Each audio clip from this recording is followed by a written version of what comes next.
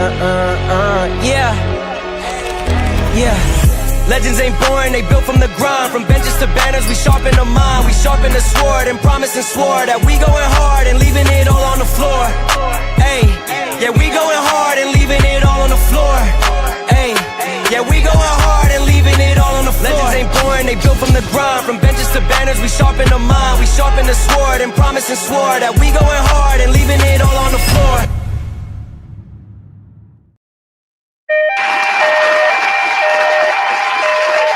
What's going on, everybody? It is Coach Greg Adams back in here with another YouTube live stream. Shout out to the Coach Gang. And that's you. For being in here, being involved, and being active on this YouTube channel. And welcome back to the Boss Up Show, part of the Free Agent Lifestyle podcast here on the Free Agent Lifestyle channel. You in here with the Bruce Wayne in this ish, the King of Kings, the King of Content, and the Speaker of Truth, yours truly, the Notorious One. And that's you. The Notorious One, a.k.a.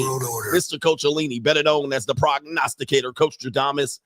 And you're in the Desert Storm bunker with Hollywood CGA, also known as EWF. That is every woman's fantasy in the whole fucking show. I'm the CEO, Negro, of Fixes Binds LLC, the unbinder, the undebatable, the undisputed best entertainment here on YouTube. You can call me Senor Gregorio Graybeard. The ladies love to call me Mr. Third Leg. Your third leg was just phenomenal. Also the man with one trabajo.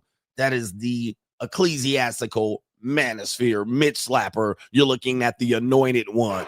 Acknowledge me. The founding father of the after pill, the junior college sociologist, the Morpheus of the mating matrix, the chocolated Confucius, the Black Moses, the deliverer, also known as the man that walks in the spirit of Elijah.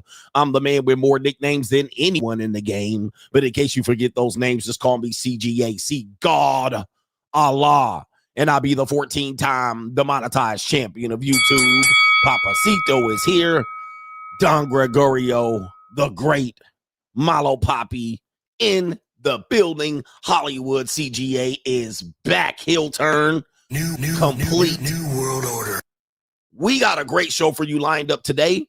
We have former NBA player Matt Barnes, who we've covered here for the last few years, related to his divorce, essentially, in his child custody cases, in which at one particular point he won full custody of his twin boys, and also fought one Derek Fisher, former NBA player and NBA head coach, now the high school basketball coach in Southern California, who coaches Matt Barnes' twin boys. All right, boy.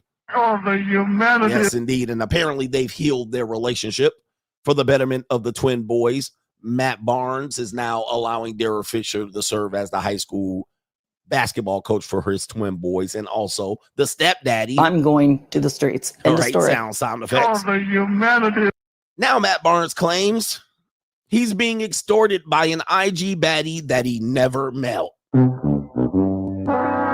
Light skin energy coming in from one Becky with the good hair, according to our compadre over there. Can't think of his name. Kwame Brown calls him Becky with the good hair. Apparently, Matt Barnes claims on the internet that an IG baddie extorted him for $60,000, and he never met her. Oh, the humanity. Okay, we're talking about the plight of goofy ass men in today's show. You big dummy. All right, the men are having a fallback here. We're talking about it. You can talk about women all day.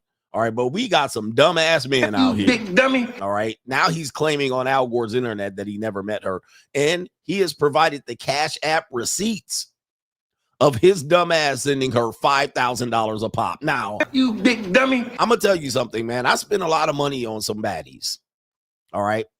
But I've definitely hit, skeeting in them and all that. All right. Down the back of the throat. I definitely dominated a bitch. All right. So if a bitch say I spent that much money on her, you can certainly guarantee I dominated her. I like to get dominated. 100%. I like to Choked, whooped, spanked, told what to do. Absolutely great. I need a man to take charge and let me just, be goofy. All right, but apparently, for some reason, he felt the need to give her up to $60,000 to keep her quiet about something that he might have said or did in some IG text streams here. Okay. I like he didn't to dominate get her. dominated. He didn't nominate her. And apparently it's a white girl. All right. So apparently we don't know if it's a white girl, but they're saying allegedly it's a white girl.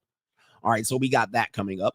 We also have a Ling. All right, here. What kind of fuck you give me? She wants to ask a Marvel actor. His name's Jeremy Renner. All right. Speaking of dumb things that niggas do. All right. Jeremy Renner, who plays, I believe he plays one of the Arrows. All right. Some Arrow guy in a Marvel movie. Shout out to him. All right. I think Thanos snapped him back. Apparently, he clapped the Ling's cheek, and she wants to know. What kind of fuck you give me? Hawkeye. That's who it was. All right. He clapped the Ling's cheeks, and she came back, and she thought she was in a full-blown relationship, and now she's suing him, and she wants to know. What kind of fuck you give me? She wants to know that. What kind of fuck was it? And she wants to know. American people, 8 kind of fuck.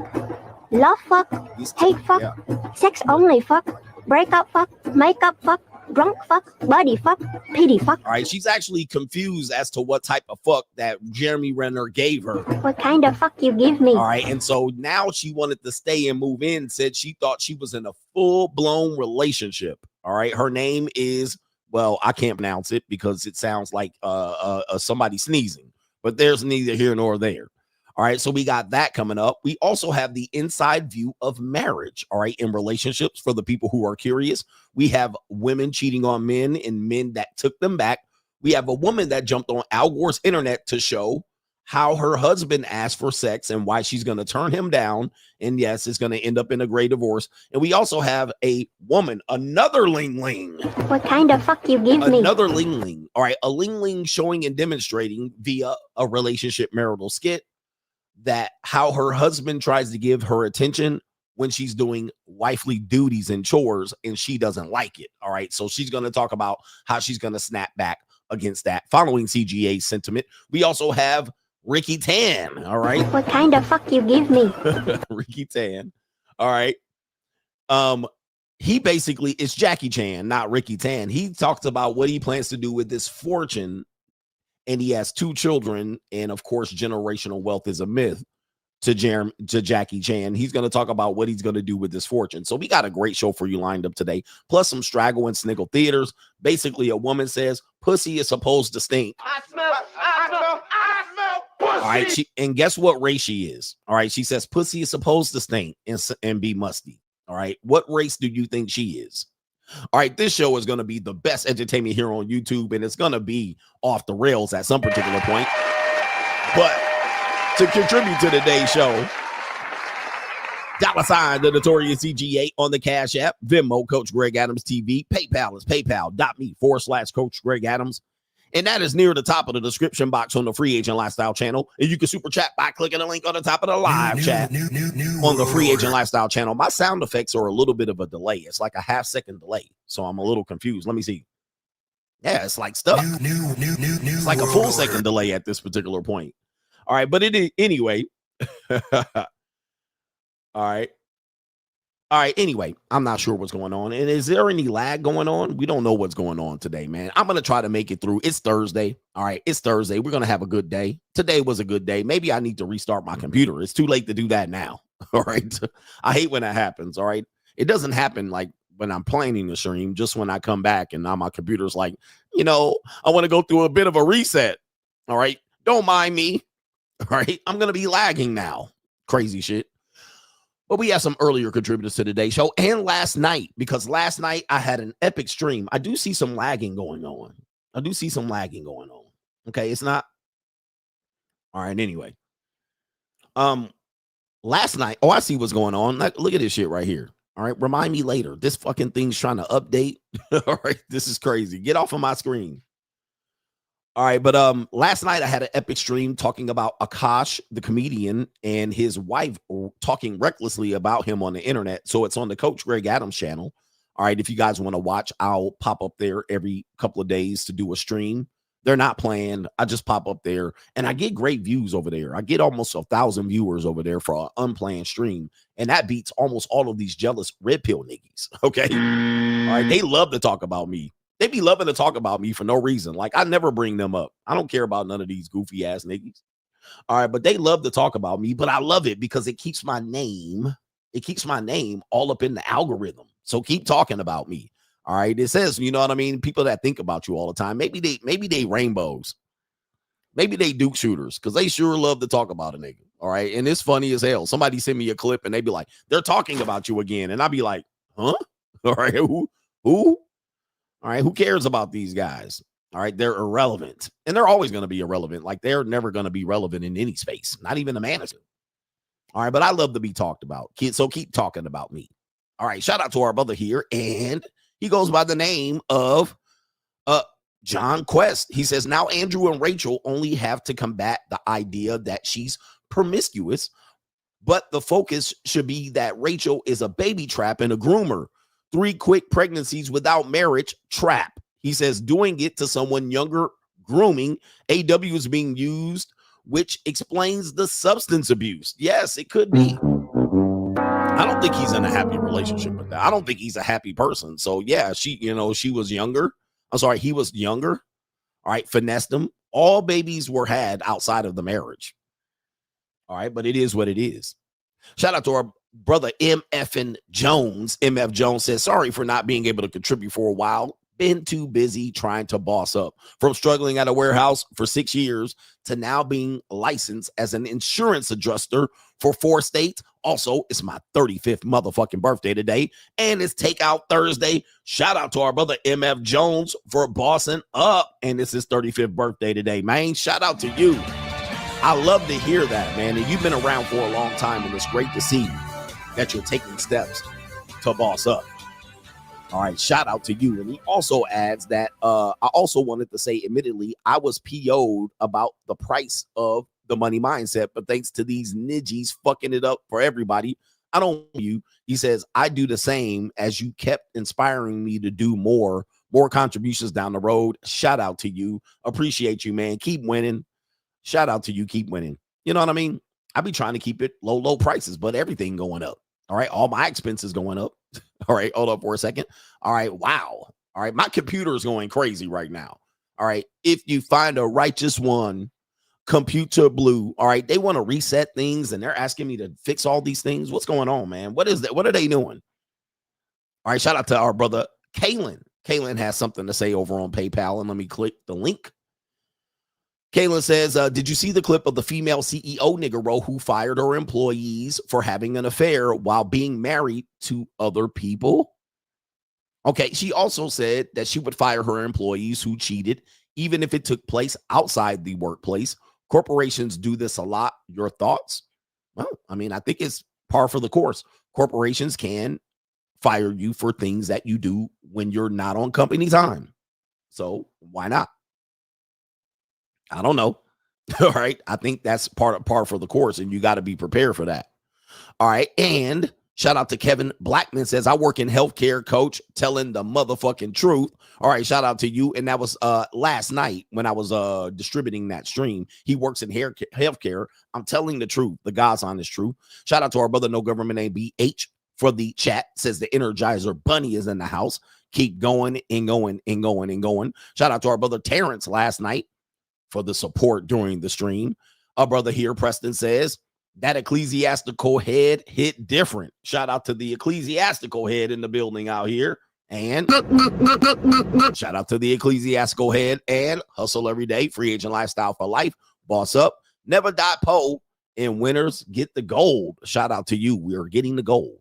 Or at least trying to win something. All right. And we're trying to keep our head to the sky. Okay, let me see if we got some Venmo action here. And let's see here. This was a couple of minutes ago. It's Michael Harper says, another day, another coach tutelage. Shout out to you. That is a co-sponsorship. Appreciate you jumping in here on a Thursday. Thursday's main event. Shout out to you. And let me see if we got some people over on the Ko-Fi, because we normally do Ko-Fi first, but we made y'all do and go last today. This is the 13th. So it is going to start with Y2K teacher. Coach, you've been saying for years about men wanting women to lose more than they want to win. Men want women to lose so bad, they'll support someone, AW, who doesn't even practice what he preaches. Men don't want help. They want an easy path instead of bossing up. Hashtag the shield. Shout out to you, man. And I'm noticing, you know, as this, the people are like, well, what's included in the heel turn? Well, number one, I'm trying not to rage bait you. I'm trying to give you solutions outside of living through women and having the same conversations that I've had for the past 5 years that people are stuck on. Even the content creators, they're still stuck on these pieces of content. And what it does is it feeds the beast for men who want the easy path. And it doesn't encourage men to boss up and be better even for themselves, like the free agent lifestyle promotes, even the boss up culture promotes. So I'm trying to find a way to demonstrate this. And I know I'm going to lose audience members, and I'm going to lose the low hanging fruit, the lower tier men, because they just want women to come to some sort of agreement where they lose. All right. That's what they want. They want the easiest path to punani. They want the easiest path to relationship, sex, and marriage. And the path doesn't get easier. We're just living in a time where I think even humanity is somewhat threatened, so women can inherently feel it, and thus that there's going to be few and few winners, and thus you will have less success if you don't change or adapt to the current marketplace. All right. And I'm going to be ahead of the game because I'm going to be, again, I always try to stay 3 or 4 years ahead of everybody. Matter of fact, there was a guy who's been doing content for quite a long time. He just came up with the idea. Men are in love. Women are in business. All right. I suppose. You guys saw that on my community post on the Coach Greg Adams channel. See, it takes people a long time to catch up to me. You know, I'm the one of the person. Somebody mentioned that I'm like the Jesus of the red pill, meaning that my holy scriptures are written and then people just quote them later on. Okay.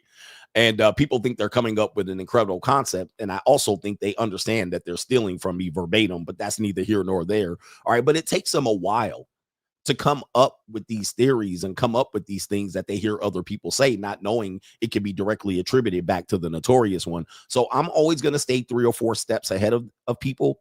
And those steps are going to be lined up in years. This is why people are not going to understand what I'm going to start teaching or what I've been teaching the last 2 years. They're not going to understand it until time tells and time reveals, and they're going to realize you have no choice. All right. You have no choice. Straight Jack. You have to adapt to the marketplace or die. That's if you're interested into adapting to the marketplace. Okay. Because, you know, some men aren't interested, but I believe some men are interested. The conversation keeps going back circular around and around where everybody are trying to help the other gender understand how things go. But it's not going to happen until people learn to adapt. And the people who learn to adapt are going to benefit greatly. They don't have to take the sacrifice, the mark of the beast. And last one, Josh G. Shout out to you, coach. Just got back from the Bay, enjoying my first NFL game, watching my Niners. And did many tours. It's boss up season. Did you go down to Chinatown?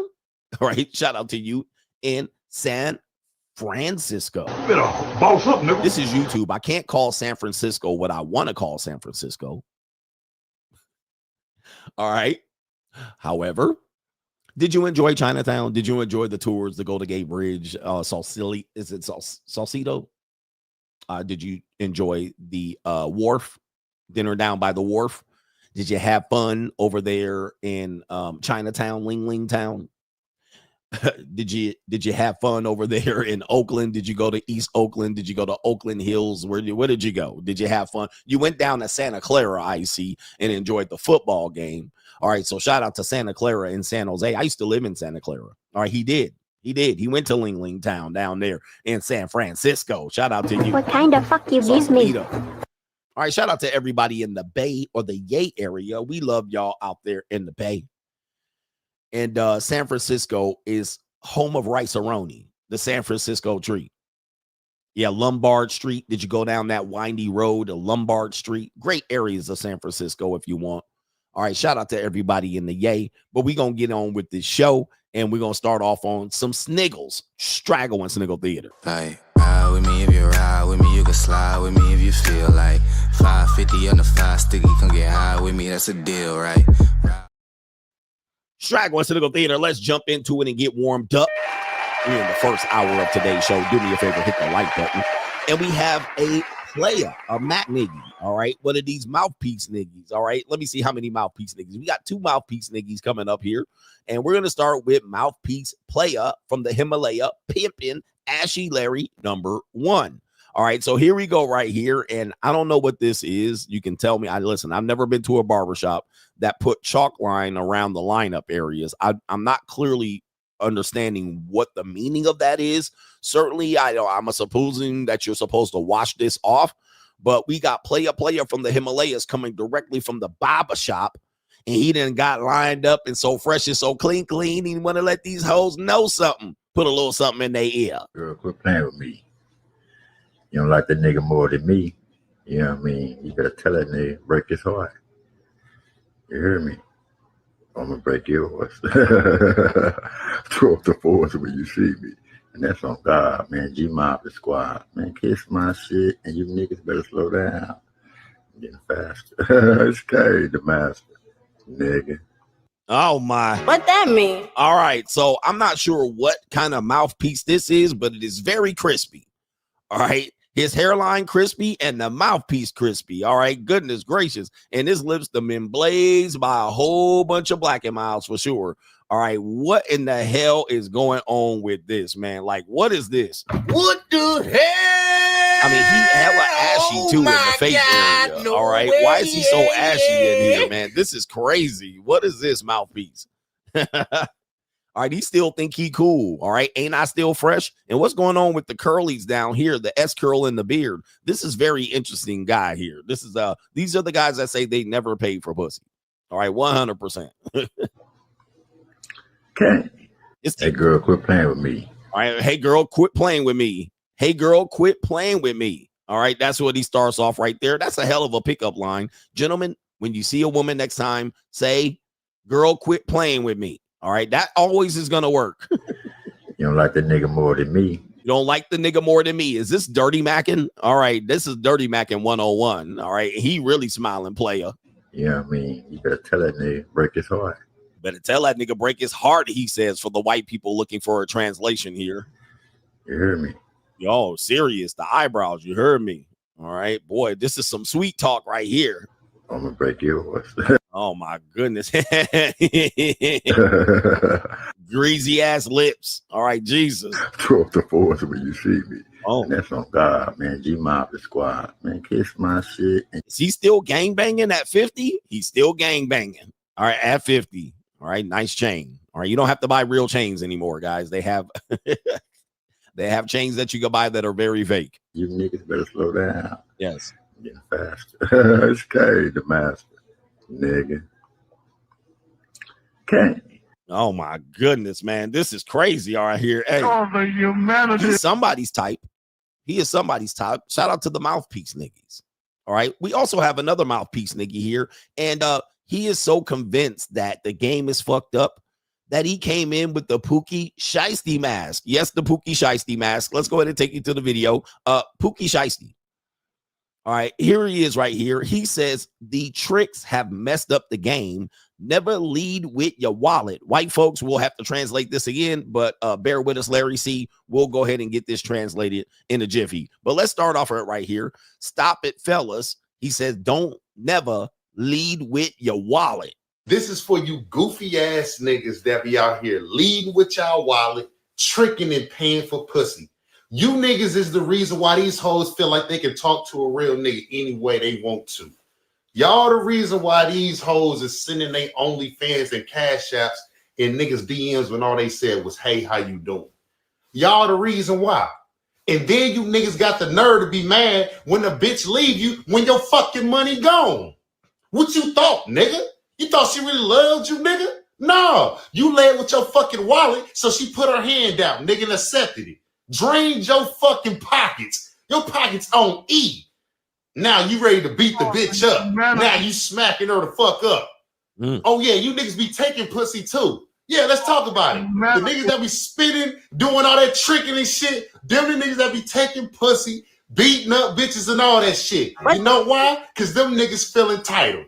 They feel like just because they spending fucking money that they own you. Let's talk about it. And when you hoes say, oh, he insecure. Them the niggas you talking about, that's the insecure niggas. Because they know they can't pull you for them being they fucking self. They needed that money to get you. Yeah, those are insecure niggas. The niggas that got options and get bitches, they ain't insecure. You know why? Because they got fucking options. Oh my goodness. Niggas that get pussy for free ain't taking pussy. Oh. Wait a minute. Who are you? This is how dudes sound when they watch my show and I trigger the hell out of them. They be pissed as hell, all right? You messing up the game, all right? Them women using you, they finessing you, and then you can't control them, and they come for a real P like me in a real way, all right? He sounds like he's mad, all right, that he has to get sloppy seconds, all right? Yes, you're going to catch up to it. Yes, you're going to follow me, all right? What are you mad about? All right, why are you mad? You messing up the game? They say to you, cash apps. Why is he upset? This is player hating right here. All right, this is definitely dirty macking. This is some Captain Saver hoes here. You trying to save these hoes, or you trying to keep them broke? A bitch of mine bet not keep a dime, ass nigga. All right, and why are you in the Pookie Shiesty mask? I mean, if you had something to say, wouldn't you say sunglasses indoors too? I mean, whose pockets are drained? Sounds like your pockets are drained. All right. And that's you. All right. All right. Sounds like you don't have any money, but you get it for free too. Wow. I mean, these guys still exist. They do. All right. And definitely he does not want to grow up. He's a Toys R Us kid. All right. He does have some much to say here. He is pissed off too. They not beating bitches up. Well, I take that back. You know what I'm saying? But you know what I mean. What? Them niggas ain't tripping. So all you goofy ass niggas out there that's throwing y'all money out and shit like that, don't crash out when that bitch leave when your money gone. All right, who does this? Who is he experiencing crashing out? I think he's making this up. But by the way, trick ass millionaires. All right, what is going on? Ladies, is this your type of guy? Is this the type of guy you like to throw around for pre-pussy? These are the guys that later on the woman said she was sexually assaulted. What is going on? This is for you goofy ass niggas that be out here leading with y'all wallet. Why does it mess? Why is he concerned? I don't understand why they mad. All right. You didn't have to pay. Why you mad that? I don't know. Straggle Sniggle Theater. We got NBA star Jared McCain. Jared McCain and his girlfriend recently posted on social media this weekend of them dancing to Lizzo. All right. For guys that don't know, Gen Z guys, Jared McCain's one of the up-and-coming NBA prospects, and he plays for the Philadelphia 76ers. 70 what? 70 niggers? All right, 76ers. He also likes to paint his nails, and yo, I saw a dude at my gym with pink toenails. All right, at my gym. All right, I was like, whoa. All right, so Jared McCain right here twerks to Lizzo, and he says they have a girlfriend. So let's see what we got here. We're not going to play the video. Let me see. Okay, here it is. We don't have any audio related to this. All right. I see there's clearly no audio, but that's him and his girlfriend, and he a whole 6'3". All right. Holy mackerel. All right. We do have audio. It is kicked in, and that's his girlfriend, and yeah, or beard. And she a little baddie too, but holy mackerel. All right. Oh, the humanity. Gen Z is something else, boy. Always he's twerking his, oh my goodness. I mean, Gen Z is. Oh, the humanity. All right. You got to watch out for your kids watching these niggas. All right. Because this is crazy shit. What the hell? Oh my God. And this girl got to be looking at him like, what am I doing? Anything for money. Look at him. He an NBA basketball player, too. He plays in the National Basketball Association. All right, he could play in the WNBA if he wanted to. Oh, he's flipping his hair. All right. Oh, oh my goodness. This is crazy. Oh, the humanity. What in the hell? Where's your daddy at? All right. And they got the nerve to say that's his girlfriend. I mean, are we kidding? All right. You got to be kidding. I mean, maybe it is. All right. Let's just say that he is straight. All right. That's effeminate as hell. All right. This is super duper. The Philadelphia 76ers, first round draft pick 2 years ago. Wowzers. All right. The world is changing. The world is changing. I thought we had some audio, but the audio creeped in. All right. So we have one more here, Straggle and Sniggle Theater. We have a woman that says coochie is supposed to be stinky and musty. All right, yes. I smell pussy. Thank God for the internet. Thank God for the internet. All right, I'm going to have content forever. I'm going to have content forever, no matter what lane I'm in, because I'm not in the manosphere. All right. All right. I'm going to have content forever. This woman says, and well, guess what race she is? All right. What race do you think she is? Okay. All right. You guess right. It's a Negro beach. All right. Here it is right here. Coochie supposed to stank and be musty. All right. So here we go here. Please be lying to me that coochie ain't never stank. You're a lying ass bitch. You are. My coochie stank right now. I went and I worked out. It's musty. Your coochie be musty, bro? Stop playing. Stop fucking playing. Coochies get musty. And if you're a person who's sexually active, they absolutely get musty. Like, hey, y'all try your hardest if you don't hear it act like perfect angel beings. Angels don't even have coochies. Do they? Actually, they got, I remember that. Your coochie stink. It stinks sometimes. Mine stinks sometimes. Sometimes I just let it stink. I just sit there until I'm ready to take my motherfucking shower because I'm grown as fuck and I can do what the fuck I want to do. And I'm honest with myself. Okay? What I'm scared for? Coochies be stink. It's a hole with shit coming out of it. Not actual shit, but it's random shit. Like, it be stink. It stinks sometimes. It's a hole. Don't let you be on your period and you use tampons the whole period. That shit's going to stink. When you take that tampon out on the last day, that hole stinks. You do. It's okay. Coochies stink. You gotta stand on your shit. What the hell? Be real, man. I smell pussy. All right. Yeah. All right. Yo. I mean, how much stank are we talking about? I mean, listen, it has a distinct smell. All right. Every woman that I'm with has a distinct smell, especially when you run up in her and you open that orifice up and you start, putting your meat up in there. It's going to have a smell. I mean, it's not going to not have a smell. In fact, if you had a hole in your body, right, you got a stab wound or a bullet wound, that hole is going to stink. All right. So I don't care, what goes on. All right. Any hole, almost every hole on your body is going to emit an odor. All right, for sure. All right, but I smell some women's punani stink like hell. All right, all hell. All right, so even when they're trying to keep it clean, it absolutely stinks. So that some people you can eat, some people you can't, but some people like a little stank on it. All right. I smell pussy. All right. All right. There's a difference, right, between stanky and smelly, as Patrice O'Neal said. So there is going to be, is it a hint? Is it enough to just, get your beard a little bit taint? All right. Is it stanky? Is it funky? All right. What type of stank we talking about?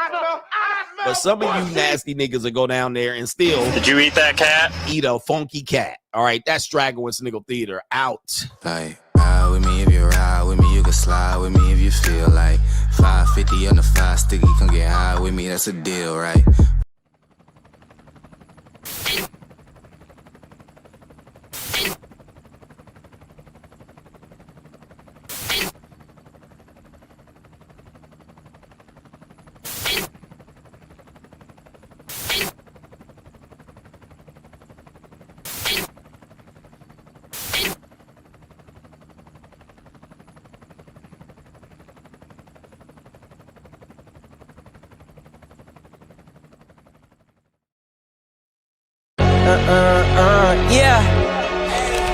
Yeah.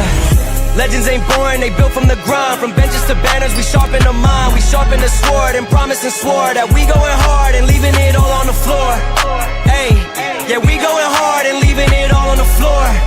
Hey, yeah, we going hard and leaving it all on the floor. Legends ain't boring, they built from the grind. From benches to banners, we sharpen the mind. We sharpen the sword and promise and swore that we going hard and leaving it all on the floor. Hey, we back in here. Hollywood CGA is back in here. We're in season 8, getting to the greatest level of CGA-ism. And thank you for being along for the ride. We're going to check if there's any additional support coming through. And do me a favor, hit that like button. Just give me the likes. Don't pass a scroll is what we try to tell people. Mugga, mugga, mugga, mullo, if you will.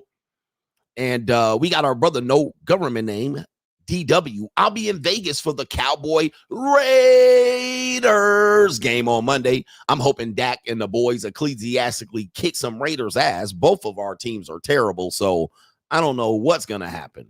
All right, I don't know who's going to show up, but we know the Cowboy fans are going to show up. I'll be at the game. Hopefully, I'll bump into you. All right, I'll bump into you. So send me an email. You're a great supporter. We'll see if we can meet up with you. All right, for sure. Shout out to our brother, Robert Will. I can't say the last name because pause. He says, Rob W says, why do married people want to disturb single people's peace? Okay, that's actually interesting. Why do married people want to disturb single people's peace? All right, that is an interesting conversation. It's weird because when you stay single, they're like, well, you should get married. And you're like, why? You should be with us and it's better. And don't you want somebody to speak to and lonely? No, I don't want to. I'm fine. Let me just be me. All right. You don't see single people going to marry people like you need to get out here. All right. Get out here. Divorce that woman. All right. Get out here in these streets. You don't see single people doing that too much. Single people just leave married people alone. Okay. Whatever. All right. But as soon as you just chilling by yourself, you deserve somebody. You deserve to hang, somebody. You need somebody in your life. Not really. I'm good. All right. Leave me the fuck alone. All right. I got plenty of people in my life. I got a whole rotation. Speaking of rotation, since we do have a little bit of time, when I was, we talk about the realness of the real shit over here, and I'm always constantly encouraging you men to really consider where you're putting your time and investing, because there's a cost to everything. It might not be direct payment, but there's a cost to everything. I remember when I was going through my phase where I was like considering dropping my rotation to pursue my interests in social media before it was a popular thing to do. All right. People still considered you a loser, right? People still try to say you're a loser for doing it, but you're making money now. But back then it was just for the fun of it, for the spirit of it. So I was like, I have a great idea with this podcast thing. So what happened was I was thinking of flushing my rotation. All right. And I always call it that. You flush your rotation. Anybody ever flush your rotation? Now, when you flush your rotation, you be thinking, man, I'm not going to be able to get these girls back. I'm literally giving up all my hoes. All right. Some of you guys give up your rotation when you get a girlfriend and you flush your rotation and you like, damn, scarcity hits you. And you're like, dang, what if what I'm doing doesn't work and I got to go back to my rotation? And you already flushed it, and they're going to get touched on and folded up like a love letter from second grade, right? You're really operating in scarcity. And I did that back in 2016, transitioning into the free agent lifestyle. I finally was like, nah, you know what I mean? Nah.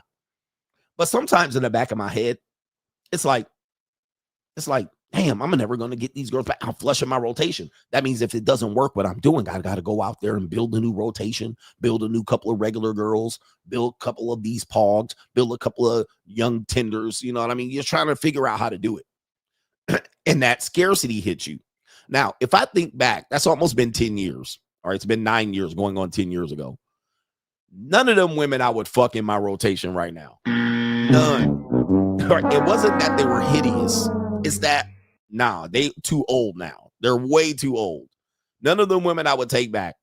All right. But you were in scarcity back then. You're like, dang, I'm really taking a leap here. Now I got to go back. You know how it is when you break up with a girl and you got to go find a new girl, right? You don't know where to find her. You're like, what am I going to do? Go on Tinder, cold approach. You're really struck, But none of them girls now, back then I was like, damn, this is crazy. I'm about to let all these hoes go.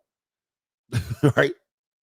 But now it's like it proved out right. It was the right move to make, because a lot of guys are scared to make that move, but you got to make that move. All right. You got to make that move. Don't operate in scarcity like that. There's a whole bunch of women around the world. There's punani around the world, and them girls end up circling back anyway. All right. So you'll get them back anyway and be like, oh, whatever. All right. But that's the real of the situation. So never feel that much scarcity. And for guys that have never had a rotation, well, perhaps let me introduce you. There's some guys over in the manosphere, the clanosphere, that'll sell you a course on how to spin plates. All right.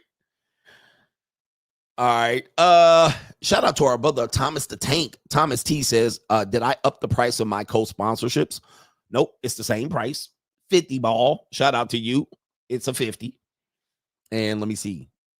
He says, also, I think my family low-key hates on me. My mom disrespected me over the phone when I told her I was running for the governorship of Wisconsin.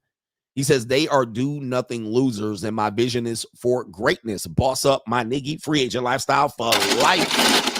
That's a co-sponsorship, just in case. I'm rich, man. You co-sponsored yesterday, and I didn't acknowledge you. All right, but you sponsored yesterday, if I'm not mistaken. I'm rich, man. Gentlemen, another piece of advice here for you guys to when you're pushing forward.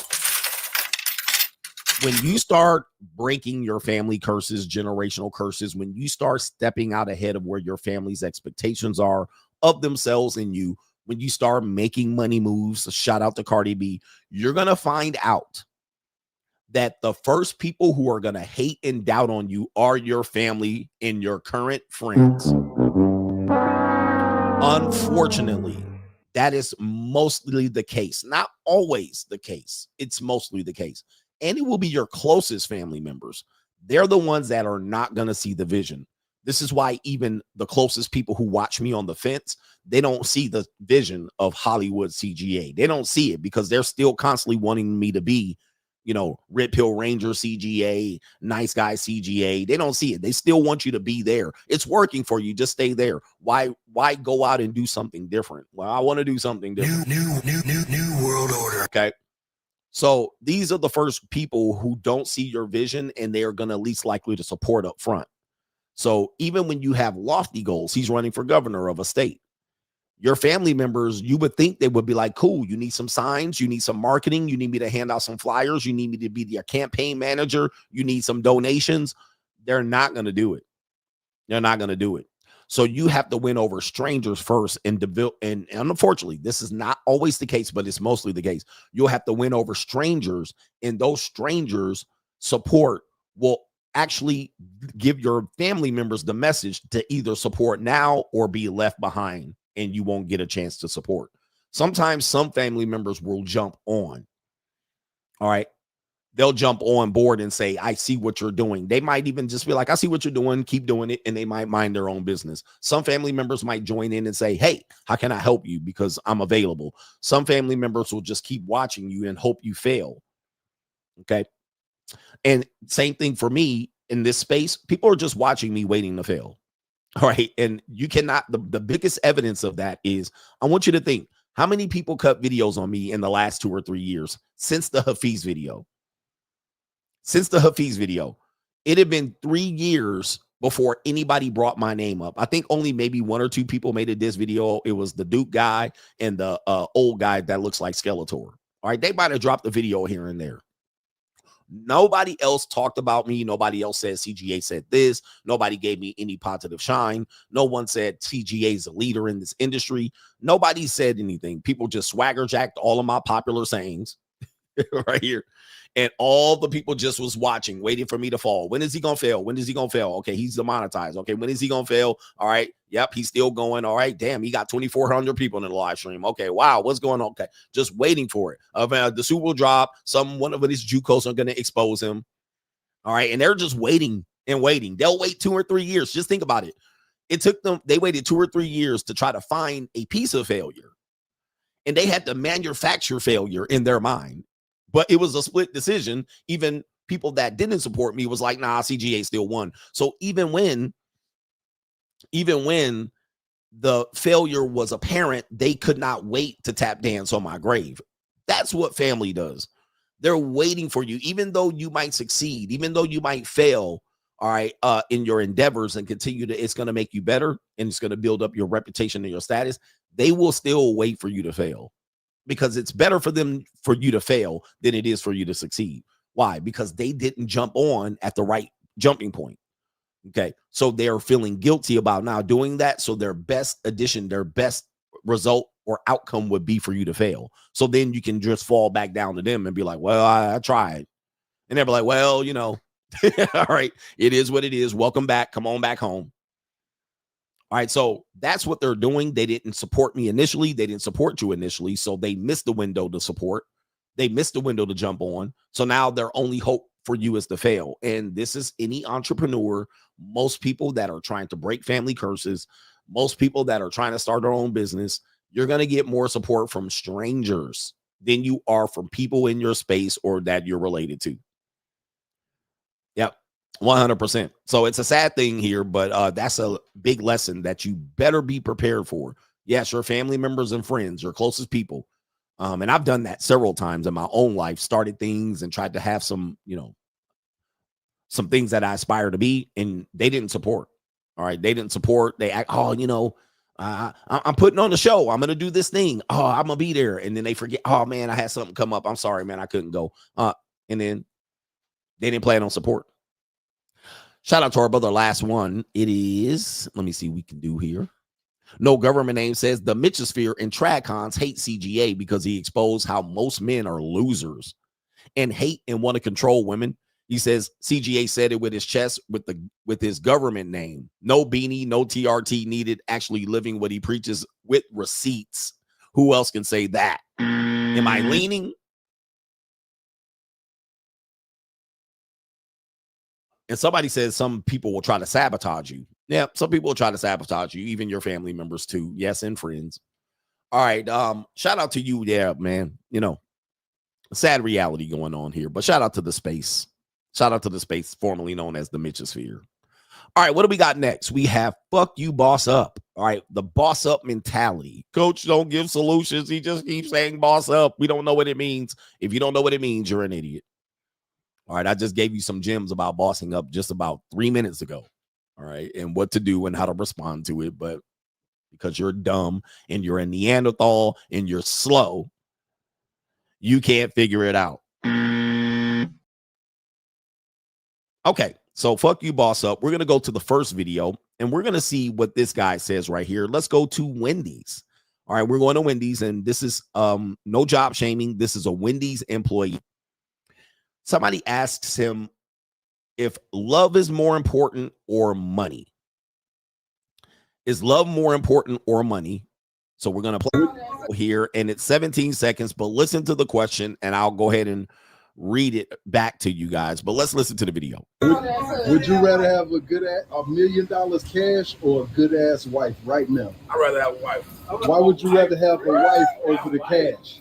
Because I can make $1 million if I got the right way.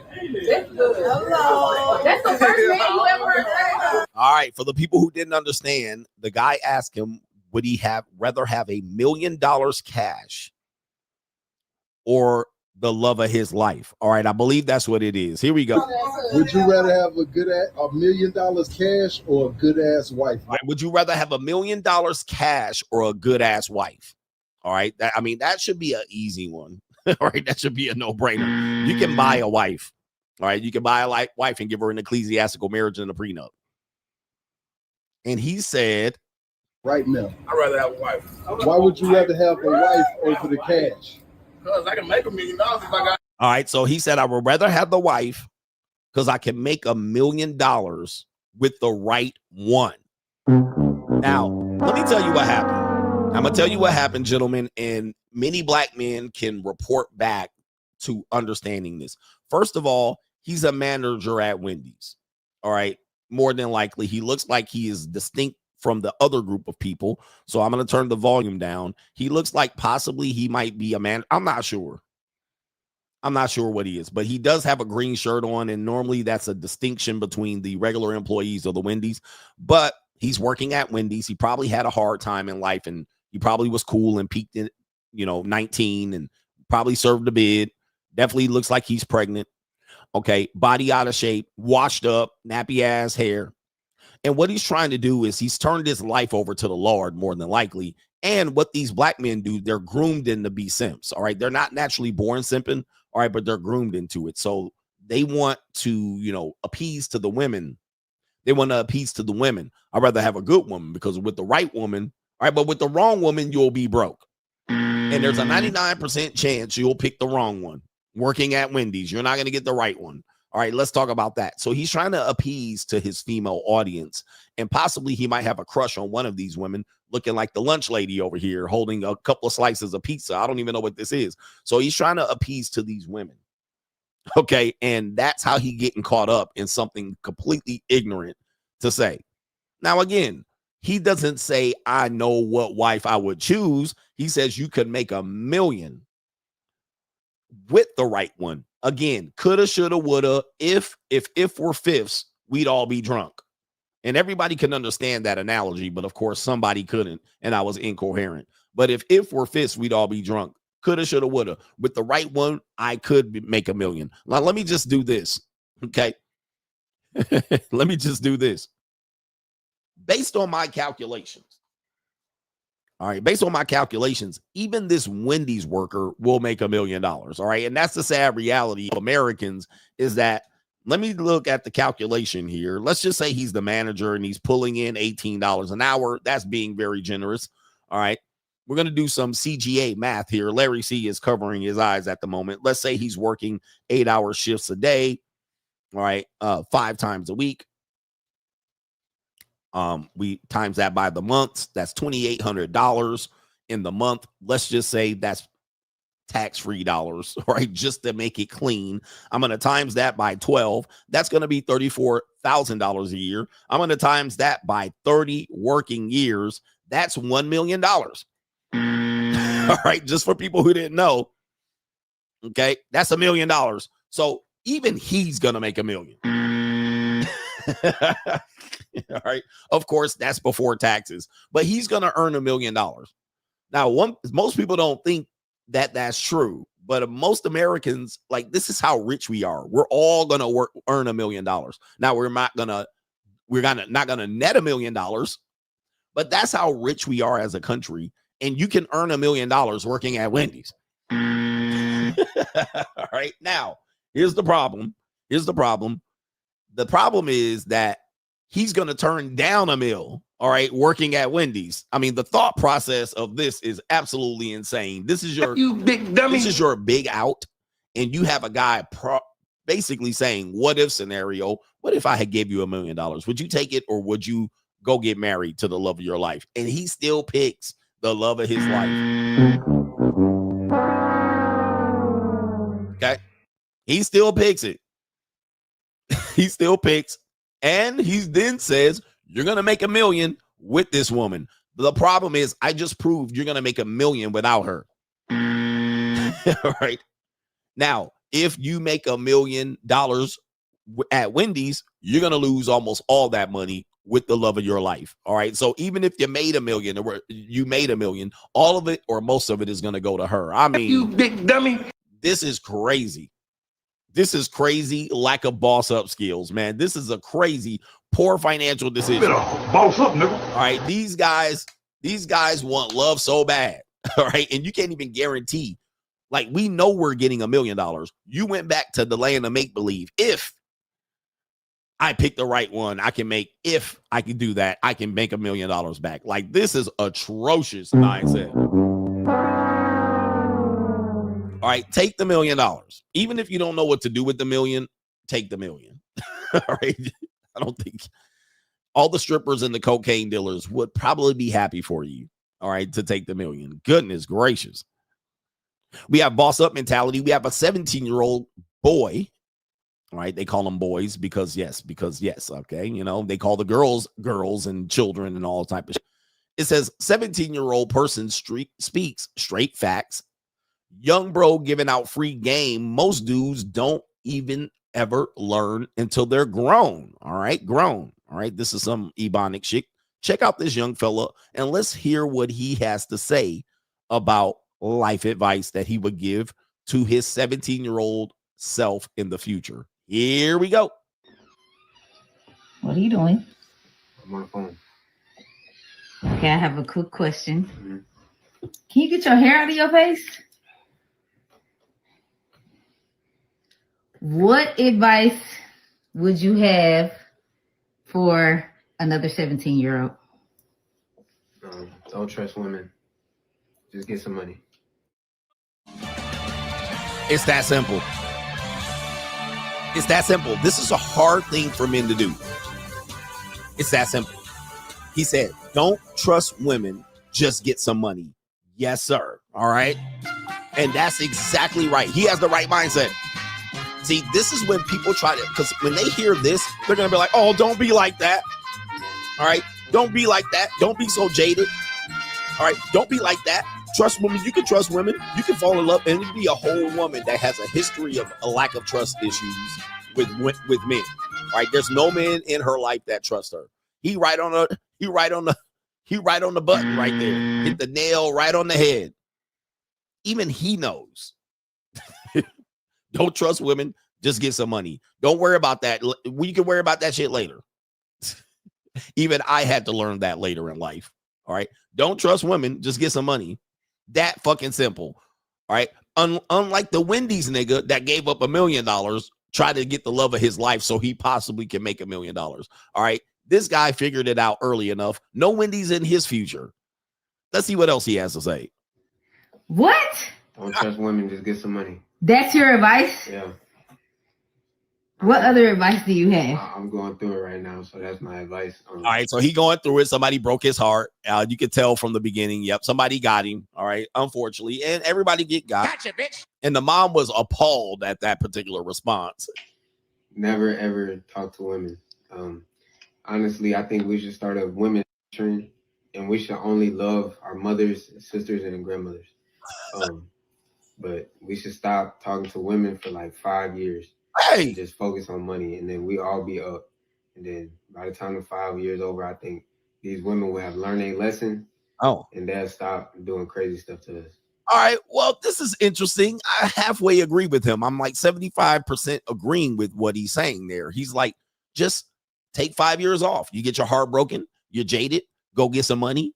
And then he said, come back. And he's saying the women will correct themselves, which I don't agree with. They're not going to correct themselves, but they'll come correct when he's there. All right. So he basically got the plan. That's exactly what it is. The free agent lifestyle. You don't understand that is the hardest thing for men to do.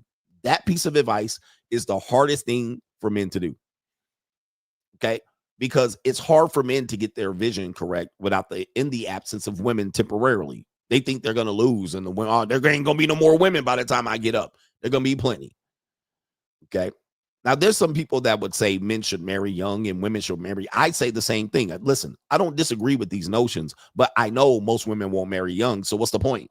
What is the point to even talk about, well, men and women should marry young? They're not going to marry young. So, yeah, they should. Shoulda, coulda, woulda. What if? In the land of make-believe, this is the best practical advice right there. Coach gives no solutions. Even he can understand it at 17. But it took him a heartbreak to understand it. Him hurt. You know I'm posting this, right? That's fine. I actually want you to make sure. How long is this? What do you mean how long is this? Well, we've been recording for a minute.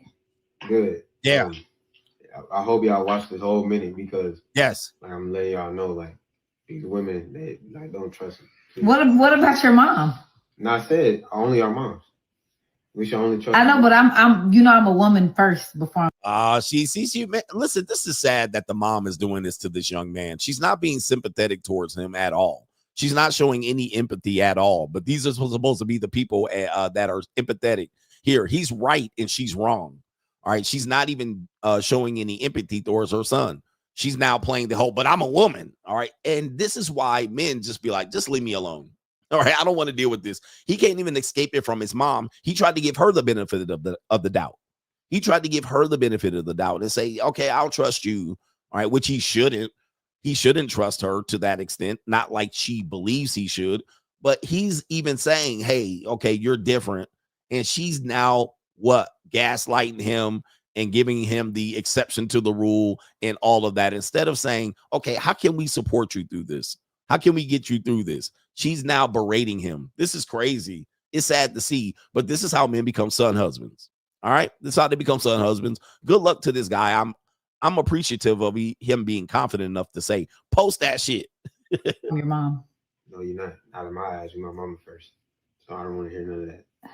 Your mom, you can trust your mom and your sister, your grandmother, but you shouldn't have any intimacy with any women for the next 5 years. I think as men, if we do that, we will grow stronger. Yeah. We would have much more money, and then these women will realize like they really do need us.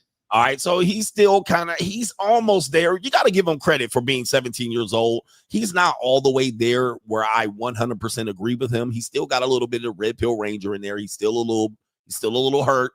All right, he's still got to go through the stages of grief. All right, of the red pill rage. Right, he's still got to get through that into the acceptance phase. He still has hope for the woman that they're going to change. All right, if they see men being practical and focusing on themselves. That's not 100% true. Them women just gonna fuck bum ass niggas. All right. In the interim of while you're focusing on something else, those girls that you are hoping to change, they just gonna fuck bum niggas. That's what they're gonna do. And then you're gonna come back around, you'll see it, and then you'll get that realization that you didn't miss anything. And of course, now you're 25 or how many 5 years you sat out on the sideline getting your money right. Now you'll be able to come back and get the girls of the same age that you left. You'll be able to pick up where you left off. Shout out to him, man. Let's see. He has another bit of advice here. And then stop playing with us like how they do. Okay. Yeah. That didn't really go as planned, but thank you for your. And so the mom, see that what is the mom doing? That didn't really go as planned. My son was a misogynist. He's watching Coach Greg Adams, Hollywood CGA. He's watching the Notorious CGA on his last top. She lended no support. She didn't give him any support or credit for him arriving at that. She didn't even want to know. She shut him down. She didn't even try to correct it, all right, or show him any empathy. Okay, and why did she come in there in the first place? Recording him. And yes, there's no father present. That's fairly obvious. But that's a sad thing, but I'm glad that man, because, you know, a lot of men that grow up under single mothers, they're under the thumb and control of that single mother, right? They can't break out because the single mother's so overbearing, all right? Especially when they're melanated. They're overbearing, so he's just following the line. My mama knows right. Daddy ain't nowhere in sight, all right? But some men break away from their single mother and say, hey, you know, I forgive you for ruining my fucking life. In my spirit of Jesse Lee Peterson. Okay. You have to forgive your mother. You have to forgive your parents, for they didn't know any better. And sometimes they did the best that they could, but even the best they could was not enough. So at some particular point, he will have to go seek out his mother and say, I forgive you for hamstringing me and giving me the worst possible options and not giving me the correct knowledge when it comes to dealing with relationships and women. You wanted me to have my head up my ass or in the clouds. All right, so shout out to that young boy. He does have potential. He does have a future. All right, what do we got here? We got Boss Up. Fuck you, Boss Up. What do you think about generational wealth? All right, passing down generational wealth to your kids. I saw a comment.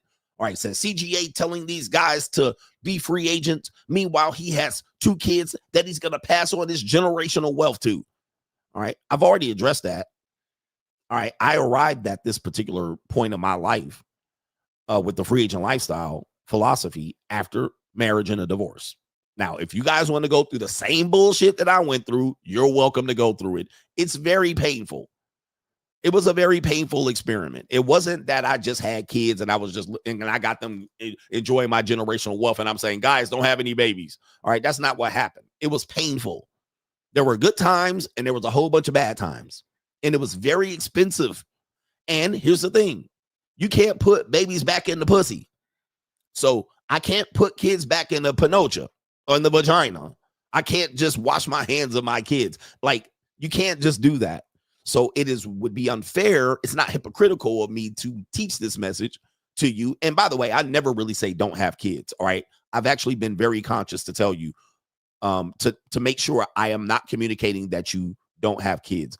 3 of my tenets are no marriage, no long-term relationships, no cohabitations. So I don't really ever say don't have kids. All right. That's something that people attribute to me and I don't say it.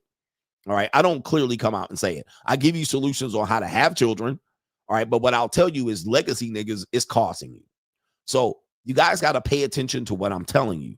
Now, if indeed you want to have kids, would you pass on your wealth to the children or would you give it to the New World Order? All right, there's people giving it to the pledging fund. Shaquille O'Neal has even said he's not going to leave a dime for his children. All right, there's other celebrities that say they're not giving their children anything. Okay. Now, Jackie Chan, We have a lot of Asians on today's show. What kind of fuck you give me? Jackie Chan allegedly says he plans on leaving his entire fortune to charity and says his son should earn his own money. All right. The son should boss up. Better boss up, nigga. Jackie Chan has decided to donate his $400 million fortune to charity rather than pass it on to his son, JC. He emphasized the value of self-reliance, stating if he is capable, he can make his own money. If he is not, then he will just be wasting mine. And it says this choice reflects a rising trend amongst billionaires prioritizing philanthropy over inheritance, igniting discussions about fostering independence versus the impact of family bonds. What do you think about this? All right. Comments in this one. Legendary actor failed father. Okay. Mostly fathers will swim the ocean of fire to have money for their kids. I'm sorry for your kids to have a father like him. All right. As a parent, I give it to my kids or children. I will work hard for my kids, but respectfully hope his decision is worthy. All right. Probably his son is not a good child. Leaving abs. I'm not sure. I don't know what that means. Nothing for him is kind of extreme. I don't even know what that means. And it says right here, Shaquille O'Neal said the same thing. He says they put the work into being successful. If their kids don't work hard and become successful in of themselves, why should they get bailed out by their father's money and live off that? That's how I was raised. I have earned my inheritance. It's not just given to me. Oh, absolutely. It says leaving absolutely nothing. Shout out to Generation Z. All right. Absolutely. Oh, yeah, that's a Gen Z person. By the way, Jackie Chan also has fell out with his daughter. All right. And so that's why they're talking about leaving the inheritance to the son, because we reported several years ago that Jackie Chan has got rid of his daughter because she was a Lily Lent liquor. All right. And he was not proud of that. So he basically cut her out of the will too. Okay. So people say his kids have been acting. So I would probably say, other than the daughter who's a Lily Lent liquor and tried to front him out and shame him for him basically just cutting her ass off, all right, at the damn past. And she did try to shame him, and he disowned her. So in this, the son is the only one, but people were saying the son is an actor and he's going to make a name for himself then. All right, that's how he's saying it. So what it is Jackie Chan probably put his kids in a position to succeed to where they wouldn't need his money. Okay, and there might be a trust fund associated with some things there. There might not be zero. All right, but what he's trying to encourage them is do not depend on my money. You have the potential, and I put you in position to make as much money as you possibly can without the need of mine. All right, so shout out to them. And yes, that Lily Lent daughter, he already knows she gonna trick that money off, and so he ain't gonna give her a damn thing. Disowning used to be a thing. All right, I need to do a stream on the history of disowning your kids. All right, let me see here. Disowning your child, and people disown their parents too. Disowning your child history. Let me see. We can do some drunk history on that. I'm just pulling this up, not for today's show.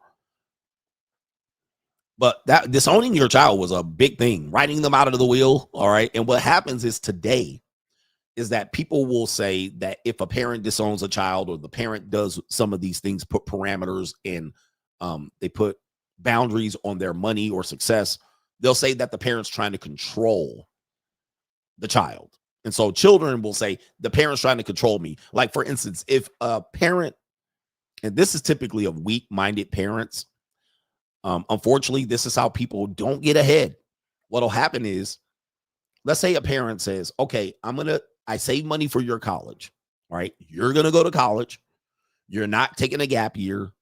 You're going to college. All right. So I'm going to do what I can while you're in high school to prepare you to go to college. Then, which means private school, tutors, SAT prep, and all of these things, which you see people do, right? People or cultures are doing this. Indian culture, Asian culture, a lot of these cultures do this, even Middle Easterns, Persians, white folks. some uppity Negroes, all right, they do it, and those cartello Mexicans, all right. So they'll do this for their child, and they'll say, this is what you're going to do. However, when you go to college, I'm only going to pay if you go to this type of school. I'm only going to pay if you major in this. Okay, so what the parents doing is putting parameters on the money, but the young person will see this as control. And thus, if they're weak-minded, they'll fall apart. They'll be like, well, he's trying to control, because, you know, especially young women, they'll feel like you're trying to control them. They want to do what they want to do. They want to be a fairy. They want to be a princess. They want to be a ballerina. They want to, you know, do nothing. They want to live soft girl life. So if you put control over them, they will crumble. Whereas if you have two parents, all right, those two parents will say, kid, this is what you're going to have to do. Or like, buckle up. All right, tighten your belt. All right, this is your chance. We're going to give you the launch pad to be able to support yourself.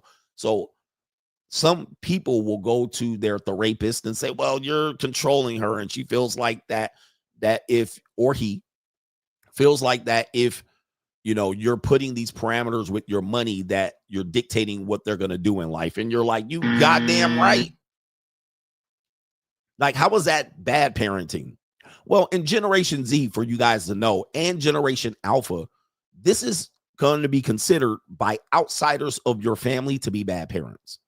Right now, the inside of your family, which is going to be you and preferably your wife or your co-parent or your husband, if you guys are women watching me, you will have if there's a fracture or a division on the inside of that marriage or relationship or divorce, the enabler parent is going to torpedo and support the weak child, and thus mess up not only their positioning as to where the parent was preparing their hard-earned money, using their hard-earned money to give the kid a leap up, they're also going to fumble that kid's inheritance. All right. They're going to fumble that kid's inheritance, right? So that kid was going to be able to get inheritance, financial support up until the age of 25 to 30. All right. But the other parent will come in and say, nah, they ain't got to listen to you. And then the kid is going to struggle, flounder, and pretty much have to start over in life. And then the other parent will say, well, fuck that kid. Disowned. You see what You see what happens? And yeah, this is intentional sabotage. So this will happen, and that kid will try to find its way. And then what do normies say? Well, everything will work out. Really, nigga? Would you say that about your kids? No. Everything will work out, and the kid possibly will be average. All right. Who wants your kid to be average? You're preparing them. You worked hard for your kid to be above average, to get B's, and to be an A and a B person, not a C person. So losers will say, well, it'll work out anyway. And then guess what? They'll get to wash their hands of it, walk away, and they don't give a fuck really what happens to your kids. They're just trying to be like, well. So this is an example of it with Jackie Chan. Now, when your kid is broke, busted, and disgusted, when your kid is average or below average, which they're likely to be below average and things will work out, what'll happen is you got to pick up the pieces. We're all those people that say it would work out anyway. We're all the therapists that said you were putting layers of control and boundaries on the kid. You were forcing them to do these things. They were really not happy. Happiness is more important. What happens then? Well, when that kid's 30, lost, gone, they come back to your house. All right. The prodigal son returns. They come back to your house, and now you got to pick up the pieces of their fucked up life from 15 years ago. When they could have listened for 5 years and could have took off like that. See, this is the difference between losers and winners. Now you got a 32-year-old with the mental health development of a 15-year-old. And now you got to pick up the pieces and start that kid's life over, but they don't want to listen at 30. Right? You're just like, boy. And then they come in. Well, that's your blood. That's your kids. All right. You should do whatever you need to do for your kids. All right. Now you get more enablers. Now you got to pick up the pieces because they get to say that shit and walk off. All right. They get to say that shit and walk off and go back home to their boring ass life. Meanwhile, you got to do all the work and pick up the pieces. Right. And be like, oh shit. And correct this. And then they want to halfway listen, at least this time. But really all they want is access to your money. Right. And then what you'll do is throw good money after bad, and they still will be fucked up by 35. All right. So disowning your kids and even disowning your parents is actually a good idea. It actually saves you a lot of stress and mental health and development, man. Look, sometimes you just got to let a motherfucker go. All right. Anyway, these outsiders will fuck up your family. I'm going to tell you, don't let them do it. All right. We got a little bit of doom and gloom CGA in here. AI is back at it again. We have AI generation going on here. You know what? Just for shits and giggles. All right, we'll make this doom and gloom CGA. How about we do that? All right, that's fuck you, boss up for the moment here. But let's go ahead and roll that doom and gloom CGA footage for old time's sake. Doom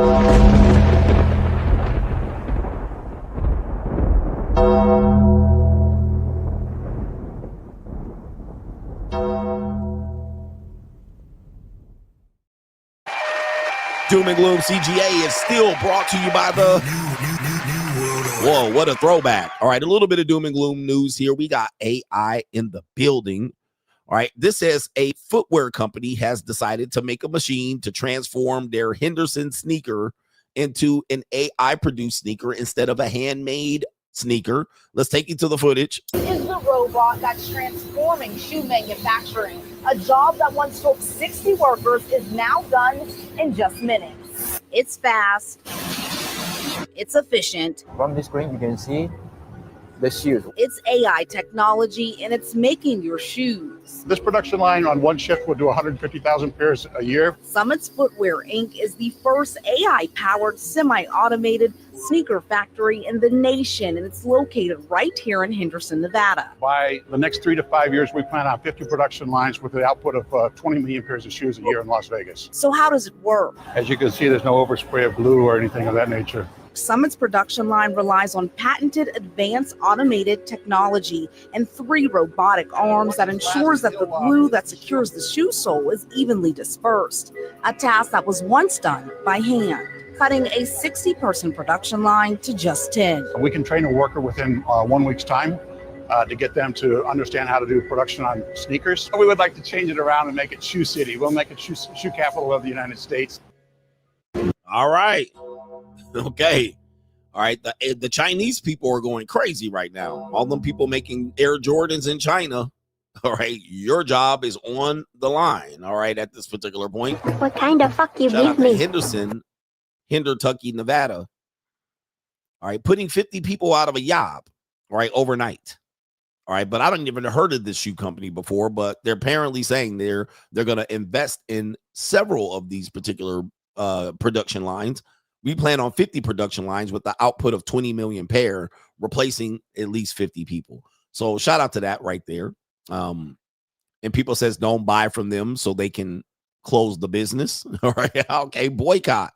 AI is going to destroy humans. This is Pandora's box. Yeah. I mean, I think people don't realize that. It's going to improve humans' experiences, but it's not going to improve the normie or below average humans' experience. Not at all. All right. I know people are hopeful. 100%. I know people are hopeful, but yeah, nah, the regular person's experience is going to be fucked up and drab. All right, that's doom and gloom. We got another doom and gloom. AI, apparently, we have country singing. All right, we actually know Timbaland has a AI artist, and there's actually AI artists that are performing in China right now, in Japan, in Korea pop, K-pop. So people are already going to performances by AI. All right, AI musicians. But in America, we still support the actual flesh and blood musician. And Timbaland had an AI artist, but now apparently, according to the New World Order news here, or it is actually ABC Snooze, all right, New World. A song created through artificial intelligence has made history, topping the Billboard country music chart. It says right here, but it has also sent shockwaves through the music industry, with artists getting vocal about the AI-generated hit. I've never heard it, but the song is called Walk My Walk by Breaking Rust. Recently hit #1 on the Billboard Country Digital Song Sales Chart, reaching over 3 million streams on Spotify in less than a month. All right, so we're going to hear what it is. All right, we're going to hear what this is, or see what the story is, whether you agree with this, what's going on here. Look at the top of the Billboard charts. You can forget about Cowboy Carter. This is Cowboy Computer. I'm gonna keep on talking and walk my walk. Ain't changing my tone, ain't changing my. All right, I don't know if I can play all of this real quick, but that sounds pretty good. All right, I would have known it was AI, but I'm not going to play the whole music there because there's going to be a copyright, especially with AI running YouTube. All right, you heard it right there, and they're playing it. Let me see if he got it. Free digital song sales chart. And oh, by the way, it was created by AI. So for more on this, I want to bring ABC News contributor and Anscape senior entertainment reporter Kelly Carter. Woo! Help us make sense of all of this, Kelly. Look, I mean, I think it's a lot, right? It's so much. It's so crazy because I don't know if I thought in 2025 we would be having this conversation, but here we are, you know. So this is the first time that an AI generated musical artist has hit the top of the charts. It's not the first time that AI has generated musical content, because we've seen an R&B and gospel artist do that before. Yeah. And we've also seen a hip hop artist, you know, that was created from AI also create music. And obviously, as you might imagine, no one in the music industry is happy about this, because there's a threat to not only the artists losing jobs, so you can think about songwriters, engineers, producers, so many people who work tirelessly to bring us the music that we love listening to and soundtrack our lives might be taken away by artificial intelligence. And so there are a number of petitions that are going up right now to stop this from happening, because who saw this coming? Well, and I mean, you talk about the music process. It's so collaborative, right? And so, I mean, there are a lot of people that can eat off of a single track. But look, you know, some might say that this is kind of like trying to put toothpaste back in the tube. This is likely not going to be the last time this happens.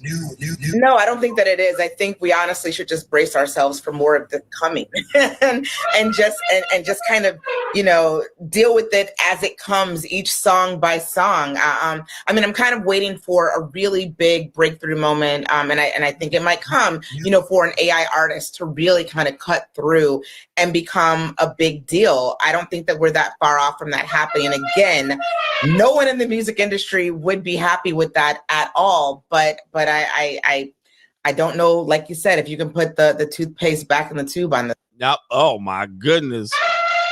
All right, you can't put the toothpaste back in the tube. All right, we get the gist of it here. We get the gist. All right, what do you think about this? We're gonna see what you guys think about this particular thing here. We're gonna put up a poll. Okay, here we go right here. Do you support AI music? All right, do you support AI music creation? We'll make a poll right here. Yes, it's good technology. All right, right there. And no, this is terrible for the industry. All right, we're doing it live, y'all. All right. Oh, I can't even put industry, y'all, the thing. All right, this is terrible. All right, here we go right there. We'll start the poll. But shout out to Mrs. Snuffleupagus. All right. Mr. Snuffleupagus here was telling us what was going on here. Music. But listen, here's the thing with it. Even sports, we've always had sports science. We've also had music production. In order for music to be produced back in the day, you had to go to Solar Studios. All right. You had to go to the studio, get a whole band, record the whole production, all the instruments singularly.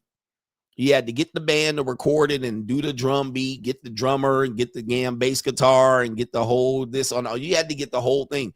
And now you can do it all on the computer. Now we can do it AI and do the whole production without even the artists at all. So does this make worse music? Or does this make better? Are we against all technology or just AI? Because, you know, people got a drum beat, a 808 kick drum, make the girlies get dumb. All right. And you have people with the vocals. People have songwriters. All right. Even the rappers. What do you think about this?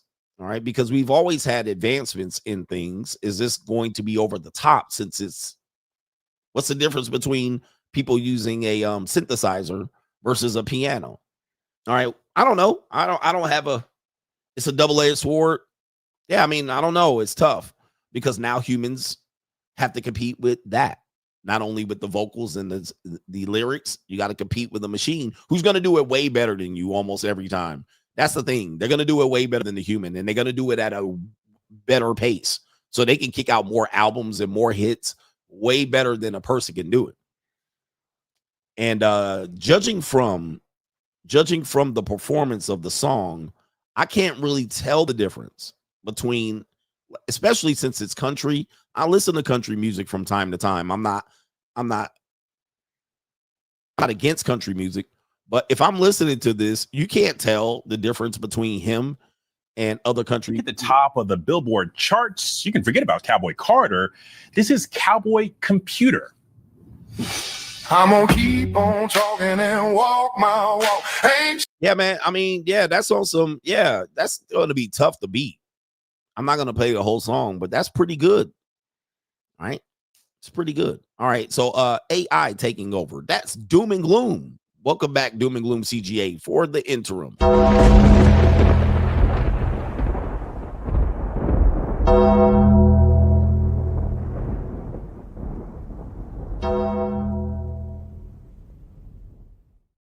All right. Do me a favor, hit the like button. Let's go ahead and review the poll.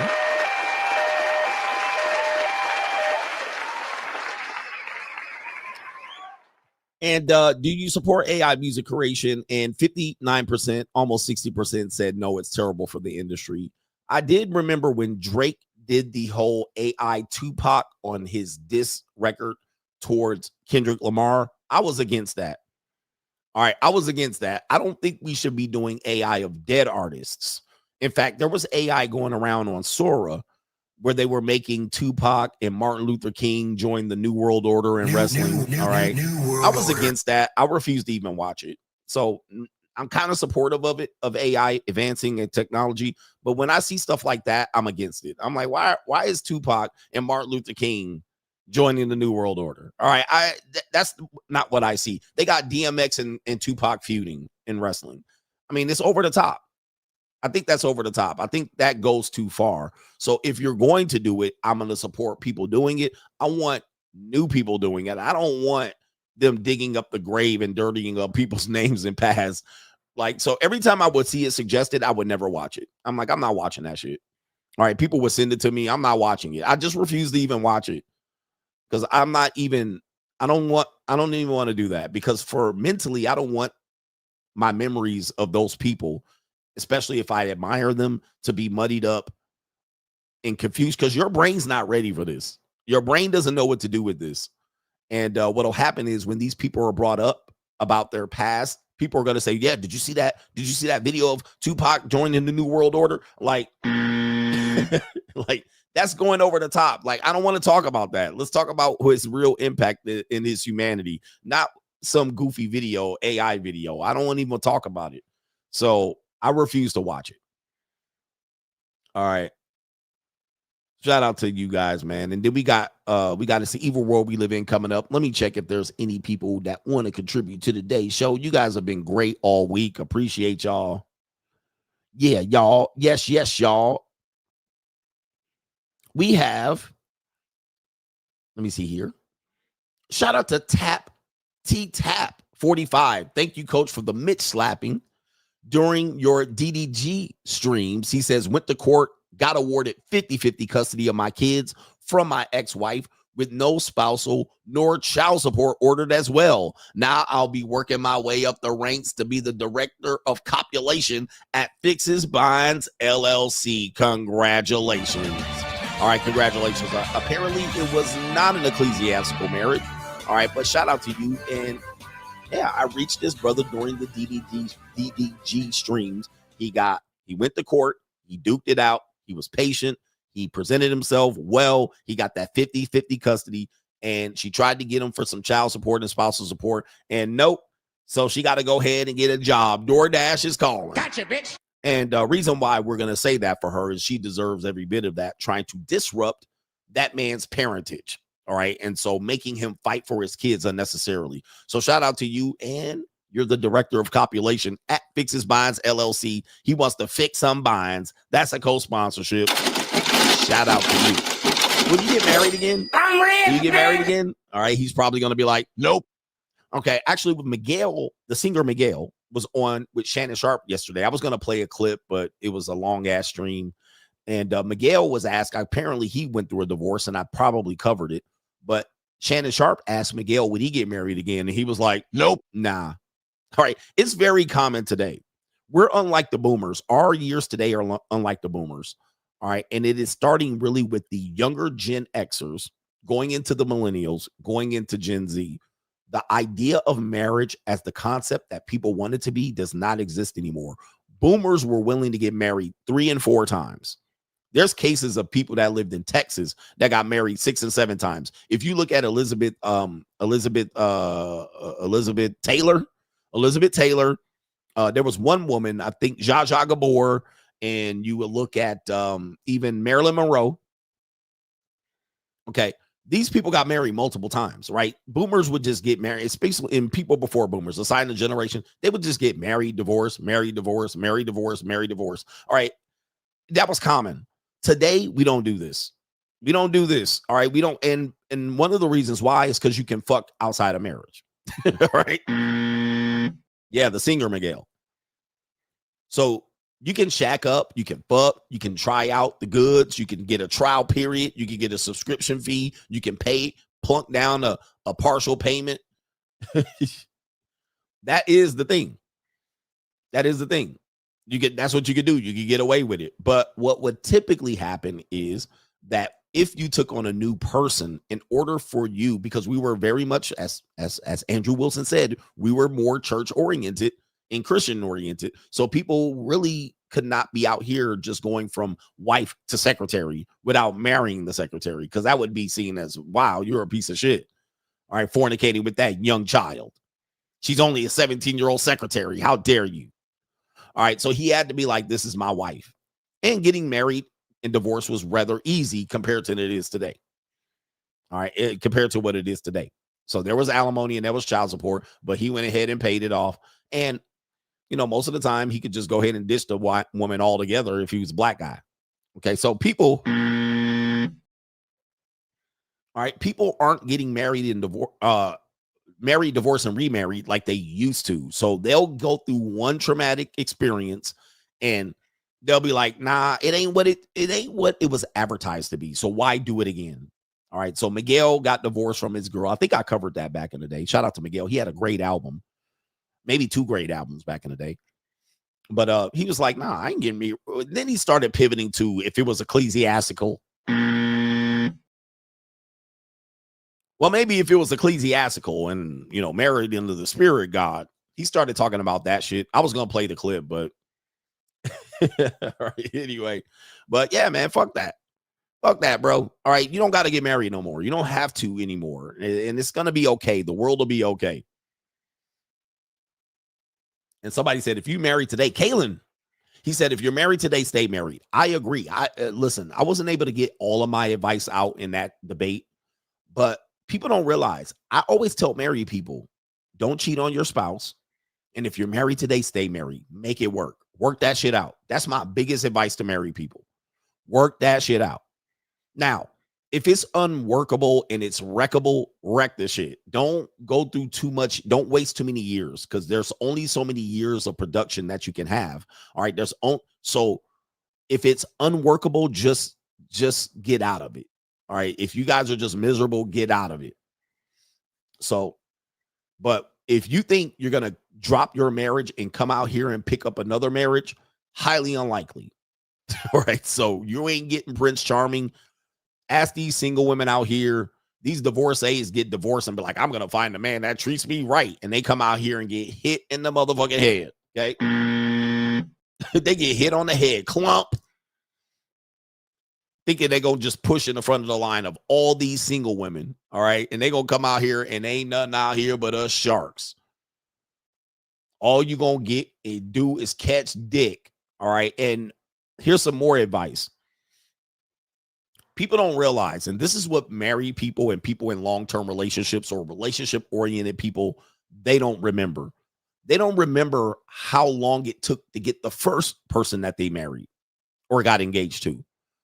They don't remember all the frogs they had to kiss and all the bad dates leading up to that first person who got down on bended knee. Okay. Sometimes the married men, you don't realize how long it took to catch that first wife. and get her to marry. So what happens is you become content and you become used and accustomed to support and someone being there, and you don't remember all the bad fucking shit that you had to go through to even get that one person. So what they think is, I'll just go get another one person. Nah, you got to start over from the beginning. You got to run the gauntlet. You got to give me the knife. You got to go. You got to do the motherfucking exploration with Brother Noomsay up like the Golden Child and Eddie Murphy. You got to go through the gauntlet again. You back down at Pussy Palace number 1, right? You got to go through 100 other people again. You got to go through a battle royale. And there's going to be a lot of meat and pussy thrown around in the ring. It ain't that easy to find the second person. And I think that's what happens, that people will go, I'll just go get another person to be committed with and spend my life with. Sometimes it works out. Very few times it works out. That's the exception to the rule. But most of the time, you got to go run the gauntlet. Example number 1, all right, CGA. Now, I could have got married a couple times, but I probably would have been divorced. But if you look at even my counterpart, she ain't married neither. Now, I don't know if she wants to get married. I think my people were telling me she was intending to, or she was looking to date to get married, all right, but it ain't happened for her. So, and it's been what, 13 years? And she's about to hit 50 in the next couple of years. So it ain't going to happen for her. And even if it did, that ain't a dub. So I always encourage married people to really take in consideration what you're about to do. Okay. I know it's painful and you just want to get away from this person and you just can't stand it. And, you know, you don't think it can work out and you think there's a better option for you out here. Try a separation, separate temporarily, go fuck whoever you want to fuck, get it out your system. Tell the husband to go to Thailand and fuck all the 4'8" Thai bitches. All right, he wants, and then get it out your system and see if you can come back and make the shit work. All right, because if both of you guys are going to leave and think you're going to get a better person, it could happen, but it's highly unlikely. There's so many things that you have to have lined up in an alignment to have another spouse. I mean, people forget that. What I would tell that guy is travel the world and bang. I know people don't like that advice. Bang on some pussy. And then you're going to realize that ain't the answer either. You know what I mean? You're going to be like, all right, I done fucked like 50 women for the low price of $2,500 total. They all the same. You might even fall in love with one of them whores over there. All right. Get it out your system, because a lot of guys will ruin their marriage because they're horny. A lot of men will ruin their marriage because they're horny. They just want to fuck on some other pussy. And they'll blow their whole marriage up trying to fuck on some more pussy. I want to get some more pussy. I want to get some different pussy. I want to get some young pussy. I want to get some MILF pussy, a granny pussy. I want to get some white pussy. Right? I'm tired of this black soggy ass pussy. I want some white pussy. I want some Colombian pussy. That's what's leading him to destroy his marriage and fracture his relationship with his kids. Because he on the internet just looking at bitches all day on Instagram. He just like, I gotta have it. All he wants is to fuck something else. And ladies, if you're married, just let him fuck something else. Let him go get some pussy, man. He'll be back. He said, I want to play in some snow. Look at these married guys. Ladies, he just want to fuck. He just want to fuck on some other girls. That's all. He want to get it out of his system, and then he'll blow up the whole marriage trying to chase on some young punani and shit. All right, he ain't even fucking. Somebody said, happened to me. This is real. I'll be telling y'all the real. Like, I have real conversations. I'm the only person that's going to have the real conversation, because people will listen to me and be like, that's not true what he's saying. All right, but what I'm telling you is men will fuck their marriage up for some pussy. He just want to fuck on some pussy. That's all. That's it. And he fiending for it because he's watching. He took you to Las Vegas and he see all that pussy running around Las Vegas. He like, damn. He went to the Turks and Caicos and he seeing all kind of blonde bitches and palm trees. He like, damn. And he got your fat wife sitting up there wanting to put you on Instagram. He just wants some pussy. He just wants some orbs. He just wants some trim. That's it. He just want to put his thumb up another girl's butt, not yours. You don't want to put his thumb up your butt. Not anymore. Just wants to put his thumb up some young girl's butt. That's all. He'll be back. All right, anyway, people gonna think I'm lying, but that is the truth. That is the 100% truth. That's why prostitutes and escorts and sugar babies exist, because that's why he wants it. That's what he wants to do. He want to get away from that nagging ass wife, and he wants to go and put his thumb up a young girl's butt. You want to come back home? Hi, honey, I'm home. Ladies, I'm gonna give you guys a secret since we've done the heel turn of a century here. Ladies, new world order. I'm gonna give you the secret. You want me to tell you how you can tell your husband got some pussy outside? I'm gonna tell y'all how. CGA, ladies, send me a donation, and I'll tell you how you know your husband got some pussy on the outside. I'm gonna do it right now. New world order. Look at these guys. They co-signed me. They know. We gonna tell the ladies here because we are all-encompassing show. We're a show for everybody. Look at these things. Oh, Tranisha has donated. Oh, you guys are in trouble. Tranisha has donated. So, ladies, we're gonna tell you the secret.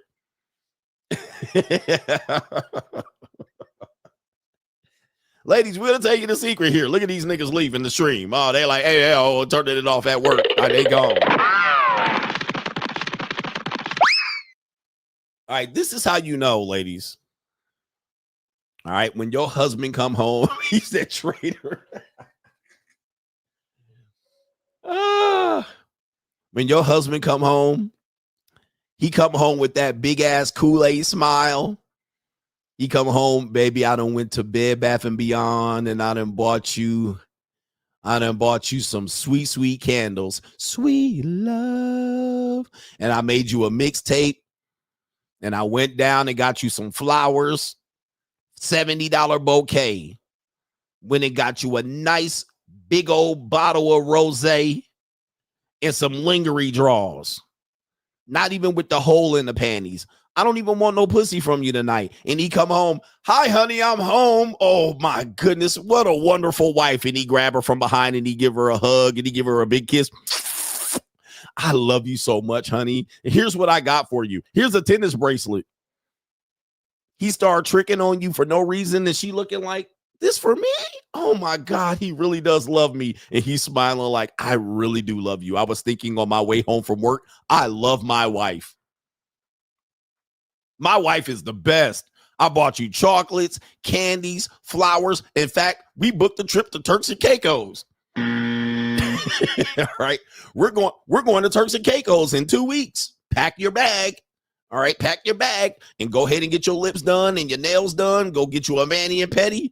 He been in a hotel room, a motel room with a 19-year-old girl like this.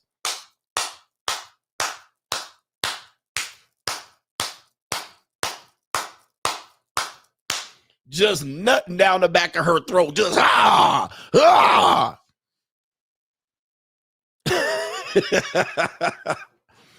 he like, baby, you don't have to have sex with me for 2 weeks. He been just grabbing her by the pigtails like handlebars.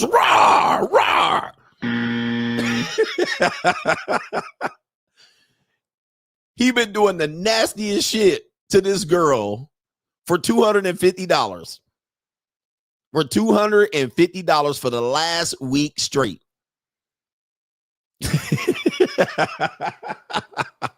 Now, gentlemen, take a look at the chat. Look at these guys scrambling and scraping for shit. That's how you know your man got some young outside pussy. All right, he done came home and gave her the thing. Let me sit down in that chair. Let me massage your feet. All right, you start massaging her feet. You like this, huh? It's not even going to lead to sex. You don't even have to he ain't got no sex left. He ain't got no sex left to give the wife. You don't have to give me sex tonight. Don't worry about it. All right. Let me go take a shower real quick. Let me jump in the shower and I'll come back out and then we'll go cuddle on the couch. All right. And I'll massage your feet. You like this? You can like a massage, huh? Uh-huh. Thank you, baby. You such a wonderful mom. He done got a greeting card and shit too, and signed it and filled it out. The whole side of the greeting card, he done filled it out with a whole message and the signature at the bottom. He's like, you want to go shopping too? Here's a card. Go take it. Shop till you drop. Tomorrow, before I get off of work, go shop till you drop from about 5 o'clock p.m. to 8 o'clock p.m. Go buy up whatever the fuck you want. So he can be back in that motel with that 19-year-old girl like, rah! All right, anyway. Look at the guys, man. They mad at me. Look at this. Because Tranisha donated, I figured you'll give the ladies a little something. All right. And now they looking at their husband like, the husband's looking like this, looking like, shut the fuck up. Ixnay, nigga. Ixnay on the Motel A. All right, anyway. Ladies, what would you do? What would you do if you found out your husband was doing that? He needs to do that. Let your husband go fuck some young girls. That's my prescription for the ladies. Let him go fuck some young girls. That's what he's going to make for a better husband. All right, anyway. All right, anyway. All right, look at these guys, man. They scrambling and scraping for shit. Tranisha says to the guy running for governor, stop telling your family and friends your goals. That's facts. Just do what you want to do. Family is just people associated by a good fuck. He says people should too. Let go of that family is everything brainwashing from those Christmas movies. That's a fact, Tranisha. I agree. I definitely agree with you saying stop telling your family and friends everything. They don't need to know shit. All right. Even if it's your wife. All right. The left hand doesn't need to know what the right hand is doing. She don't need to know everything. You don't, and you don't need to know everything either. All right. Shout out to Levitating Johnson. Pause. He says people do stick around just to see if you failed yet. He says they'll ask, you still doing that little thing you're doing? You still got your house? Drove by there and didn't see your car. I thought you moved. Yep. People are watching. Your friends and family and haters and supporters are seeing. They're waiting for you to fall. They're waiting to see if you fail. Johnny Las Vegas. Why is it always the simps and the cucks like Andrew and Kosh always beating their chest the hardest? Then when they get exposed by their own wife, they have nothing to say. Is this the end of the TradCon grifter era? Is it over? Or are we just getting like Cat Williams said? Yes, I think we're getting like Cat Williams. What Cat Williams was basically saying was that we're in the hour of truth. Like the truth will be revealed. Like there's no secrets anymore. Like there's no fantasy. You guys gotta realize I grew up in a time where there was fantasy. We can still depend on fantasy and hope. Like we can hope for a better day. Jesse Jackson, keep hope alive. We can live under the family propaganda. Like propaganda was heavily used against us. All right. America was the best country of all countries. All right. Come back to Jamaica ass niggas. Like we thought Africa was just a whole bunch of desert of niggas. All right. Sand and losers. And then when they show you a beach and a wonderful waterfall in Africa, you're like, what? All right. We thought Africans were all poor and hungry and shit. Didn't have water. Like we were completely sold a fantasy.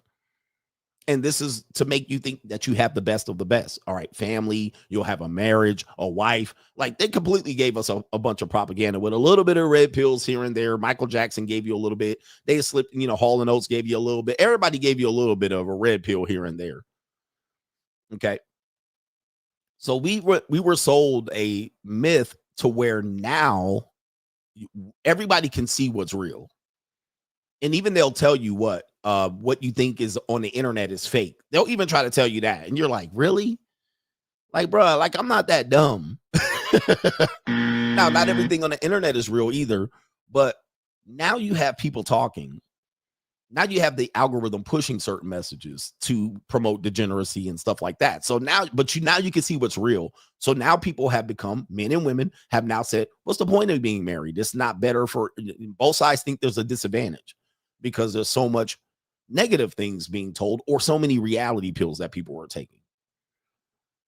And then you will have people still trying to reel you back in. All right. Trying to get you back to the plantation.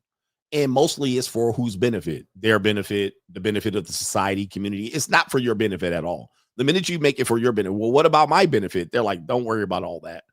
So I said, we're in the age of the receipts. That was back when I lived in Newport Beach, and I was saying that. We're in the year of the receipts. That was like 2022. Even the pickup artists, the dating coaches, they can't win. They can't win, especially against me, because I'm going to tell you the truth. They're going to sell you a fantasy. Andrew Wilson, the Manosphere. All right, they're going to sell you a fantasy. Oh, you could do this, and you could pick up hot chicks, and the chicks will respect you if you don't pay and don't, and they'll sell you complete fantasy built on nothing. So at some particular point, you will have people who are nihilists, people who are pragmatists, people who are more realistic, and then you'll have people that have fantasies. And then the people that have fantasies will then thump their chest and say, well, I'm doing it right. We always have a need to be right and the need to feel like we did it the right way. And that is a hero. People have a hero complex. They want to be the hero. All right. I saved humanity. I saved society. I saved our community. I saved our church. I saved marriage. I saved white people. I saved niggas, black people. People have a hero complex in which if they think they did something, they made a better benefit to the world, where some people don't have a hero complex. Like they'll say, CGA, you're doing this and you're causing that. I'm not doing none of that. Right. All of this shit was fucked up before I got here. Right. All of this shit was fucked up before I got here. That one guy, you're adding baggage to a 26-year-old woman's life, bro. Her life was already fucked up. By the time she got in front of the CGA, her life is super fucked up. Okay. Because I've taken no good women, right? There's no good innocent women that got the CGA. And then I just hit her over the head at 26. She been fucked up. I'm going to just let you know. By the time she got in front of me, she been ran through and fucked up. All right. There ain't nothing I'm added to her. I might have messed around and got a couple 24-year-olds and messed their head up a little bit. But nah. Trust me, by the time she got to me and I put hands on hips, she has already been there. Yeah. All right. Anyway, so I didn't cause none of this shit. It ain't my fault, nigga. You caused it. All right. Anyway, shout out to SnapTech Fix. Says the mom is a savage and had absolutely no remorse for the son at all. Wow. Cold blooded. He says key phrase she said is that she is a woman first. Stay focused, brothers. Free agent lifestyle for life. She couldn't even just embrace. She couldn't even just embrace the fact that that the guy was saying, well, I believe, Mom, you're a good person. NG, and you should react live to a clip of Andrew just posted on this channel. I think the debate is over. Andrew cut out the point where he said, if, damn, he says, I'm not sure why people would still follow him at that point. Why cut the part out? CGA won hands down. He says, this is Clipgate. I actually said that. He's going to clip shit up and edit it to make it look like he is the winner. And I didn't do that at all. But they're coping over there for sure. Iggy G says, been married to my lady onwards of 14 years, together for 18 years. She's a darling. Coach knows, bisexual and a lot of fun. And yes, I didn't have any fun with her, but I saw she was fun. And she's a great woman too. He says, that said, I would never recommend any youngin get married in 2025. It's free agent lifestyle for life, guys. All right, she's a special woman too. I mean, she's a rare breed. All right, I asked her if she can clone herself. All right, for sure. Can she clone herself? What kind of fuck you give me? Could she clone herself? I'm looking for the clone version of that. All right, somebody said to review it live. What's his channel? It's The Crucible, right? Let me see. He posted it here. He posted a clip 4 hours ago. He's a contradiction machine. All right, let's do it live here. He gonna give me a copyright claim. And that built the community of America. Most of the better communities that have safety, good children, good schools are typically centered around marriage. However, marriage has not progressed to the point where men could be safe legally, and a lot of men have experienced tremendous damage, collateral damage as a result, and it has led to broken families, a lot of broken hearts, simply because the laws are not positioned to benefit both people in a divorce. There's no benefit for the person to get married today. Yeah, I didn't hear any anti-marriage arguments, I heard anti-divorce arguments.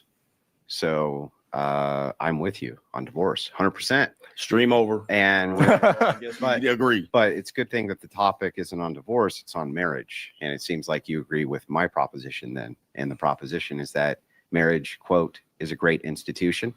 Yep. And that right now your concern is that men can't be safe. I said it was safe in marriage, but that's not actually what you're saying. You're not saying men can't be safe in marriage. They can. You're saying that they may not be safe in divorce. You can. There it is right there. Use religious marriage institutions without the state. There's the way he clipped it out. That's where he clipped it out right there. That's the disingenuous nature of this guy. He clipped out, what if. You're saying that they may not be safe in divorce. You can use religious. That's where he clipped it out. What if the land of make believe? That's a disingenuous clip, right? That he just let out right there. Yep, you're right. He did clip it out. Again, man, if you got to do that to win, that's pretty sad. All right, pretty sad. All right. Shout out to you. Shout out to Iggy with the co-sponsor. I need to acknowledge him. Shout out to you, Iggy, with the co-sponsor. I'm rich, bitch. But that's called propaganda. All right, because Donald Trump is suing everybody and everybody for doing that exact same thing, and he's winning millions of dollars. All right, I believe he's suing now somebody else for billions of dollars. All right, for this. Okay.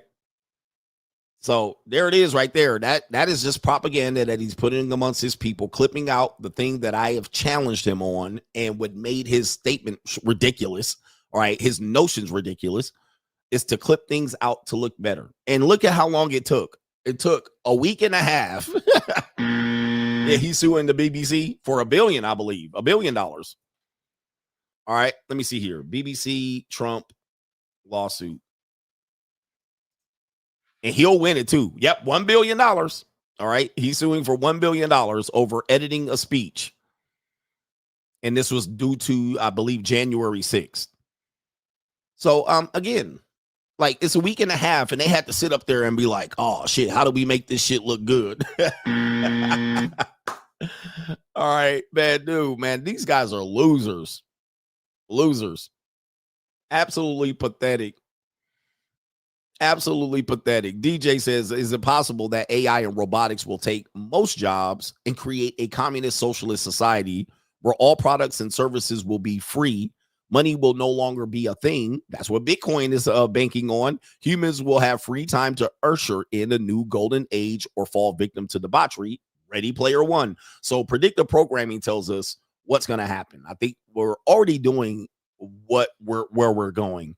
Is that what we're doing is we're actually accepting less quality life. And you see people doing it. So when people say you should go on 5 vacations a year, people say you only need 1. Okay, that's an example of people just ratcheting down to take away from the quality of life. And people are doing this to try to survive, but then that's going to be the standard of life. Then you're going to have people going above and beyond the standard. They'll either be targets or hated on, or possibly there will be a revolution against these people. Okay, but there will be people, like we already have people playing video games. We have the Oculus Rift. We have people that will just go back into their holes, stay at home, Wall-E. All right, stay at home, sit in their chair, be fed screens, social media. That's where we're going. And we have the whole EBT kerfuffle. All right, where people here are just pinching off the government. They rather do that because if they get a job, they lose the EBT benefits, right? They get a job, they lose the EBT benefits. So they know that. So they'll work under the table and then they'll collect the EBT benefits. We're seeing this now. All right. We are seeing this now. I mean, we're living this now. We're living in a communist. I think 50% of people are living a socialist reality. If they're taking any welfare, if they're getting to the point where they didn't save for their retirement and people are having to rescue them, this is all kind of what we are looking for. And their gap between the haves and have-nots is just widening. There was a clip I was going to play. Maybe I'll play it tomorrow of a guy talking about Charlie Munger basically predicting this, that there's no middle class. There's nothing in the middle. All right. And I want people to not fall victim to this because This is going to be devastating for your life. It will be normal for your life, though. It will be normal for you. But then you'll look at other people and hate and disgust when they live an opposite life. Similar to me.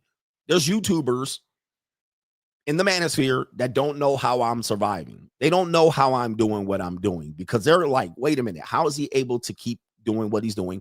How is he full-time? How is he able to get G-Wagons and go to countries? How is he able to do this and he's demonetized? Well, I wouldn't give away my secrets, but all right. And so what they do is hate. All right. So they're seeing that they can't survive at the rate I'm surviving. They can't build an audience. They can't promote. They can't build a brand. They don't have charisma. They're not charismatic. They just don't know how to do it. And so instead of asking me, they hate. That's what people are going to do. You're going to have the losers of society that are near the middle and at the bottom. They will see successful people as a target.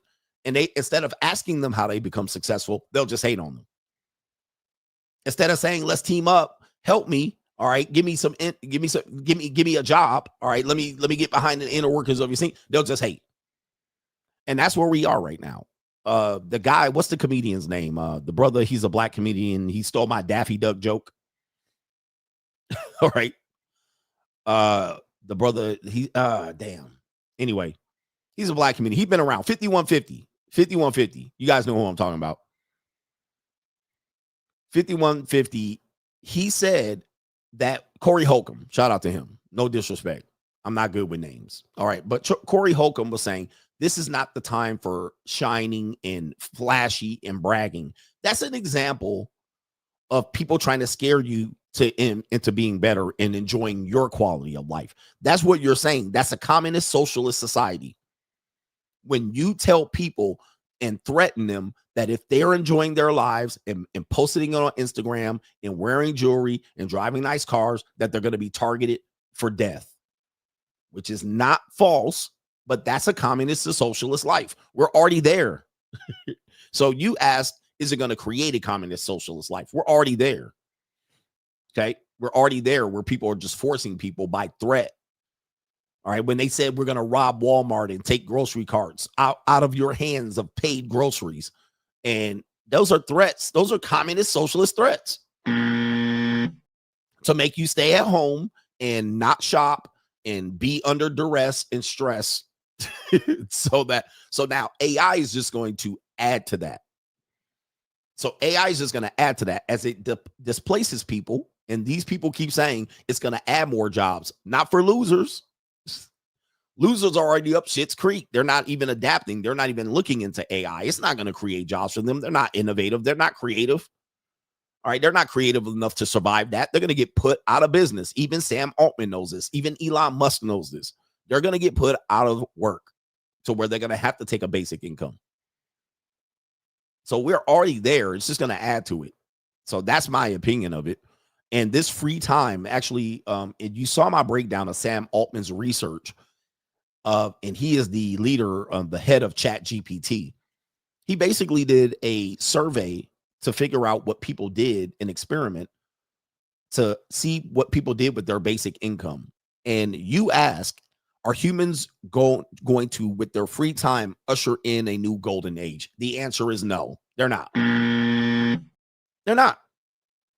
They're going to trick off the money, do nothing but buy weed, twist weed, all right, drink beer, watch football, play video games. They ain't going to usher in shit. Right? They ain't going to do shit with their time. They're going to trick it off. They're going to fuck, make babies, and take more welfare. That's what they're going to do. They're going to buy vape, fuck, sell pussy on the side. It's going to be the middle of Manila. Because if you look at Manila, the Philippines, which I've been studying a lot, and I know a lot of Filipinos, they basically are saying that that's what they do there. Like the women, there's no chances to make money. They don't hustle to make no money. They don't become more innovative. They live in poverty. They know their place. They watch their daughter sell pussy for fucking 50 goddamn dollars and just be like, whatever, and again, turn back to their reality. They never be sitting up there like, how we going to get out of this? All right. They don't. All right. The people in poverty don't. They just be like, hey, it's our reality. Yeah. Yep, they ride the tuk-tuk, they ride bikes. They don't figure out how to get and become better. They buy lottery tickets, smoke. All right, shout out to the RC Mexicans here. But yeah, there's no chance for them to get out of it. That's why I'm always encouraging people, don't fall in the pit. Shout out to Brooklyn St. Michael. When you fall in the pit, it's hard to get out. It's hard to get out. So when you settle for less and you contract, I call it contracting. People call it minimalizing.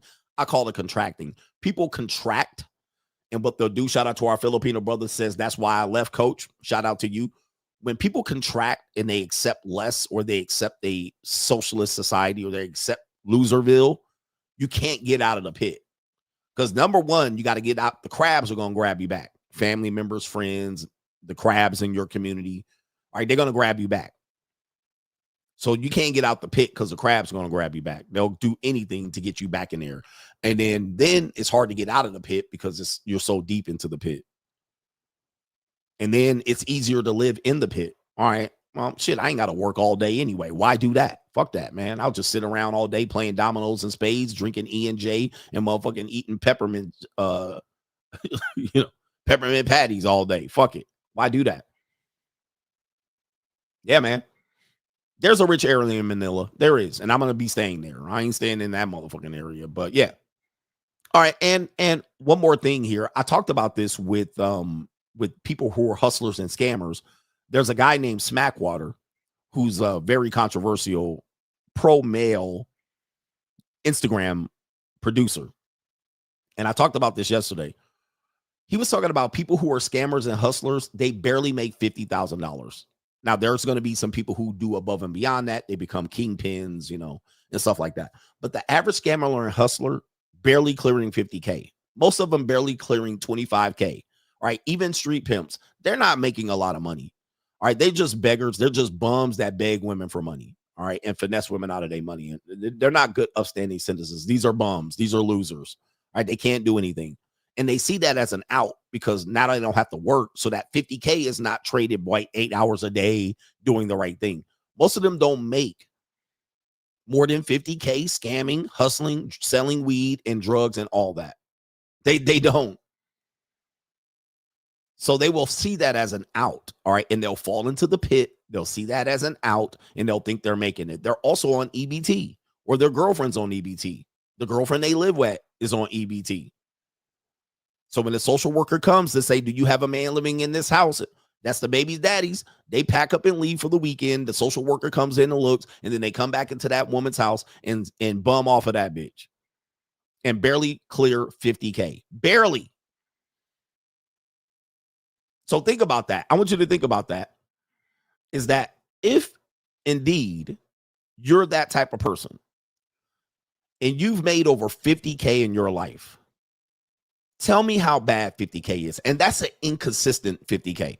I'm talking about an inconsistent 50K. Like the 50K ain't coming in. One day they wake up, I need some motherfucking money. Like they just wake up like, damn, they ain't got no money. They got to rob something. They got to stick up the donut store. They got to do something crazy. They got to pimp a hoe. Like they got to steal, rob somebody. They got to snatch somebody's chain. They got to do something crazy. They got to pick up some weight. They got to drive all the way to Atlanta, pick up some guns, and drive back with it loaded in their trunk, right? In a rental car that's in their girlfriend's name. That's not a consistent paycheck 50K. That's a very, very sparsely spread out 50K. And guess what? They looking over their shoulder all day. They're waiting for the other shoe to drop. Every time the cops get behind them, they shaking in their boots. They got false IDs, and they going to jail any moment. And they're going to trade those 5 years of freedom in that 50K, which is $250,000, for 20 years in prison. All right. So we're already headed there. We're living this reality. And people, the sad part about it is people don't accept or see it, which is what Ready Player One talked about. That question was so good. The people in Ready Player One didn't even realize their reality. They didn't even realize they were down bad. They were literally distracted by their ability to leave their reality and go into their goggles and live in that world. We're doing that right now. Instagram, social media, video games. We can leave our reality and go into that world. They didn't even know that they were fucked up living in a storage container, stacked on top of each other. People don't realize that they're fat, lethargic, and lazy. That sometimes it crosses their mind. They don't realize it. They're just living every day in their miserable existence, their communist, socialist reality. This is why the boss up message is so important, because if I can say 1, 2, 50, 100 people, if I can save y'all from this, it's going to be worth it. You're going to be able to get out of this hole in this pit. Most people aren't going to be. So there's not going to be no golden age, not for losers. And they'll fuck and make poor babies, and they'll just completely make a future-oriented group of slaves. And if you get married and divorced, you'll be falling in that pit too. All right, because you have to have a person that's on one accord, which means your spouse, either be it the husband or wife, are going to have to be both equal parts ambitious. And no, you're not going to get through life for free. People that get through life for free are going to fall victim to this particular situation, because there's no free life. Oh, by the way, vainglorious. But I did want to bring this up. Let me see if I can do this.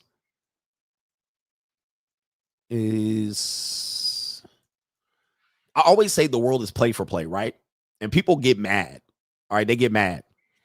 But several news media outlets are saying exactly what I've been telling you, that the world is pay for play now. And that includes marriage and relationships. It says how the American dream turned out to be pay to play. All right. And anybody that doubts me on this one, just look up streaming services. Just look up what ESPN goes through on a yearly basis. Look at sports, the National Basketball Association, the NFL. Look at, any subscription service oriented thing, all right, that you buy. I mean, everything's pay for play. Look up video games.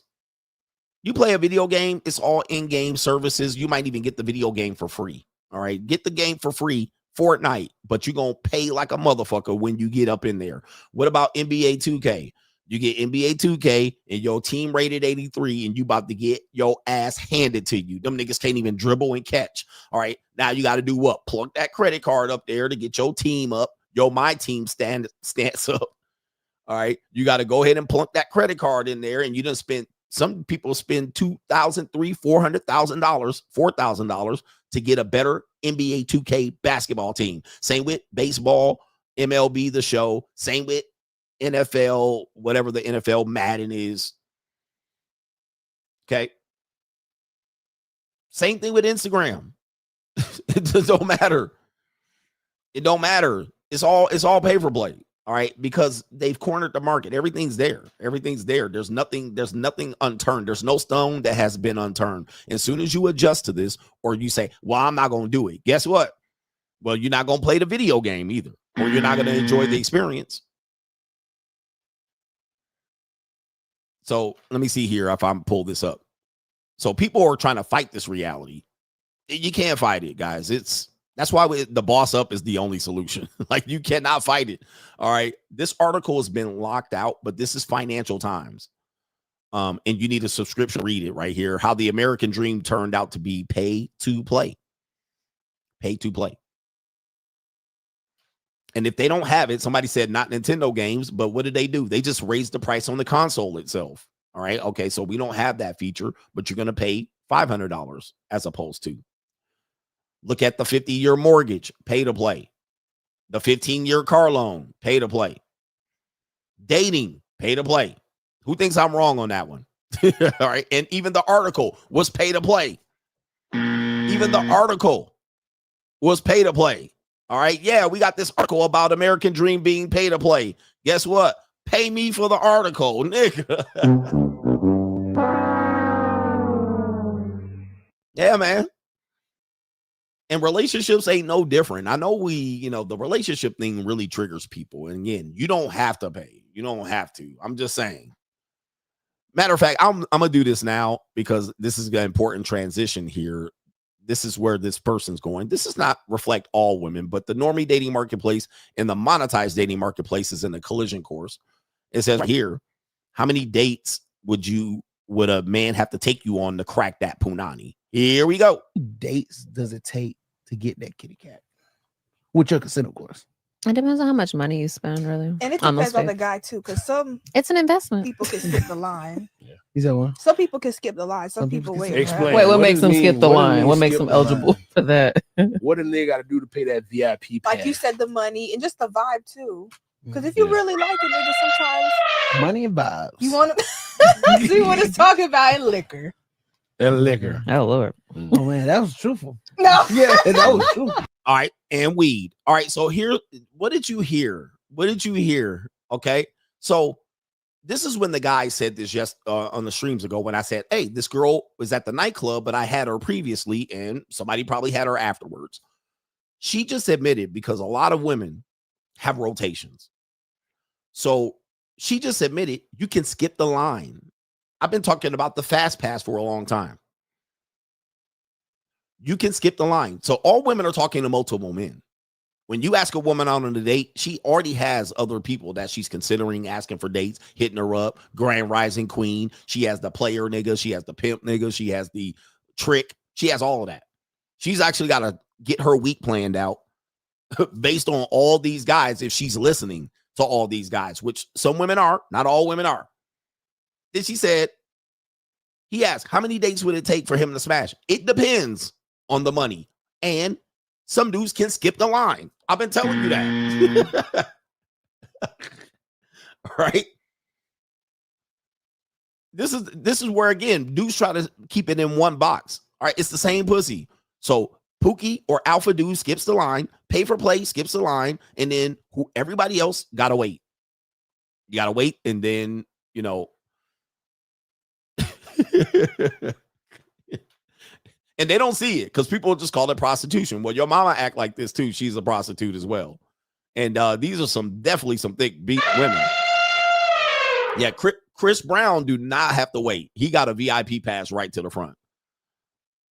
All right, so you got to know who you are and don't try to be something you ain't. I can't be Chris Brown, and I'm certainly not going to be a loser Pookie nigga. Like, I'm not going to be that, so I'm somewhere in the middle. I'm going to pick my fight. I'm going to pick my fight. But she just said everything that I be trying to tell y'all here. And then these goofy niggas like, y'all fucking up the game for us.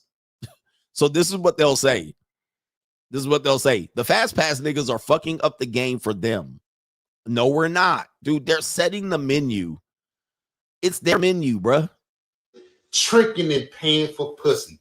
You niggas is the reason why these hoes feel like they can talk to a real nigga any way they want to. All right, so these guys right here end up ultimately losing, right? They got to wait. They can't skip the line. They got to, you know, get flaked on and shit like this because they refuse to see it and they refuse to say, okay, there's a way I can skip all this bullshit. Just like when you, who remembers this? Who's old enough to remember? In Mario Brothers, and all games have this. All games have this. Where in Mario Brothers, where you got that one turtle and you got to jump on it a couple of times until you got 99 lives. In Contra, you used to press up, down, left, right, A, B, start. Right? Was that Contra? Up, down, left, right, A, B, start. You skipped the line. Oh, that was Double Dragon. Right? Was that Double Dragon or Contra? I can't remember. All right. So yeah, you get the warp from 1-2 to 4-2. You just get bro, figure out the warp area. Like, okay.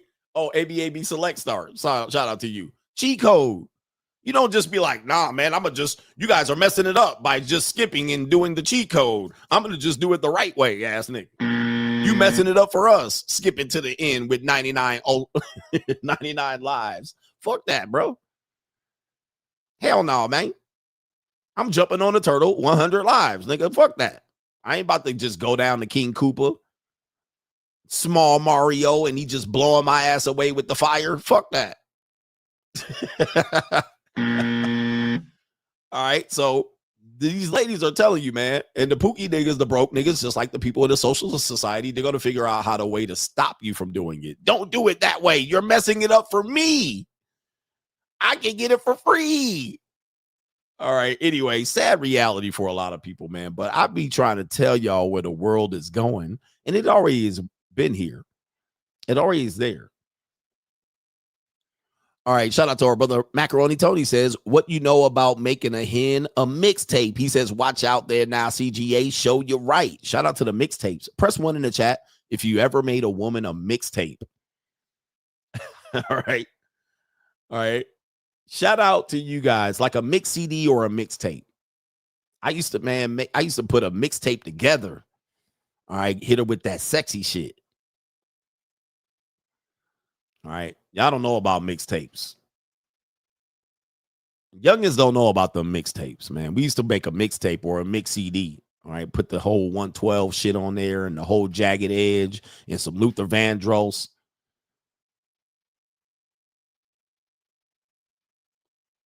Look at these niggas. All right. Shout out to our brother. You put some of the Jets on there, the Filipina group. All right. Here we go right here. Shout out to our brother. No government name SD says, Coach, I'm 40. And when I look back at when we were teens, we hated getting a girl's number and having a dad in the house. Yep, her dad in the house. He says right here, that right there shows how single mother households have always been unprotected and unguided. This was the truth. That was a big thing, you know, where you have to call a girl, get her number, and her dad answers the phone. Yeah, is Tamika there? Who is this, nigga? Who is this? This Roger. Is Tamika there? Roger who? You like, ooh, wait. That was a gate that you had to cross, like you had to have a confidence. You're on the phone. Who this nigga on the phone? Sounded like a grown-ass man. Roger who? What's your last name? Jackson? Roger Jackson who? Jackson who? Is your father Ebenezer Jackson? I know you ain't related to Ebenezer, old goofy ass. We went to King High School together. I know this ain't that Jackson. Is that your daddy? You're like, oh, no, Ebenezer ain't my daddy. What side of Jacksons are you on? What side of town you on, nigga? Where you live? And then certainly in presence where you had to pick up the girl, you couldn't just beep, beep, hit the horn and then she run out. All right. You got to go in there. You'd be like, hi, sir. Put her there. And this nigga break your hand. You like, shit. Oh, heavy-handed ass nigga. Anyway, that used to be back in the day. Y'all don't have to experience this shit no more with these skeezers. Shout out to our brother Macaroni Tony says, please screenshot that grown man in the Pookie Shiesty mask with the fake Cartier glasses. All right, shout out to him. Y'all messing it up, you trick-ass millionaires. Shout out to Suave Genius says, I feel bad for that young man. Had to cut my mom off last week. Super religious moms raise psycho killers. Ted Bundy and Eddie Jen, I'm not sure who that is. Super religious moms. All right. The hard thing about religious parents is that sometimes, you know, reality smacks their kids in the face and they have to deal with that reality in a fucked up world.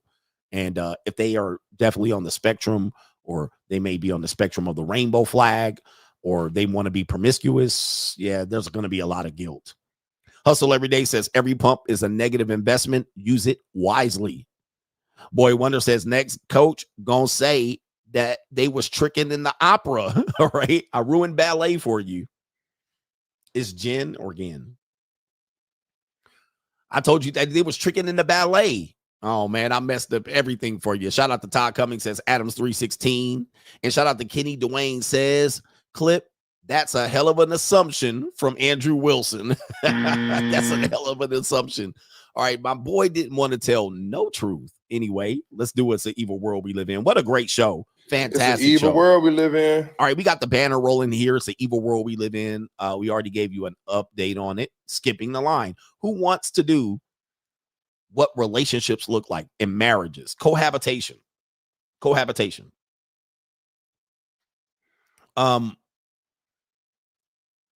One thing I warned you about is that not always will your girlfriend or wife be acceptance of your, let's say your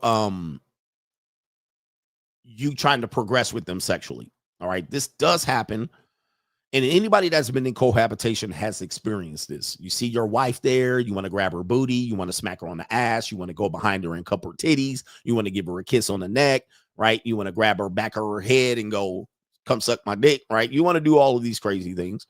And sometimes she'll bite your head off, right? I've been telling you that that's going to happen. It's going to happen, and it's going to be shocking, especially when she does it the first time.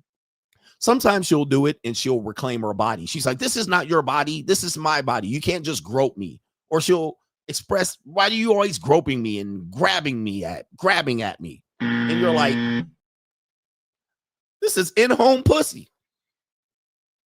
Right? So you're going to come back and say, bitch, I own that body. I pay for that body. I house that body. I feed that body. I support that body. Them my motherfucking titties. Them my nipples. That's my asshole. That's mine. Mine. And now you got to fight. All right. But if you don't lay your pimp hand down and you don't give her the right expectations, bitch, that's mine. All right. I pay the bills for that motherfucking body. I put the tampons in that pussy hole. Like, bro, telling me what the fuck to do with your body. That's mine. I house that pussy.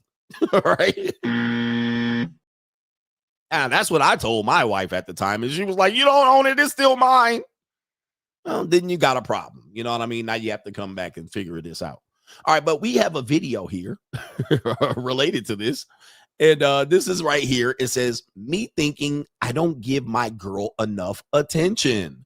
All right, and so you see it here. It looks like a nice little Mexican couple. Shout out to the Philippines. They making a lot of gain ground here. All right, there he is sitting in the back right there looking at his girl in that Filipina hind parts. And there's our nice long black hair. I love that long black hair right there, that Asian hair right there. All right, that's one of my favorites, especially when never mind. It's a family show. And there he is looking at her, and she's doing her diligent housewife duties, cleaning. All right, so let's see how this turned out for him as he gives his girl some attention. Who would have thought I'd get you? Fuck off! Oh, no. Okay. All right. Wow. And just like a Filipina, snapped at him like a snapdragon. All right. She said, fuck off. All right. And so this does have music, and it says, do not, I repeat, do not ever approach a woman that when she is cleaning and you are not helping. That shit is only cute in movies. All right. So there he is right there. That probably is the first time. And by the way, this is a skit. This is a skit. We know this, but art imitates life and vice versa. This will happen in your relationship. All right. And look at him. He's looking like, what in the hell happened? And yeah, she has a potty mouth, doesn't she? Now, let me just tell you, man, that comment is right, because she does, while she does look like she's, you know, floating in the air and there's butterflies in the sky. Well, not that way. Okay. So she's doing things, and then sometimes she feels like she's getting the short end of the stick. You're not helping. You're taking a nap. You have your feet up on the furniture, right? She's cooking, and then you don't help with the dishes. And she sees an equal partnership going left. So she doesn't know how to express this, but she knows that if you come and grope her in the middle of that, she's going to crash out. Okay. She'll crash out. So this is an example of this, and people experience this. We won't say and negate other people's experience. You might not have experienced this, but yes, people experience this in relationships. I played a video yesterday of this happening. It's a very common thing. It's a very common thing to happen. Now, everybody wants to see it from her side, so we'll read the comments here. Okay. And it says, if you ain't helping, get out of my face. All right, as you can see, and this is a very viral video. And it says, bro, why do men always save their attention for when you're busy washing the dishes or something? It says, if she's cleaning, you better be cleaning too. Active services will do more than you think. And it says, you know what's romantic, babe? Let me finish those for you. Said no man ever. This one says, the amount of females justifying this behavior is disgraceful and disgusting. A real man would never accept this.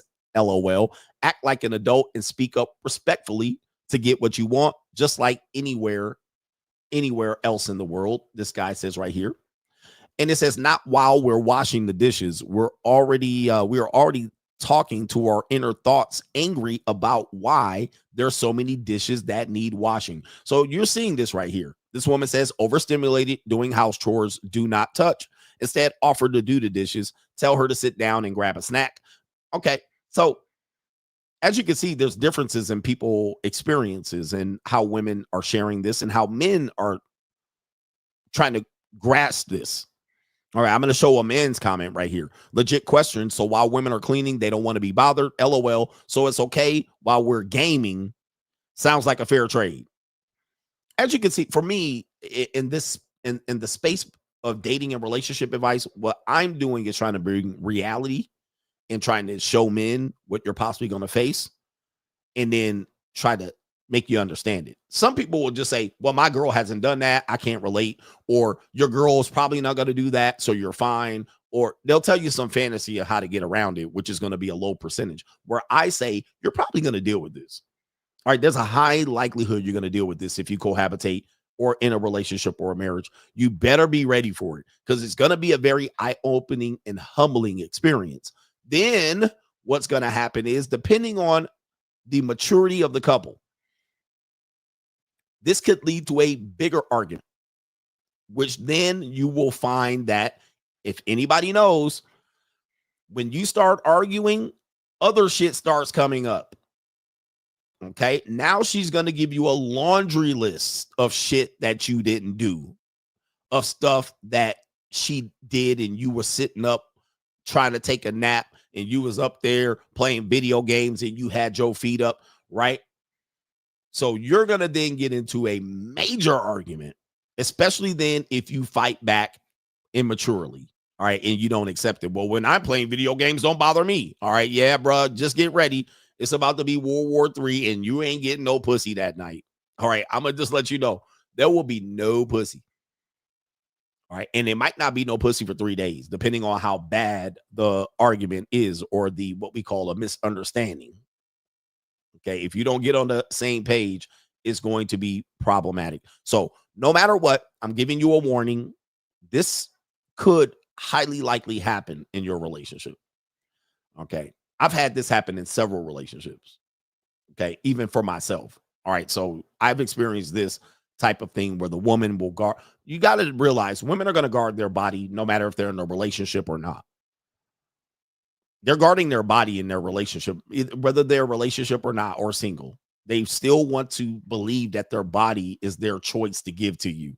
So if you are taking liberties with her, she's going to possibly think about it like you're getting this for too much. Like you're getting this and I'm not getting anything back.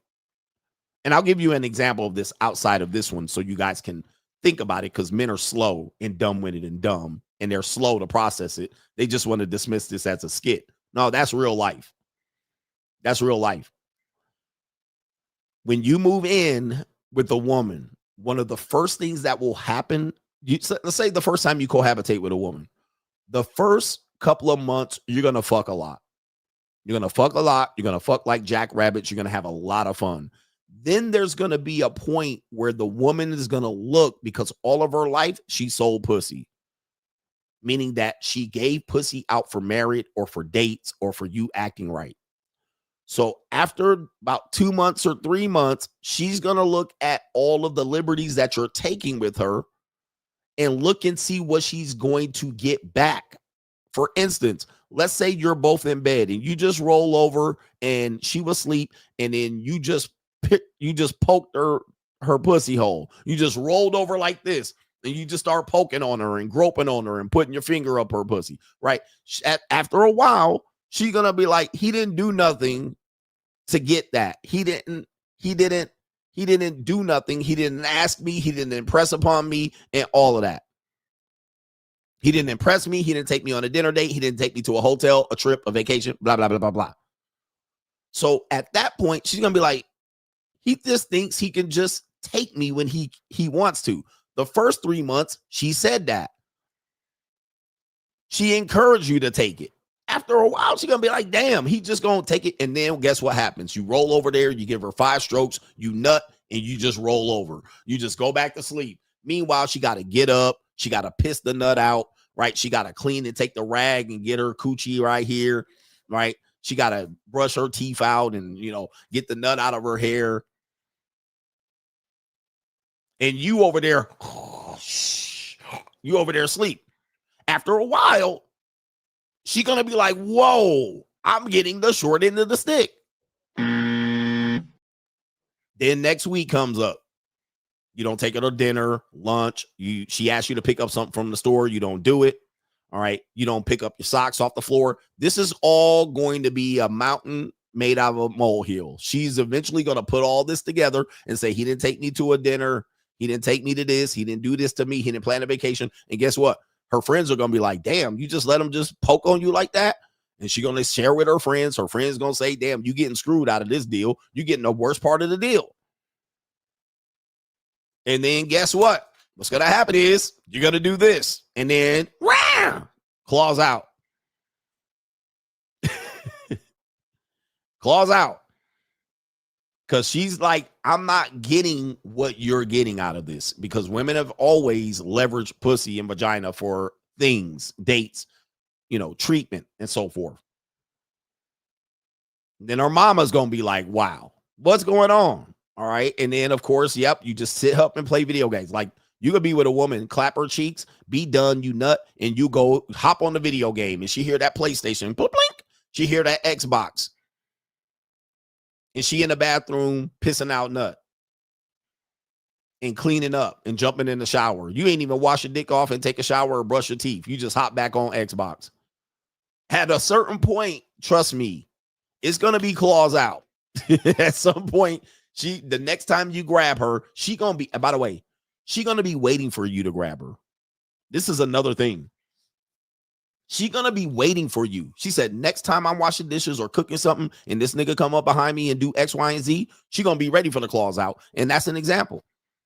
She was waiting for this nigga. She knew. She saw him in the back. She used her peripheral. Well, Asians don't have peripheral vision, but she can feel him behind her. She knew, he about to come up and do this. And then, now, if you are doing something and giving her something back in return, you might not experience this. It's only when you're lacking, all right? When you're lacking and she feels like she's getting the short end of the stick. It's the reality. All right. Anyway, Asian men are upset at me at this particular point because, well, I got more Asian news for you. So, all right. Anyway, anybody can get that work. Anybody can get that work. If you doubt me if you will, but keep playing around. We got another one on It's the Evil World We Live In. Yeah, you got to fill her love cup up. All right. If you came up and gave her a hug. Here we go right here. We have a woman here in a gray marriage. All right. You can see her right there. She is definitely weather beaten. I mean, she is beat up here. Eyes sunken in. All right. She's got the jowls coming in here. She is in bad shape here. Gray hairs coming in. This woman has got drawn on eyebrows. She gone, bruh. She is gone, but she is somebody's wife. Now, here's another thing that I'm going to tell you right here. This woman posts a video of her husband trying to get some marital ecclesiastic poon. Okay, that ecclesiastic poon. So she now is going to make him look like shit for asking for that ecclesiastic poon at this age, the ripe old age of 35-year-old for a white woman. All right. But really, she probably 50. Here we go. I'm sorry. I'm sorry. What did you say? How was the lie? No, what did you say before that? What? What did you say before that? I'm gonna take my walk. Before that. You want to do it? Right. What? What did you expect me to say? I said no, but what did you expect me to say? I never know. What difference does it make? Well, it makes a lot of difference. You're making a video.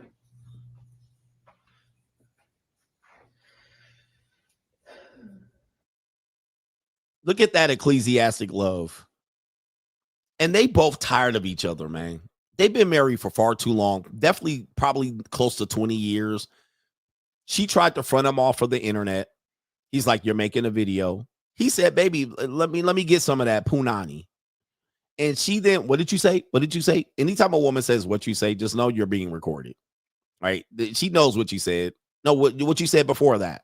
All right, she's recording you. So be prepared for this type of manipulation. Say it again. All right. Say it louder into the microphone, ass nigga.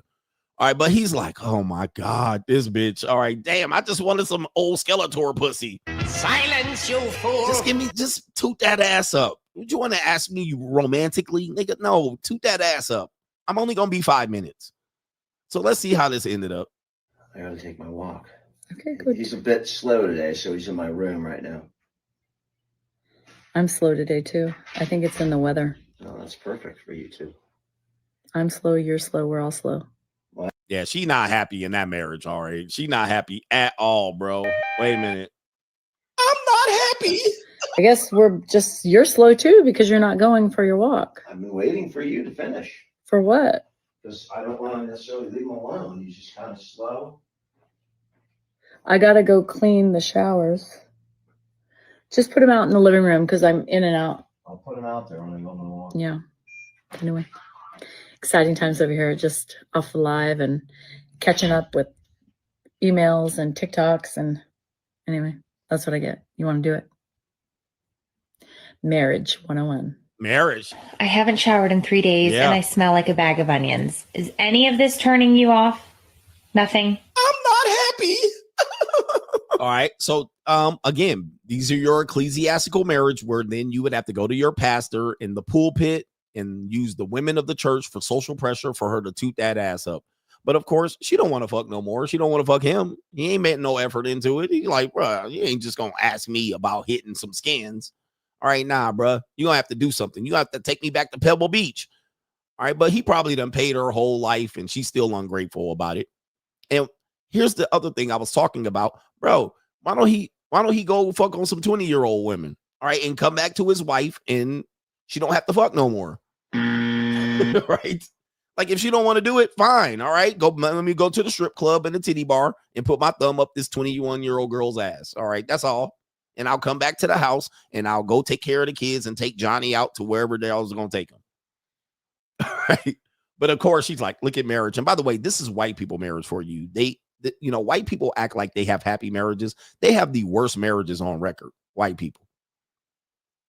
Because they be sitting up there doing zingers and being sarcastic and snarky, passive-aggressive attacks, hiding of the punani clam, the man cheating on her. They got the worst marriages, but they will come out here and act like because they're married and got a 2-parent miserable-ass household that they're doing better. And yes, the kids do perform better, but their marriages stink, bruh.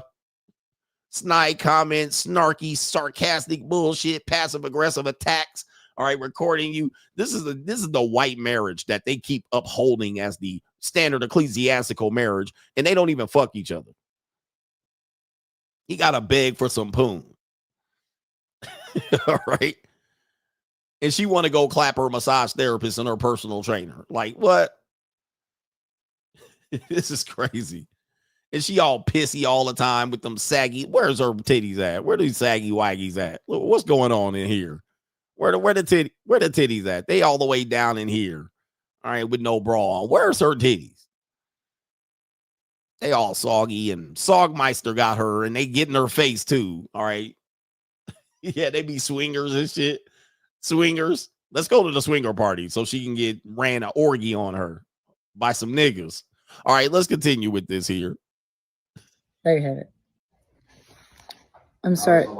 I'm sorry. What did you say? How was the lie? No, what did you say before that? What? What did you say before that? I'm going to take my walk. Before that.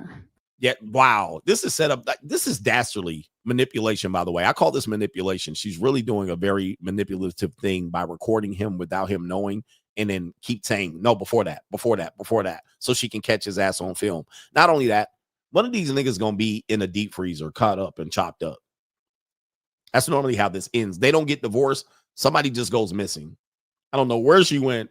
She was depressed. She wrote this in her journal. All right, and she'd have been chopped up and packaged up in Ziploc bags in the deep freezer. I don't know where she went. And then all of a sudden, when the police leave after a couple of weeks, this nigga bring in the U-Haul truck and move the deep freezer to the desert. Bury her 86er, 8 miles out and 6 feet under. All right. Now we got next on Dateline on 2020. All right. They could be on the they could be on oxygen, snapped. All right. What happened? All right. He disappeared. He said he was going to Cabo San Lucas and he never came back. All in the motherfucking, he all burnt up in the back. So for these ecclesiastical marriages, statistically, white folks be killing their spouse. They do. They like to kill their spouses and shit. All right, they do. These traditional ecclesiastical marriages. We got a woman. I guess there's women cheating on men. There's some sort of thing going on here where they got some Instagram post about women cheating on men and the men taking them back. All right, here it is right here. The women cheating on men and the men taking music. All right, so we can't do the music, so I'll have to narrate it. It says right here, damn, let me refresh it. It says, I just want to see a woman cheat and the man stay. All right, this is indicative of where Gen Z culture is. I just want to see a woman cheat and the man stay. All right, so this is a TikTok post, it looks like, or an Instagram reel. And let's go ahead and blow these up. It says right here, he apologized after catching me. All right, very ecclesiastical. We have this one says right here, I left, but he begged for me back. All right, and there's a Ricky Tan and the Ling. All right, we also have, so we had a Mexican group. We have a white boy. All right, and it says, well, it doesn't say anything on that caption. We have this one says, you'd love to see my relationship. All right, these are women that cheated and the man took them back. And it says, oh, it's my turn. Goofy. Look at the guys, man. Look at what Gen Z men are becoming. I mean, this is their thing. This one doesn't have a caption, but he cheated, she cheated, and he stayed. There it is right there. The whole, I'm behind them. This one says, taking me skydiving after found out about my Facebook dating profile. All right. Well, she'd be lucky to come back from that skydiving trip. This one says, say hi to the nice ladies, baby. All right. And there he is with a whole gordita. All right. And he's a skinny nigga with that crust dash on, looking like a Edgar with the gordita. All right. We got this one right here. NBA young nigga. He says, ask why I kept cheating. Told him it was an enjoyable 3 years strong. All right. It was enjoyable. This one didn't get nobody. All right. And this is a guy doing the video here. So take a look, guys. Take a look at what men go through out here just to keep their facade going. I've been saying that for a long time. They just want to keep the facade. Well, at least I got a girlfriend. All right. There it is right there. All right. At least I got a girlfriend. I got somebody that loves me for me. It's free. And of course, we know that now more young women have higher body counts than men, as Andrew Wilson was tested on that too. And it was right. He apologized after cheating, after catching me cheating. The facade. There's people that will hold on that facade. All right. And it's sad, bro. And somebody said my ex proposed to me after I got caught cheating. All right. Goodness gracious. Damn. And this was, you can tell she a cheater. All right. And a lot of these guys cheated too, but damn, it's an evil world we live in. Goodness gracious. It's an evil world we live in. Sadness. Okay. I do have another story here. I guess I have to do this Tiffany Haddish, although I'm running short on time. Do I have time? I guess I got a little bit of time. We'll do it. Yeah, I got time, cuz. We got Tiffany Haddish making the rounds on the internet. She's being interviewed by what it looks like. Damn, I can't remember her name. The Puerto Rican woman. Is her name Angie? I can't remember her name back in the day. She was a little baddie Puerto Rican back in the day. All right, she's a radio host for Power 105. Angie Martinez is, I believe her name is. Shout out to Angie Martinez. This is Tiffany Haddish saying what her dating requirements are. All right, here we go. Tiffany Haddish questionnaire. Who is your celebrity crush? You say whoever likes me. Now, Tiffany, which one of y'all? You don't give me like Pick me. No, well, first he gotta like me. Okay, and then you decide. Then I gotta find out what's his credit score. It gotta be over 700. Do he got an EIN number? He gotta have that. Then he gotta have employees, at least 5 of them, because then I need to interview those employees and find out what kind of leader he is. Because once a man get inside you, he think he own you, like he leading you. Like you have a system. Oh yeah, I got a whole system. Because men be trying to be inside of me, and much like I need to know you got a good credit score, because that's your grown up report card, right? And how responsible you are with your money is how responsible you're gonna be with my heart. Oh, the humanity. Ladies, I know they think this shit is impressive, and more power to you. Everybody better have their boundaries up. But what is this woman, Tiffany Haddish? Well, how old is she? This is not the first time I've talked about this woman. She's 45. She's actually younger than I thought. All right. I thought she was pushing 50. All right. But she is knocking on 50's door. So 45 years old, still talking like this. This is, man. I mean, listen, I got requirements too. So, but these are very extreme requirements for a 45-year-old woman. I would just say stay single at this point. This is too much. An EIN, and a business with 5 employees, and she rolls in these circles, so I get it. So she rolls in the circle of upper tier men, and sometimes she probably has relationships, short-term or sexual relationships with these women. But it is kind of incredible to still be this delusional across the board. But unfortunately, this is what you deal with. This is the whole idea of what I told you men, is that you men think that these women are going to hit the wall, you red pill ragers, and then they're going to lower their standards. No. Trust me, I'm in this age range. It doesn't get any easier, especially when those women have careers and stuff like this. When they have careers, they work 60 hours a week, their shit gets way crazier. All right, it gets worse. And yeah, you'll be able to fuck on them for free. You'll get free sex from them here and there, but I call it lost leader pussy. They're literally giving you sex to try to engage in a relationship. All right, which is not free at that point. She's using that to kind of love bomb you and make you think that your experience with her is going to be sexual and it's going to be easy like that. She'll even cook for you and sometimes do some stuff like this. And then you're going to think, I got a real one. And then, you know what I mean? Then you commit to her and you realize why she was single in the first place. Okay. So let's see what else she's got here. These are kind of ridiculous expectations, but hey, more power to her. And I cannot let no man just frivolously spend my heart no more. I only got so much heart left. After that, I'm going to be an evil ass motherfucking saber-toothed tiger. I'm going to rip your motherfucking soul out your body. You hurt my heart. You understand? See, that's the truth right there. That's the truth. You see that? And that pain in her face. See, that's what's talking. The relationship expectations is not talking. It's this. You see the furrowed eyebrows. You see this right here. You see the look on her face as she's reminiscent of all the men that hurt her, and she's bitter. That's why she has these guidelines and standards. All right. And she is really a saber-toothed tiger. And most of you guys aren't going to find out until a couple glasses of wine, or maybe you go out at night and you go see, you have an evening out and y'all hit a couple of shots of tequila and you get her home and you done fucked on her for about 3 months and they gave her a relationship.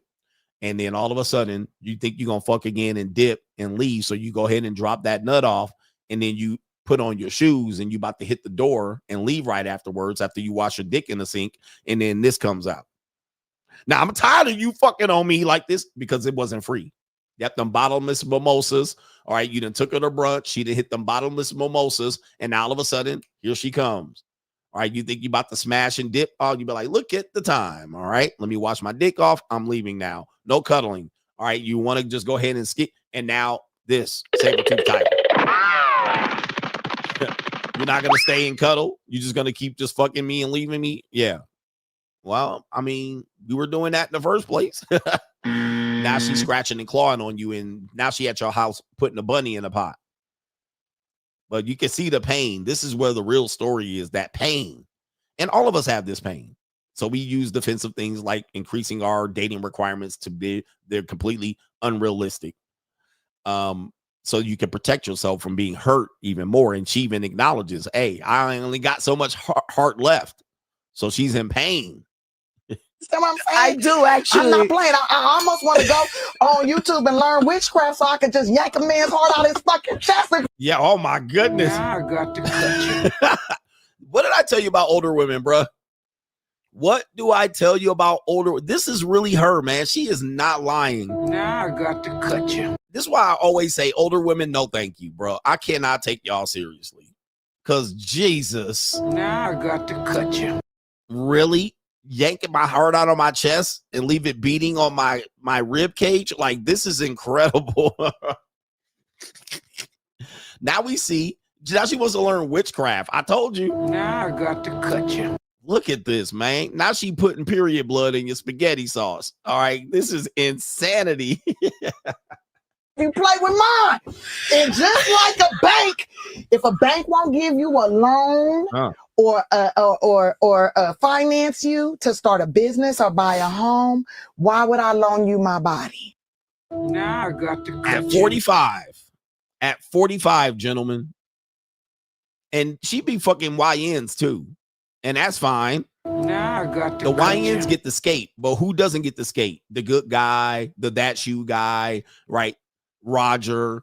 All right, the guys that do it the right way, like me, she's like, oh, okay, I'll be able to finesse this nigga. I'm gonna give him a little couple pieces of these pussies, and he gonna give me a relationship. And then she goes crazy and ape shit on me. Now I got to. She goes Donkey Kong and Magilla Gorilla on my ass. Now I got not to on cut Pookie, you. not on the YNs, not on all the alpha males. It's me that gotta pay the price. Now I got to cut you. All right, for that soggy ass Tiffany Haddish. All right, come on, man. Tiffany Haddish questionnaire. Who is your celebrity crush? You say whoever likes me. Now, Tiffany. Which one of y'all? You don't give me like, pick me.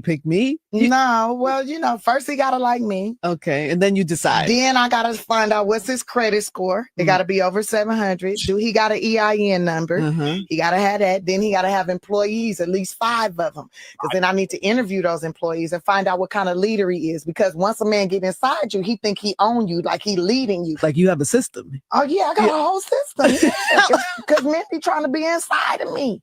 And much like I need to know you got a good credit score because that's your grown-up report card. Right? And how responsible you are with your money is how responsible you're gonna be with my heart.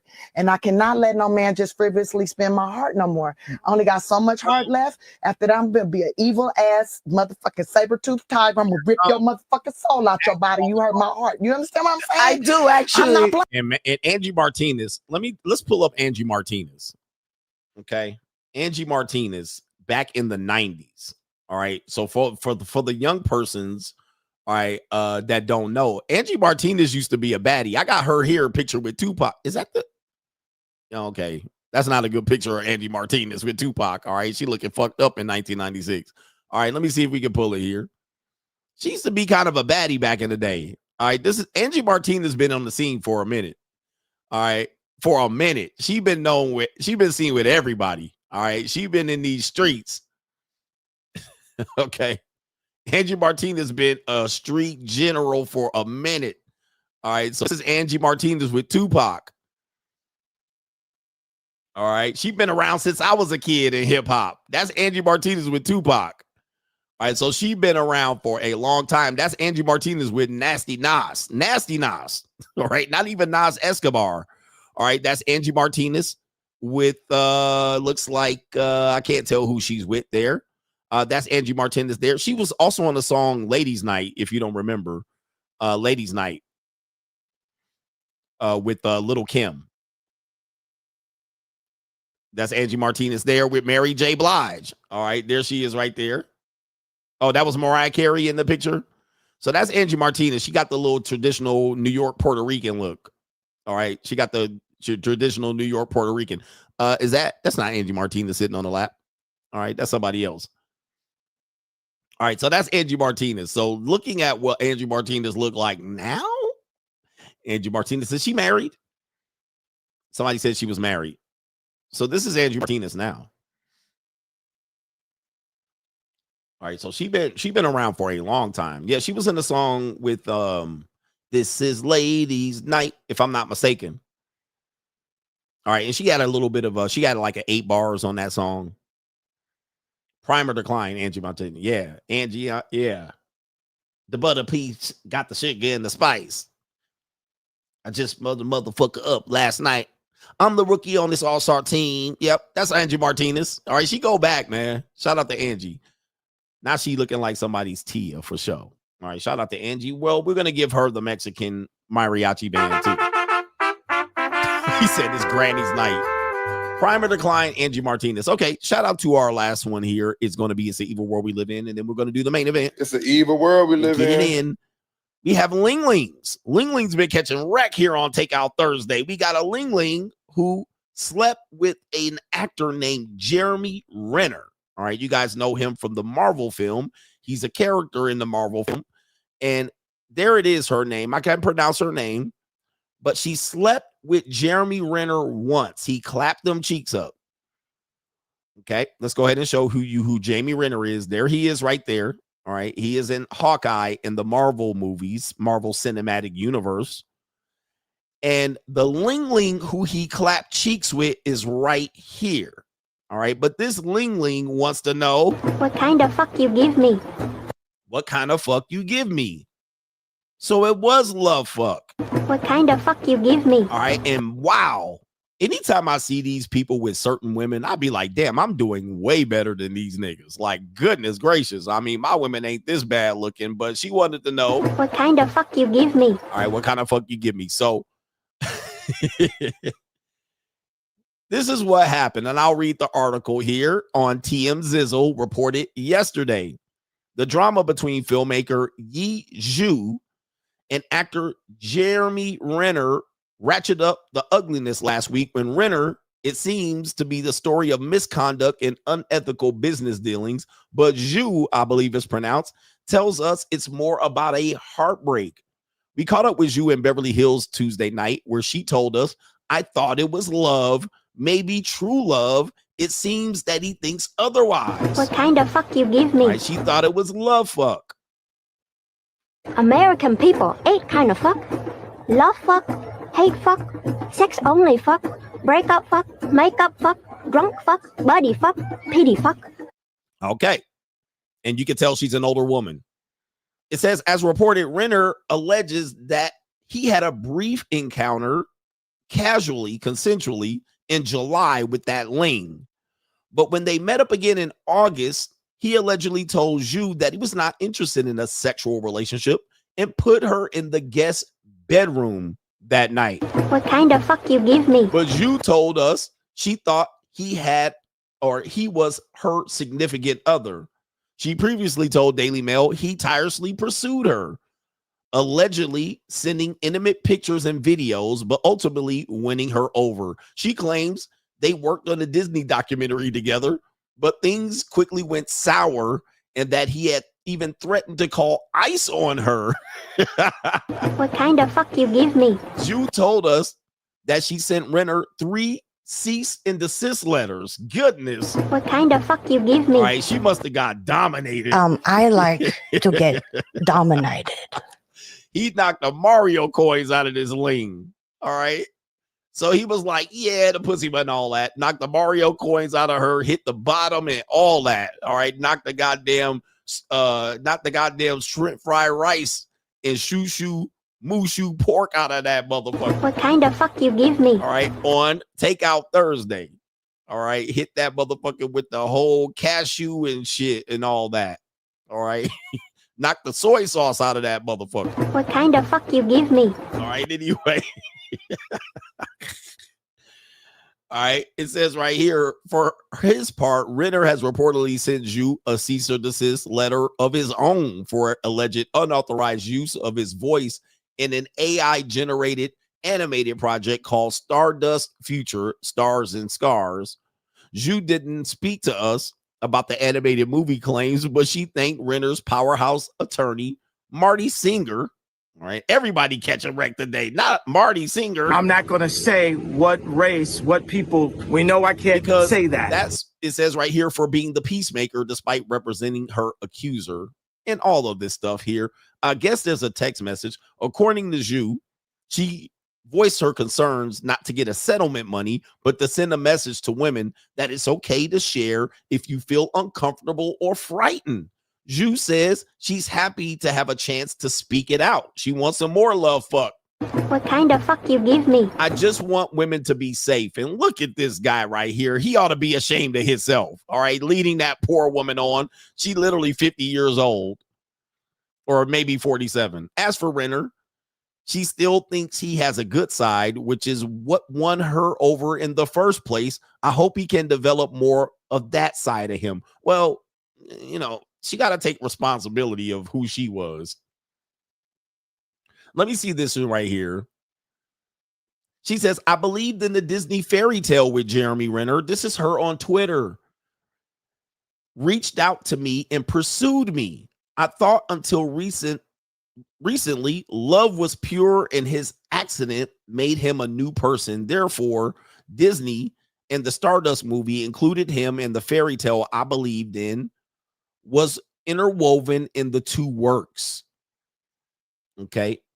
All right. So this is her saying this. All right. We do have video footage here of her explaining this. So let's see if we can get to this and see what type of crazy rich Asian she is. All right. So here we go. Hey, Izu, how are you? Izu. Hi, how are you? I'm doing good. You know, I have to ask you, you've been in the press a little bit lately about the recent legal situation with Jeremy. All right, she crazy, bro. What kind of fuck you All right, give listen, me? I know my Asians. This is a crazy Asian. All right, this is a crazy Asian. All right, she a mental head case, bro. She out of there. Hey, Izu, how are allegedly crazy. She cuckoo for Cocoa Puffs and Rice motherfucking Krispies. All right, she gone, bro. How are you? Hi, how are you? I'm doing good. You know, I have to ask you, you've been in the press a little bit lately about the recent legal situation with Jeremy Renner. I wanted to ask you about that and kind of just ask you what's true, what's not true. Well, first of all, I have been supported by the media since always, so it's not like I needed anything to advertise for anything or for myself. And I have to say that right now, I'm really happy that I can speak out and I have the support of the media to voice my... Hey, whoa. Man, he knocked the sashimi out this motherfucker. He knocked the sashimi out of her. And let me just tell you, this seems very, very, very, very interesting that the Pavarotti is there and she got this whole statement all lined up. All right. As if they literally set this up. And who even know who she was for the Pavarotti to be outside hounding her ass? All right, she didn't call the Pavarotti over there to have her do this fucking mission statement so she can get some. This is crazy, bro. And what's going on with these struggle bangs? All right, we gonna do it. Fuck it. All right, fuck it. All right, we got time today. We gonna fucking do it. All right, yes we are. Yes we are, guys. All right, we gotta do it. Here we go. All right, hold on a second. We're gonna do it on YouTube. All right, I gotta do it on YouTube. Where's the YouTube shit at? Okay, here we go. All right, we're gonna do it right now. All right, shout out to Kevin Samuels. Rest in peace to Kevin Samuels. We're doing it. Ooh, yeah, ooh, yeah, ha, hold up, not the banging, oh, no, not the banging, fuck no, not the bang, bitch, that shit ain't it, bitch, that shit is ugly as the fuck, take it out, bitch, ooh, yeah, ooh, yeah, ha, hold up, not the banging,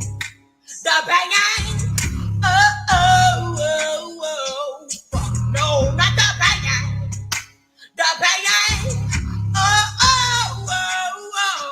fuck no, not the bang, bitch, that shit ain't it, bitch, that shit is ugly as the fuck, take it out, bitch. All right, Somebody said Tariq Nasheed got it. Everybody got it. All right, whoever got it. But what's going on with this woman's struggle banyangs in the building, man? Goodness gracious. Not the banyangs.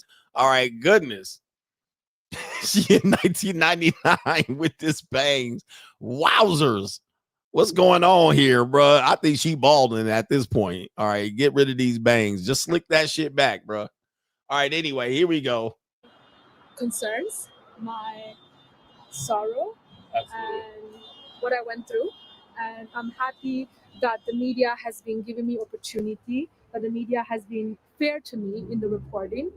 And so I want to be grateful. I want to be, grateful also to the fans for voicing their opinion It's a long ass about the situation.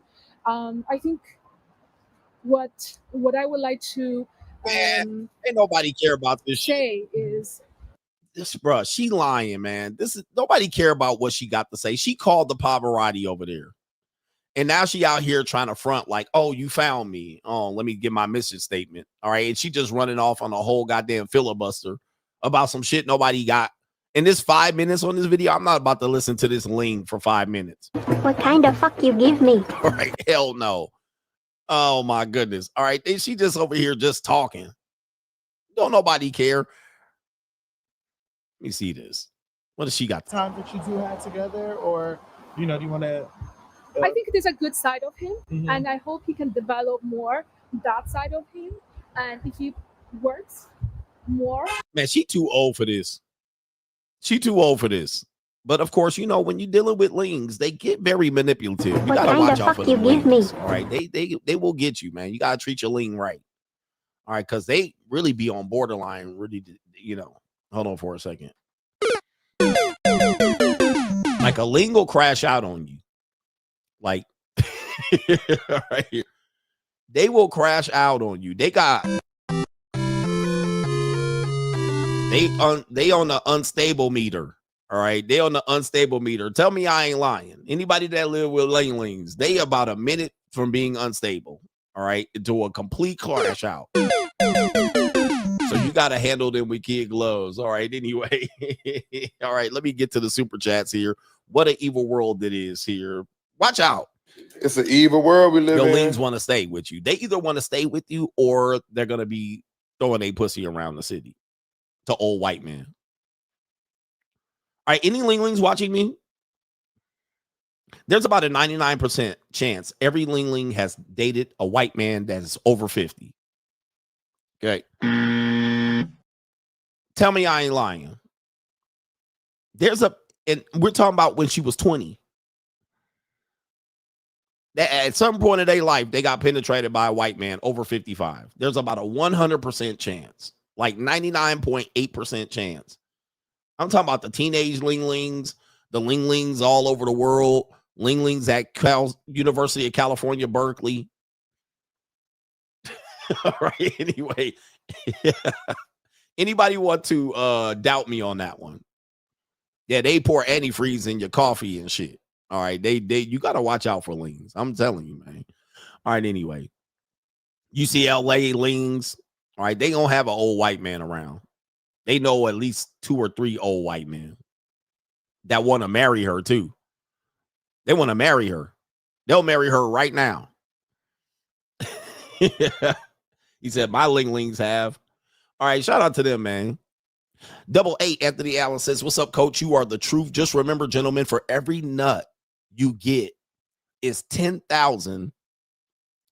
He says, for every nut you get is 10,000. And when you get married, it's 100,000. Stay free. 100%. It gets more expensive when you get married.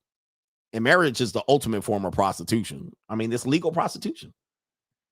So, yeah, JM says, you have to be out of your mind to get married today. Coach was right. The average 23-year-old woman has far more experience than their male counterparts. I know because my 32-year-old ass is giving it to them. Facts. He says, free agent lifestyle for life, but I got to book a coaching call for direction. Shout out to you.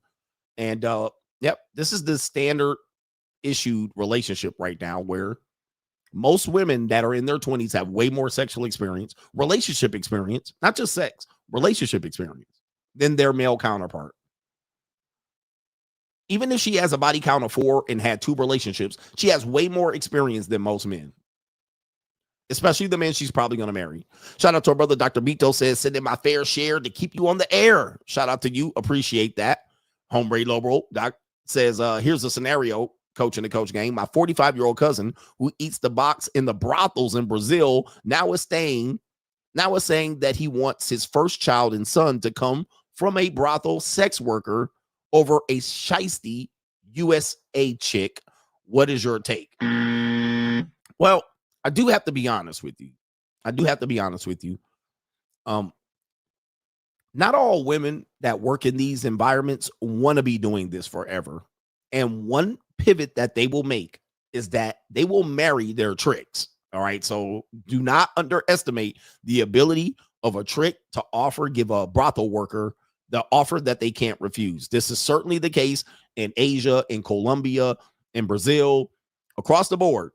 All right. A lot of these women that men bring over from across the abroad were former sex workers. All right. So of some kind. They've been ran through since they were 13, selling it since they were 16 and 17 and 18 over in Angela City, and then so forth and so on. But do not underestimate, because these women don't want to do this for 10, 15, 20 years. This is not a career. All right. They don't want to do it anyway. All right. They don't want to even do it to begin with. They're kind of doing it reluctantly because there's almost no other choice. But do not underestimate the ability for a woman that does sex work to transition into a marriage. Now, for the guy's perspective, this is a very risky thing to do. All right. Now, it's just about as risky as dating a USA chick. So they've been kind of ran through to a certain extent as well. Look at that situation with Akashi or Akisha, whatever his name is. But to do that is a very risky thing. Your kids are going to come out even worse out if you do this, and she's a known brothel worker. Nor is the marriage, or he doesn't say he wants to marry, he just wants to give her the kid. This is crazy work. This is despicable, right? You asking for it, and you eating the punani in the brothel house. Akash, you eating the banana. Dude, if you're messing with known sex worker, you should not be eating no punani. That's off the table. Right, here we go right here. That should be off the table. All right. If she's in any level of sex work, there's no eating of the box. That's like rule number 1. That's rule number 3. All right. Rule number 1, don't fall in love. Rule number 2, don't save that hoe. Rule number 3, do not eat the box. I mean, that's there's no way. But you nasty niggas going in there because you don't know how many women. Just look, if you've ever been to a 4x4, them women get picked like every time. Like, especially if you go into a 4x4, we'll call it a 4x4 for the people who don't want to know. You go to a 4x4. You can see a honey. She'll be all up on you, rubbing you and all of this shit. You be buying her a drink, getting her tipsy. She be drinking apple juice and apple cider, and you drinking Henny. You think you getting her drunk. You take her upstairs. Beat that up. She was acting like she was in love. She was gripping the motherfucking sheets and the pillowcases. All right. You beat it up. You come back downstairs. You chilling. You see a nigga come in crippled like this with a cane walking up the stairs like this. He grab her and go beat the brakes off of her. As soon as she then got done changing and showering. All right. All right. She then took a shower, all that shit. After she then licked on you and then you what? And if you stay there for a couple of hours, you see her get picked about 3 or 4 or 5 times. Bro, like what? And you want to eat that box? Bro, you crazy. She run through at least 5 guys in a day. Routine. So don't, bro. Don't. And then you want to give her a baby? Like, this woman's in bad shape. I'm just trying to educate you guys what's going on. But he eating the cat at the brothels. Don't. Did you eat that cat? You're asking for it, bro. But here's the other thing. Brothel workers get tested every week. So, but yeah. All right. That's crazy. Giving her a baby. Fly higher, says Coach Gang singles. 2019, he says, got off of my butt from being homeless, started working anywhere I could, got a career, and now I'm up to 95K a year. CGA is the pops that I never had, and I'm extremely thankful for your message and honesty. Thank you. Shout out to you, man, for bossing up, man. You better boss up, nigga. You got it, man. I appreciate that, man. I love it when I hear these stories of men that take this message and they make it useful. For the complaining ass niggas, man, please. I'm not here for you, bro. I like it when men figure out how to take what they can from this and win. They take what they can and win. All right. Like, you don't have to take the whole message. Some of this is for comedy. Some of this is the heel turn. Some of this is for edutainment. But the message is clear. You can pick out the message and take what you can. You don't have to agree with everything. All right. Then you can take it and you can win. So you got to keep grinding. I'm glad you kept grinding and didn't give up. Shout out to TWP, says, I'm a part-time at the JUCO, but when I started to notice is that when I treat free women like JUCOs, I get the same result. I take them on dates. I'm respectful, and I don't try to run games. And after the first or second date, they are ready to get dominated. Yes. I like to get dominated. They are. They're one and the same. Guys, women are on the spectrum. So, yes, they're one and the same. The thing is, with normie dates, they're going to make you pay in some sort of way. Like, they're going to be a headache, constantly text messaging you, sending you good morning, keeping in touch. Whereas at the JUCO, you'd be like, I'll see you when I see you. All right, don't call me, I'll call you. So it just depends. But of course, you went on 1 or 2 dates. Women after a certain age or in a certain phase give up sex much easier than when it was when you were younger. Women guard their sexuality much more when they're younger. When you get older, they be throwing their pussy around like frisbees. And we got a couple more main event coming up. Joshua Moon says, my job getting that EBT profits again. Shout out to you, Trump, for the win. Preston says that B too ugly to be saying no to anything. Which one? All right, I can't remember. That's hell of an assumption. We got some PayPals. All right, got some PayPals. We got some pay pizzles in the building. Are the haters in the building? They're leaving right now. Shout out to the hater ass niggas. I love the haters, man. The recent haters I've had and the recent people that don't like me and express that they don't like me, I love it. All right, because I never liked you anyway. All right, so I'm like, I wasn't trying to impress you in the first place. Caitlin says, women will put over our heads that they gave birth. However, men still die faster than they do. And with them not birthing children as much now, they can't really talk that much. When men still go 6 feet under first, you have to live for yourself as a man. Shout out to you. Shout out to you. Okay, we got Martin Muhammad is in the building. He adds, Coach, what a great show between your jokes and the brothers doubling down in the chat. I can't breathe and my stomach hurts from laughing so hard. Pause. Shout out to you and all the class clown niggies in the chat. Can I get the sugar-free sound effect? Do you have the stomach indeed to watch a girl that you really love? To watch some motherfucker that got more money than you, that's more handsome than you, that's built more better than you? Fuck your bitch for a fee? Anybody could fuck my bitch if the price is right. She happy to go get it. Shout out to Leon Lovelace, says my car and my truck are broke right now, so I might not be able to make it to the Falcons game this year. Oh no. I mean, they don't have Uber. All right. Oh, the humanity. They don't have Uber. You can Uber to the Falcons game. Or you don't have the money because your car is broke. Okay, I get it. All right, yeah, I get it. Got to get your car fixed and keep your wheels. Shout out to Thomas T says, I hope you give me my flowers, CGA, when you play clips of me swagger jacking coachisms during my campaign for governor of Wisconsin. Also, wanted to say I decided to skip seeing my ungrateful mom and family in Florida. He says going to an all-inclusive south of the border deal. Shout out to you. Stay safe. Yeah, I'm not big on going to see my family. All right, I'll be like, nah, I'm going on vacation. Plus, my family doesn't live in a place. Most of them don't live in a place that's convenient for me to go to vacation, right? If it was on the way or near a vacation destination, I would go. But they live in a podunk town. All right, they live in a piece of shit town. I'm like, I ain't going there. Last time I went there, I had to get up out of there. I was there less than 24 hours. I went for my grandmother's funeral, but you know, it was pinned in between a vacation that I was taking. So I was there for less than 24 hours, and I was like, I ain't never coming back here. All right. Stay safe south of the border. Caitlin says a mom can be your closest. Wait, a mom can come the closest to loving you unconditionally, but even she can't care for you forever. He says they think they have empathy, but they don't. You can't trust them when they are so erratic and need your provision and protection. And sadly, your own mother sometimes. Shout out to you. Shout out to you on that one. Okay, so I think I got everybody. So what we're going to do, or St. Louis Breezy says, I was stuck in a single dad, single mom purgatory, but coach, you helped me see the light and get the fuck out of there of a one-sided losing lifestyle.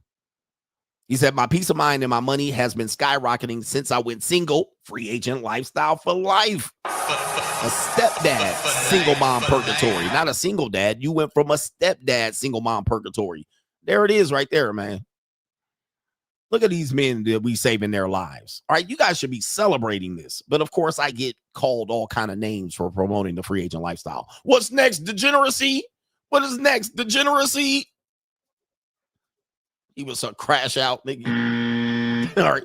Degeneracy is next. What are you promoting? Degeneracy? Where that one dude at? What are you gonna do? Degeneracy? All right. He was going crazy. Like, I'm like, you really are triggered of me being single, huh? Like, what about those women out here? They're degenerates too. They really just acting like I'm causing all this bullshit. It's crazy. What about Jesus? What about the Lord? What about your eternal salvation in your soul burning in the hell and damnation and fire? What about that? What about it? What about it? Like, what do you want me to do about it? You want me to put out the fire? You want me to save you a seat? I don't know what the fuck you're asking me out here. What are we supposed to do? The Christians are leaving now. I just be like, y'all religious people just be bothering motherfuckers for no reason at all. Let my whole goddamn whole soul and go to damnation. Why are you worried about it? I've been saved and sanctified. I've been baptized in the name of Jesus. I'm good. I repent. You know what I mean? I'll do a couple of Hail Marys. Come with me. I'm good. I've been to church, nigga. I want to save your soul, CGA, and you can come out and you can proselytize and save more souls. All right. We're good, nigga. But look, if I do go to hell, I'll save you a whole row, nigga. Because you and your goddamn people are going to. I'm going to take you down there and hell in a handbasket. All right. I'll meet you down there, nigga. Fuck out of here trying to worry about me and where my soul going. Y'all take that shit too seriously. Ain't no hell. Ain't no heaven. All you getting is a motherfucking dirt nap. You're going to be sleep like a motherfucker. That's what you're going to do. You're going to be eternally sleep. You're going to be seeing the back of your motherfucking eyelids. Your brain is going to turn the fuck off, and you're going to take a dookie and piss on yourself when it does. Okay? That's what the fuck's going to happen. And your brain's going to have a little bit more activity. Your heart's going to go bye-bye. It's going to stop ticking. You're going to piss and shit on yourself, and your brain's going to go through 10 minutes of heaven or hell, and you'll be goddamn dead like a deer on the side of the road in the bottom of the motherfucking cemetery. That's where you're going to be at, goofy ass nigga. All right? You want to really want me to tell you what's going to happen? You're going to have 10 minutes of brain activity trying to figure out if you're going to heaven and hell, and you're going to see the light or you're going to see fire, and then you'll be dead. All right, that's what the fuck's going to happen. Many about billions of people done this already. And people going to have to pick up your dookie and your piss and clean you out and your vomit and whatever blood's coming out of your fucking nose. It's going to be a horrible sight. Hopefully you're older when this happens, nigga, and you could just die peacefully in your sleep. All right. Hopefully it's not a traumatic fucking experience where you're like, ah, and you shit on yourself. All right. So, and people got to see you and pick up the pieces. Your head is over there like you on a motorcycle. Your head's over there. Your spine's over there. Hopefully it ain't that shit. But if we want to get real, that's what's gonna fucking happen. All right, I know it. All right, anyway. All right, but I ain't worried about that shit right now anyway. I'm trying to fuck Ling-lings for a hobby. I don't care. We'll get to that part when I get to the motherfucker.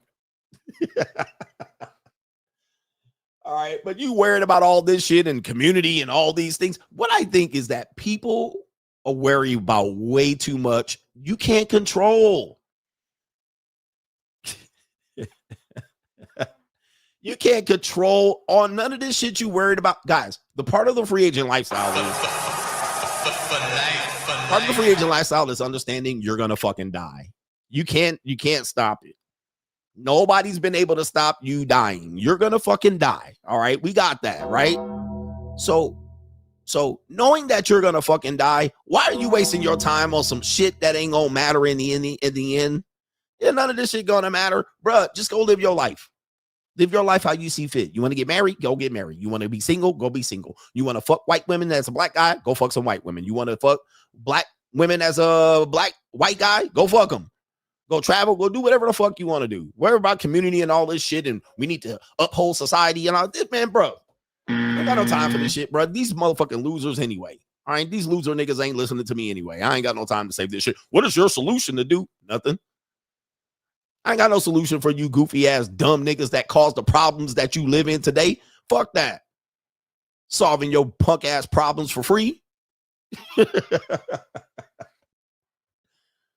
right. Fuck all that. All right. I ain't gonna be here to see the shit go to hell anyway.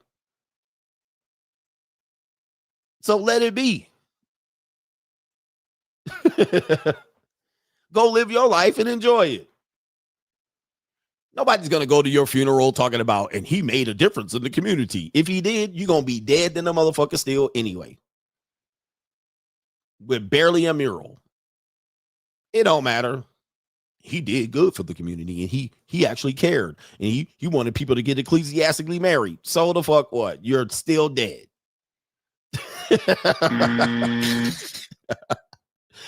All right. Dead as a motherfucking doorknob. All right. Who cares, bro? At the end of the day, you want to put something forward in society that people can live through you. Free agent lifestyle. All right. But you can't live through no community activism, nigga. Name the last community activist you knew who died. I'll wait.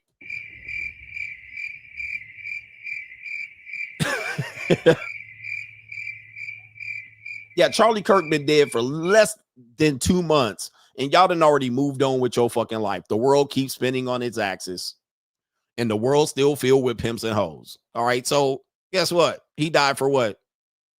For a new Ku Klux Klan march in Mississippi? Like what?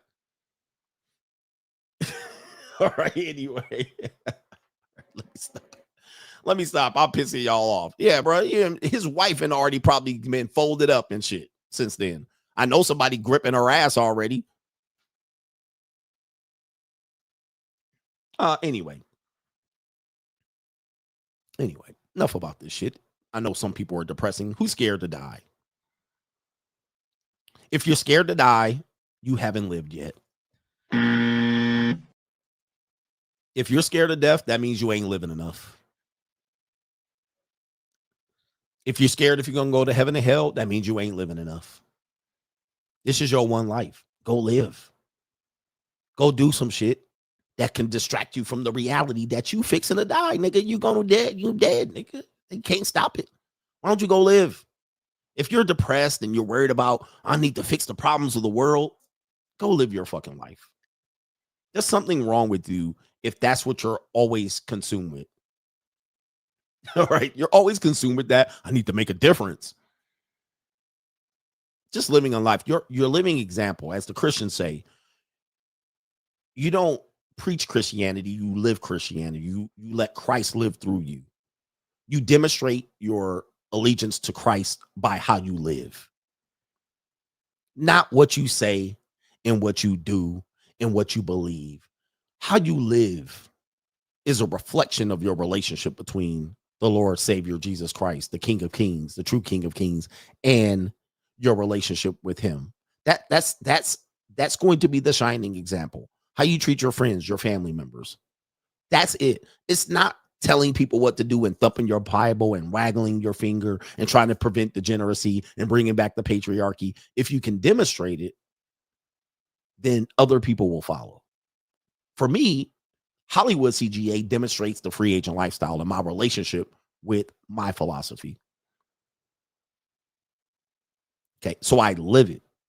I don't just preach it, I live it. When I preached it, it was one thing. When I started living it, people couldn't handle it.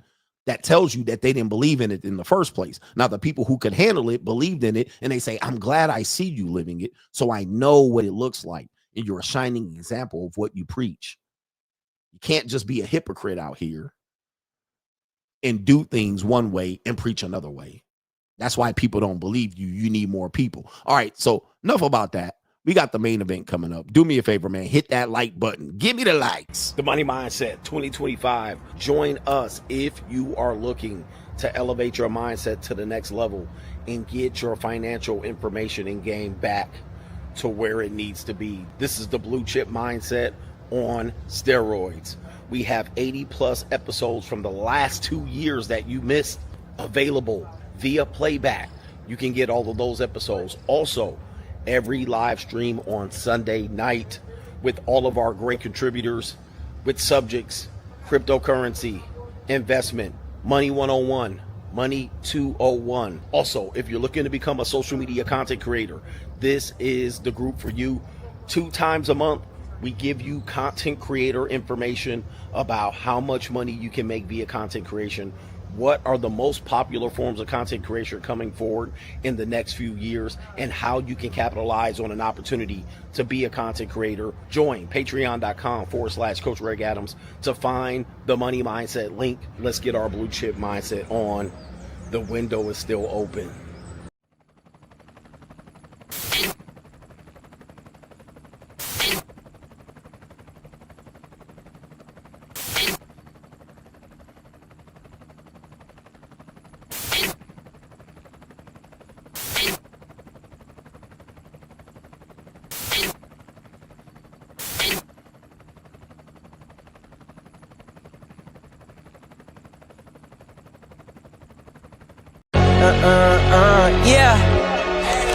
Yeah.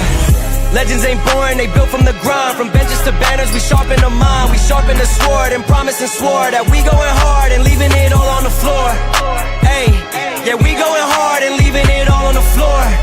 Hey, yeah, we going hard and leaving it all on the floor. Legends ain't born, they built from the grind. From benches to banners, we sharpen the mind. We sharpen the sword and promise and swore that we going hard and leaving it all on the floor. Shout out to the Coach Gang. Let's get into it, man. Appreciate you. We got the main event coming up here. And we have an individual known as Matt Barnes, all right? Former NBA basketball player for the Los Angeles Clippers, the Los Angeles Lakers, the Sacramento Queens. Matt Barnes, he's from Sacramento originally. I remember him in high school. Matt Barnes has been accused, or it's accusing a 304 on the internet of extorting him. And we're going to talk about this. He paid, according to his records here, $60,000 in extortion fees for a woman he never met. Okay. And I know good and damn well that there's a guy named Kwame Brown who calls him Becky with the good hair, is eating this story alive. All right. Eating this story up here. So we got to cover this. For those that don't know, we'll go through the brief history of Matt Barnes. All right. Shout out to Matt Barnes. He has a podcast with Steven Gangsta OG Jackson. This is Matt Barnes right here. All right. You see him right there. Becky with the good hair is Kwame Brown calls him. There he is with the Los Angeles Lakers. He has a famous meme of him putting the ball, pause, in Kobe Bryant's face, and Kobe Bryant not flinching. A very, very historic meme there. That's one of the best memes he has. He also has a relationship, which he has a blended family, and he also has kids that are a blended family with Derek Fisher. All right, Derek Fisher. These are his twin boys. This is an older picture of his twin boys.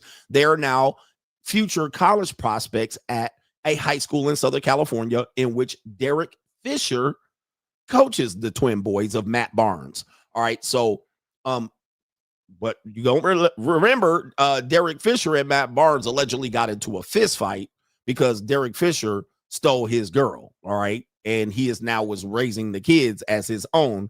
Very, very complicated situation. Matt Barnes also fighting and getting full custody of his children at one particular point. And it said it cost him over $1 million. All right. So, shout out to him. We covered him in a positive light because that was a great deal for men to fight for custody. But he ended up saying it cost him $1 million. Now, one of the women that he's been involved with was a basketball wife type of person here.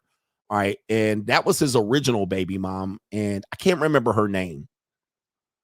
But Gloria Govin is her name. So we'll go ahead and put this up. And why this is important is because we're giving people some background of who the person is here. So I don't think he was an NBA All-Star, but he definitely was a good, six-man player, a good role player on the team. But so Matt Barnes has children with Gloria Govin, and Derek Fisher is now with Gloria Govin. This is about 10 years ago.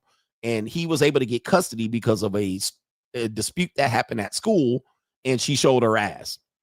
And so Derek Fisher is now the basketball coach at Crespi High. I wasn't going to say it, but you guys are saying it in the chat. That's a private boys' school in the San Fernando Valley. I believe it's still all boys. I might be wrong. At the time, when I lived in the Valley, it was an all boys school, but it's a boys' school where the twins are college prospects. All right. And Derek Fisher is the basketball coach. So he coaches Matt Barnes' twins. All right. I mean, woo. Wow. I mean, that is a crazy fucking evil world. All right. So let me see here. That is crazy work. Let me see if I can pull this up. Let me see here. I mean, man, you guys want to have kids going on in here, man? This is crazy. Let me see here.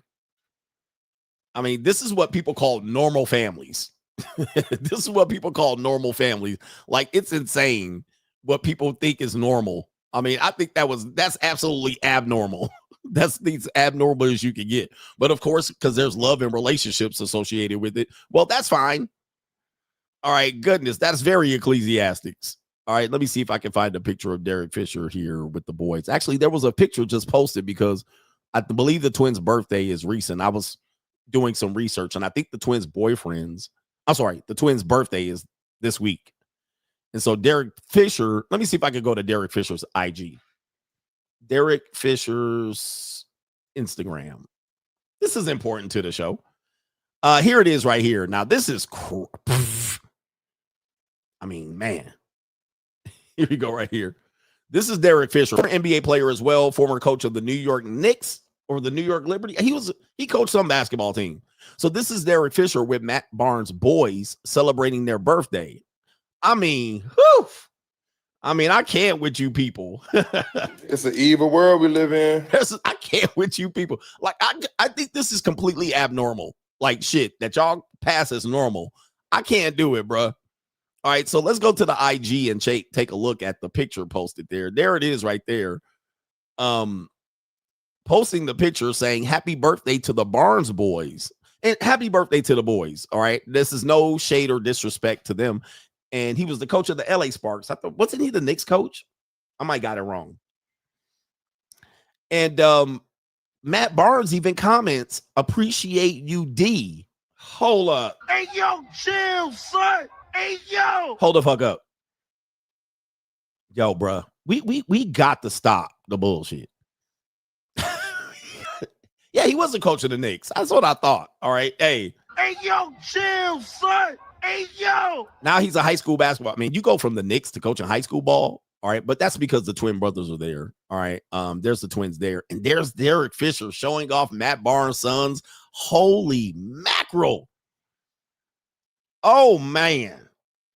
Wait a minute. Y'all can't see this stuff. Hold up for a second. I thought y'all was seeing this shit behind the scenes. Hold up for a second. He says, appreciate you, D. Well, he appreciates the D. All right, so here it is right here. There's the pictures here. I thought you could see this, but there it is right there. Matt Barnes even commented. This is Derek Fisher's Instagram. This is a healthy relationship. Is this what y'all call healthy relationship? All right, yo. So there's the twins. Shout out to the twins. Matt Barnes even commented, appreciate you, D. Okay. Hey, yo, chill, son. Hey, yo. Yep, they squabbled over her. They had a fight. I think Matt Barnes drove like 3 hours to go beat up Derek Fisher. All right. So there's the pictures there. This is what they call healthy relationships. And it's healthy for the kids, but wow. Or he chased them down. Did Derek Fisher drive that Matt Barnes, or I can't remember? All right, look at this, man. Okay, my question is, gentlemen, if you have children, do you want another man raising your kids like this? Oh, my Lord.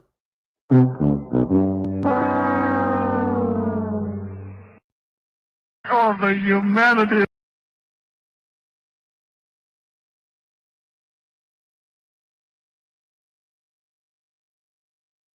This is my thing. We got to stop the cap. This is what people call healthy relationships, and this is anything but. I don't see it. Oh, my Lord. This is another man's kid, and this man is in the kid's life. It's not like Matthew Barnes is not in his life. The man is in his life, but he got these pictures on here like this nigga raising the kids.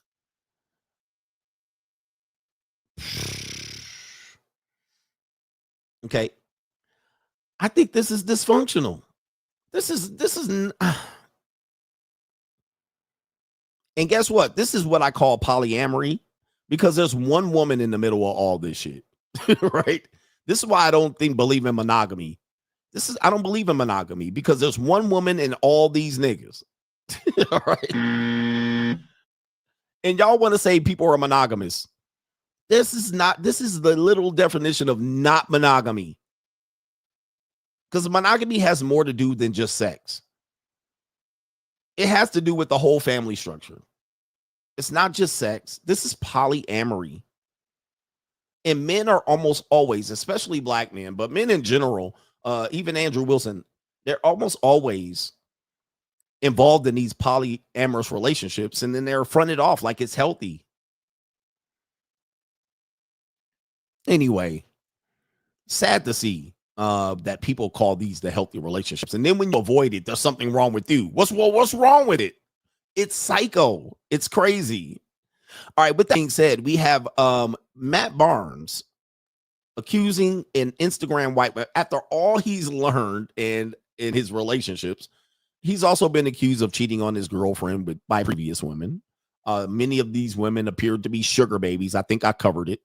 Matt Barnes revealed that he was extorted by an IG chick for $60,000. Now, this comes off the heel of Eddie Curry, former Chicago Bull and Dominguez High School basketball player, saying that NBA players are getting scammed by IG people claiming to be adults. And then when the commentary, the DMs fly, they change the profile to a child's profile. And then therefore they're able to extort money from the NBA and sports athletes. So Brittany Renner is right. These guys are dumb. All right. These guys are dumb. But I'm not saying Matt Barnes is dumb. I'm not trying to throw shade. So with that being said here, there's a white woman in this picture. So I'm assuming that this is the woman that did the extortion. Shout out to the snow here. I am so happy and grateful that the Lord has blessed me to play in some snow. Matt Barnes is getting out ahead of this extortion, saying he spent $60,000 on a chick from IG that he did not ever meet. Okay, we're going to skip over here to the proof here. There's Zoe. Okay, and I'm very conscious of dealing with people and communicating with people. I do not communicate with people that I don't know sexually. All right. If I ain't fucked her, we ain't doing no sexy communication. All right. So I might do a little bit. Definitely ain't gonna send a picture of my junk. Okay, but there's the looks like Zelle or Cash App. I would assume this is probably Zelle or Cash App. There are the receipts. And like I said, if I trick like this, trust me, I done penetrated that woman mightily. That's $5,000 each month. Every 30 days, you're seeing a $5,000 payment. There were a total of 13 payments made for $61,200. $5,000 a month. He claims he has never touched her. All right. I've paid women more. I mean, I paid women less, and I've definitely touched the insides of esophagus. All right. So we do have some screenshots that we're going to cover later because this is a very complicated story. So we're going to go back to Matt Walsh. Sorry, Matt Walsh. All right. It should be Matt Walsh. We're going to go to Matt Barnes explaining what had happened was. Like, you worried about me paying and ain't touched, and I'm touching the woman. This guy's claiming he paid and never touched her. All right, so let's continue here. Here we go with Matt Barnes explaining what had happened was. Story time. And by no means am I sharing this story for empathy or sympathy. I'm sharing this story because a lie can travel around the world before the truth wakes up. And although this is all being handled legally and people are in the process of being sued, I wanted to address it because the bullshit continues to come out. For like the last 6 to 8 months, there's been a lot of bullshit, particularly posted by Tasha K, and some new chick just got into it, Jessie something, about messages, text messages, voice audios, all this shit. And it's 1,000% all bullshit. All right. So, yeah, I don't trust him. He smokes pounds of weed. I don't trust this individual. He's a very untrustworthy face. He seems cool, but yeah. And he was scratching his face in the middle of this, him telling this story here. But I'm interested. And I'm going to explain why. And I'm going to show you some receipts. All right. Thank you. To show you that I'm not lying. Okay. Because unfortunately, today, you got to do that. Okay. All right. All right. So let's go to the next slide. There's multiple slides. He got a lot to say about this. This started July of 2023. Oh. My ex and I had split up for about a month. And this chick DMs me and I entertain her. We go back and forth. Conversation gets spicy. But we never met, never kicked it, never met, never seen this chick one time in my life. I don't know about that. Yeah, he gulping and shit. Bro, you never met her? You never folded? You never put hands on hips? All right, but why is it important that you were talking to her during the break of your relationship? Why is that important? Okay. Women have accused you of doing this already. All right, but why are you now saying that you never met her, bro? All right, let's continue, man. Because I can't believe you will part with $5K a month for a year and you never touched. Let's continue. And then fast forward, my ex and I got back together. So I told her, she got a little weird, but she kind of just fell back. So moving along, we get back together and we end up doing this reality show. And while we were on this reality show, we find out we're pregnant. So we announced that on the reality show. Just so you know, he's talking about his girlfriend that he broke up with, that he got back with. She's pregnant, not the girl that's extorting him. And when that airs for the world to see, I start getting hit up from different phone numbers. Tripping. I'm going to do this. I'm going to do that. I'm going to expose this. Okay, so I get it for free. So he's been, listen, I'm very conscious and careful as me being Hollywood CGA. If you guys know, I'm a celebrity. New world order. I even know I'm careful of high text women. All right. Especially strange women that I don't know. I'm very careful. All right. I let them send all the pictures. You can send all the pictures and videos and all that shit. You can say this and that. All right. I'll say a little bit, but I'm not going to go into details of a strange woman. Okay. A woman that I don't know and I haven't touched or penetrated. And then within that, you got to have a non-disclosure agreement. You got to put things in line. You got to make sure that they know. You can't just go out and talk to women on the DMs. And he didn't even do it by text message. He was talking to this woman on DMs. All right. That's a damn trap. That's a damn trap. So let's go to the next slide here. So I think to myself, like, expose what?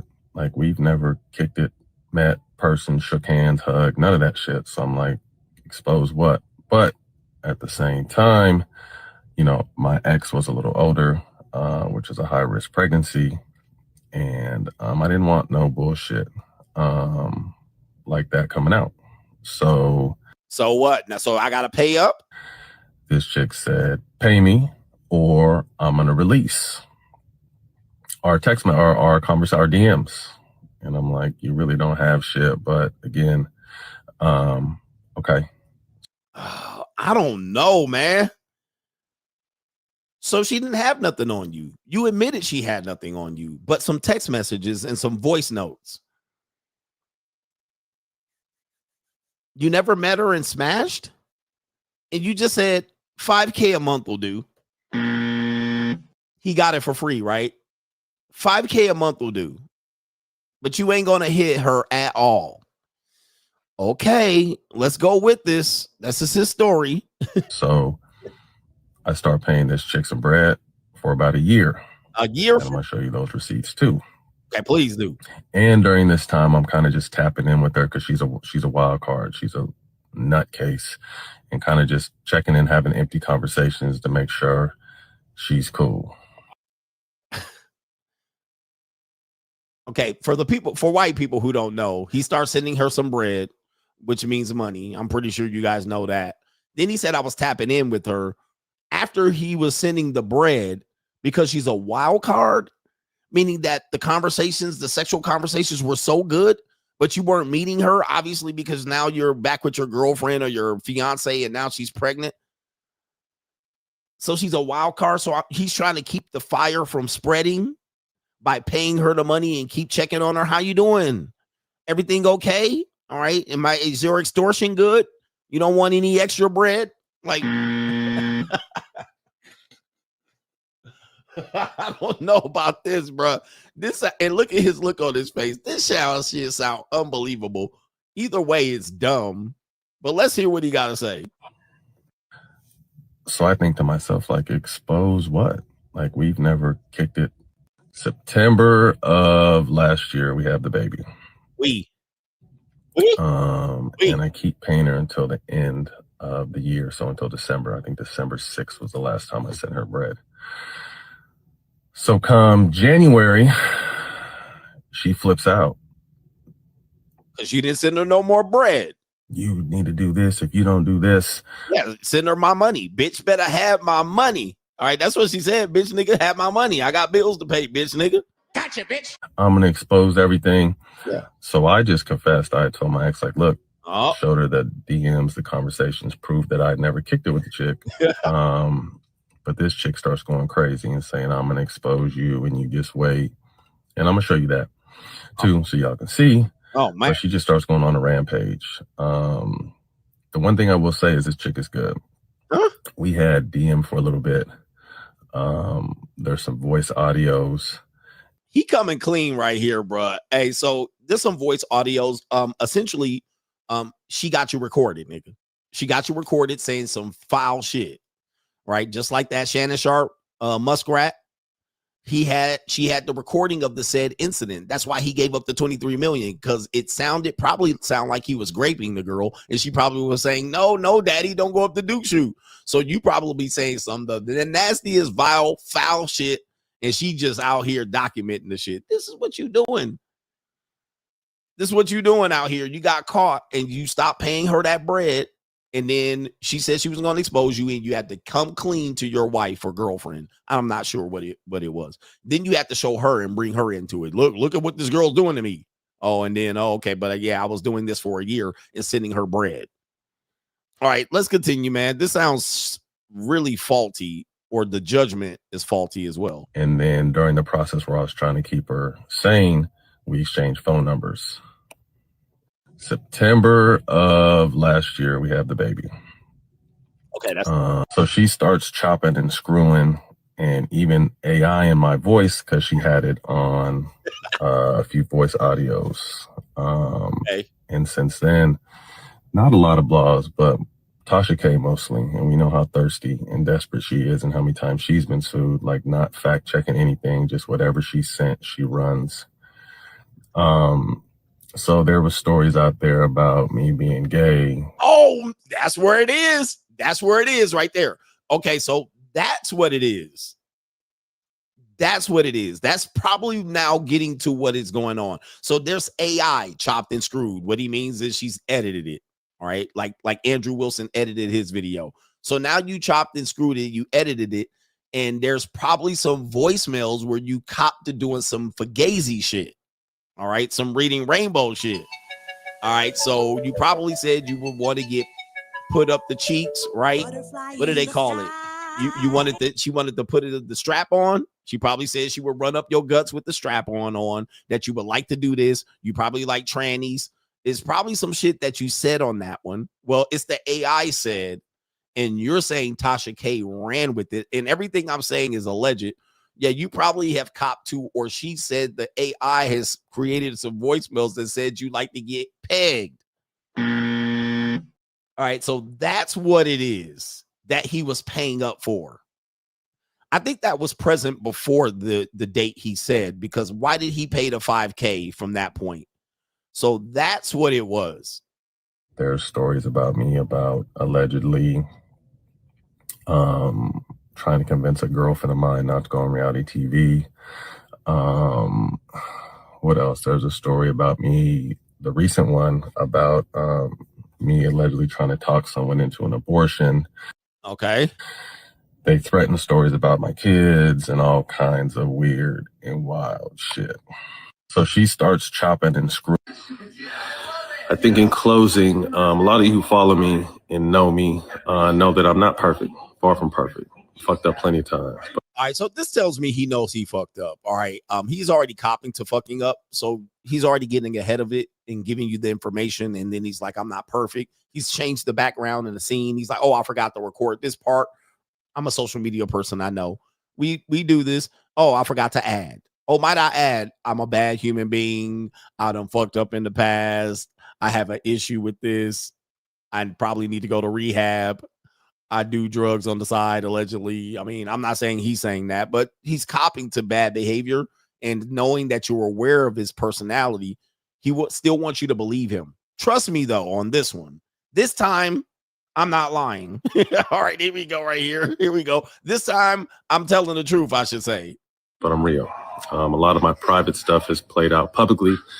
You guys have witnessed me lose my family this year. You guys have witnessed a lot of shit. And again, I don't make no excuses for none of my bullshit. I accept everything on the chin that I'm responsible for.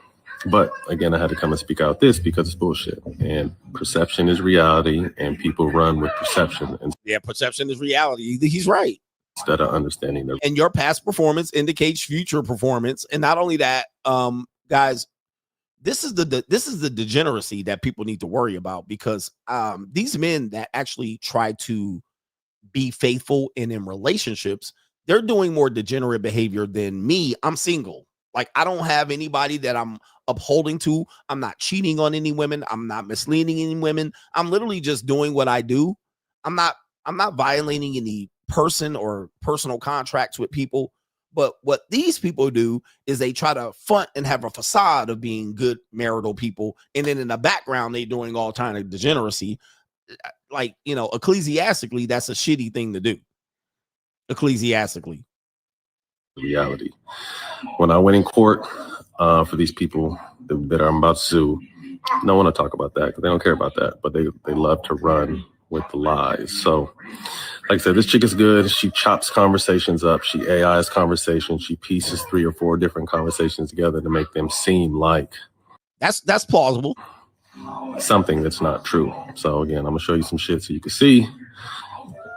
Y'all take it from there. And he's getting ahead of this right here. He's getting ahead of it. So, you know, obviously it's out of his control. Apparently there's a lawsuit, but the lawsuit appears to be against Tasha K. All right. And not the woman in question, if I'm not mistaken. Yes. It says he's speaking up and lowering up. I don't think he's suing the woman known as Zany. He is suing Tasha K, the blogger, all right, for possibly posting these things. And like I said, everything I say in this case is alleged. Okay, possibly might be suing her as well. I'm not sure. I can't really tell. All right, but let's go to the receipts. All right, well, there's the first receipts. All right, there's the first receipts right there. We do have him admitting that he paid her $61,000. Let's go back, man. People don't realize that women can do and find ways to make you their job.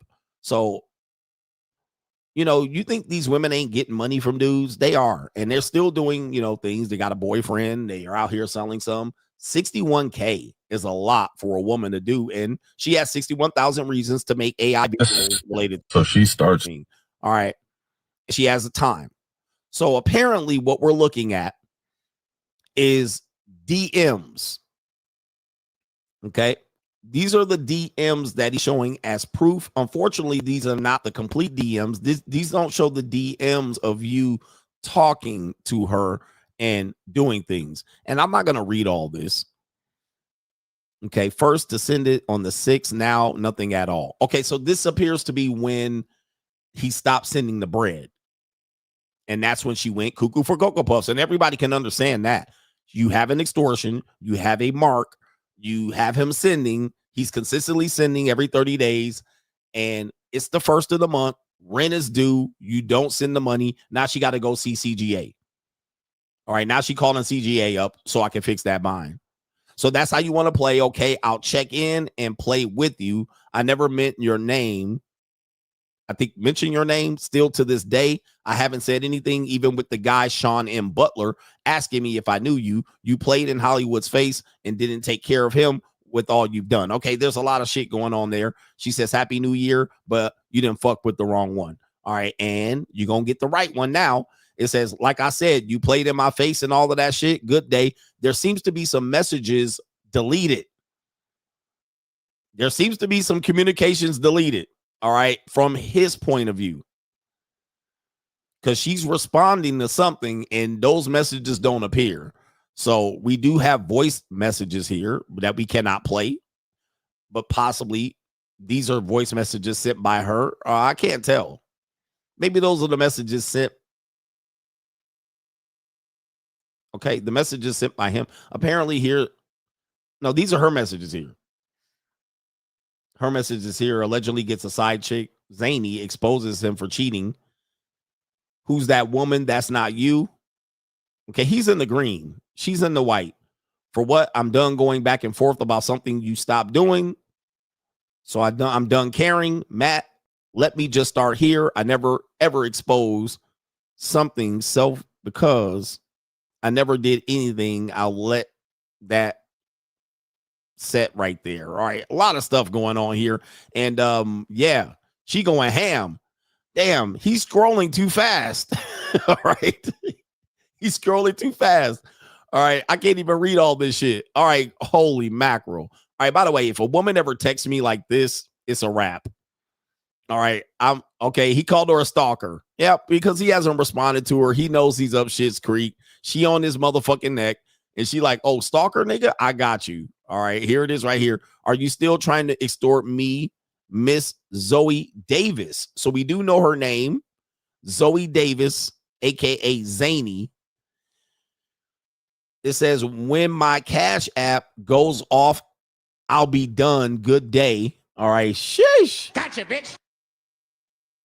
All right, and yes, don't pass or scroll. Oh, mugga below. Stop texting me. Bitch, go jump off a bridge. You are weird. Why are you still texting me? Today is the 6th. Bitch, better have my money. Gotcha, bitch. So, no, okay, just no. I did try. Good day. All right, Jesus Christ. Oh, she's still texting this nigga. Good Lord, have mercy. He don't have a block button? All right, who is that? He don't have a block button? My goodness.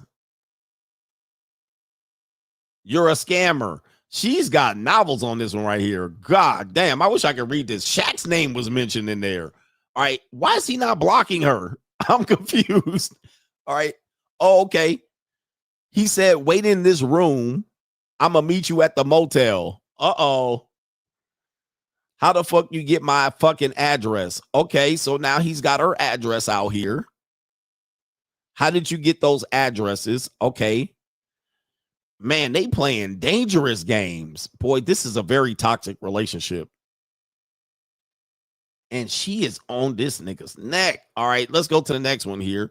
We got more. Man, she is texting him every day. I'm back, IG. Someone higher up at taking my social media down. Okay, all right. So he messed up the social media. She can't even spell. She says, on your ass. Ah, damn. She giving him the business. I don't even know why he keeps responding to her if he never fucked her. Those messages must be crazy. I'm on your ass. Just get ready. Fuck. Hey, man, sometimes, man, you fuck the wrong one. And somebody said this, and I believe this is true. He's deleting messages. All right, because she's responding way too much for him not to be deleting these messages. All right. All right, that's way too much conversation for her to just be going back and forth with this nigga. Not even back and forth. And this is in October, so this was before the first ones right here. Don't think I'm done. LOL, just wait. Don't think for 1 minute I'm done. I was stopped one time. I'm still trying to find out who done it. Probably deleted her Instagram or her TikTok. Fake book, I'm coming. IG coming. TikTok coming soon. Happy Sunday. Okay, let's go to the next one here. All right, she's still on him. Look at this. All right, God dang, this is November. All right, here we go right here. Man almighty, I can't even read all this. This is just too much. All right. By the way, if any woman texts me even 1% of this, I'm not answering it. All right. Don't ever text me no long shit like this. It's going unanswered. It's a 100% certainty it's going unanswered. You trying to block everything. There's no way he's not responding. It says right here, you sent him that voice audio about Shaq. Okay, so could he be talking shit about NBA players? Could he be talking shit about NBA players? Right? That's why he doesn't want to know, because Matt Barnes, I keep calling him Matt Walsh. Matt Barnes is in the industry technically. He used to be a sportscaster. So could he be talking about other NBA players and their activities and what they do? Because it says right here, you sent him that voice audio about Shaq. Oh, no. Oh, my goodness. Is that the end of this? What a disaster. What a shit show. This goes to show improve. And even for myself, I could get caught up in something like this for sure. All right. I don't, some people would care about some shit like this. I never got caught in no extortion. All right. A JUCO could come out and be like X, Y, and Z. I'm pretty sure that could easily happen. But that's part and parcel of the course. Like, that's part of the course, or par for the course. You can't stop that. Like, people will do what they do when you engage in relationships. Just like a wife could come out and say some shit like this. This is one reason why I always say, be careful what you tell people. You have to be careful what you tell people. Even when you're married, you can't tell, like, if you have deadly secrets or secrets that, you want to take to the grave, don't tell your spouse, right? You robbed a bank and got away with it.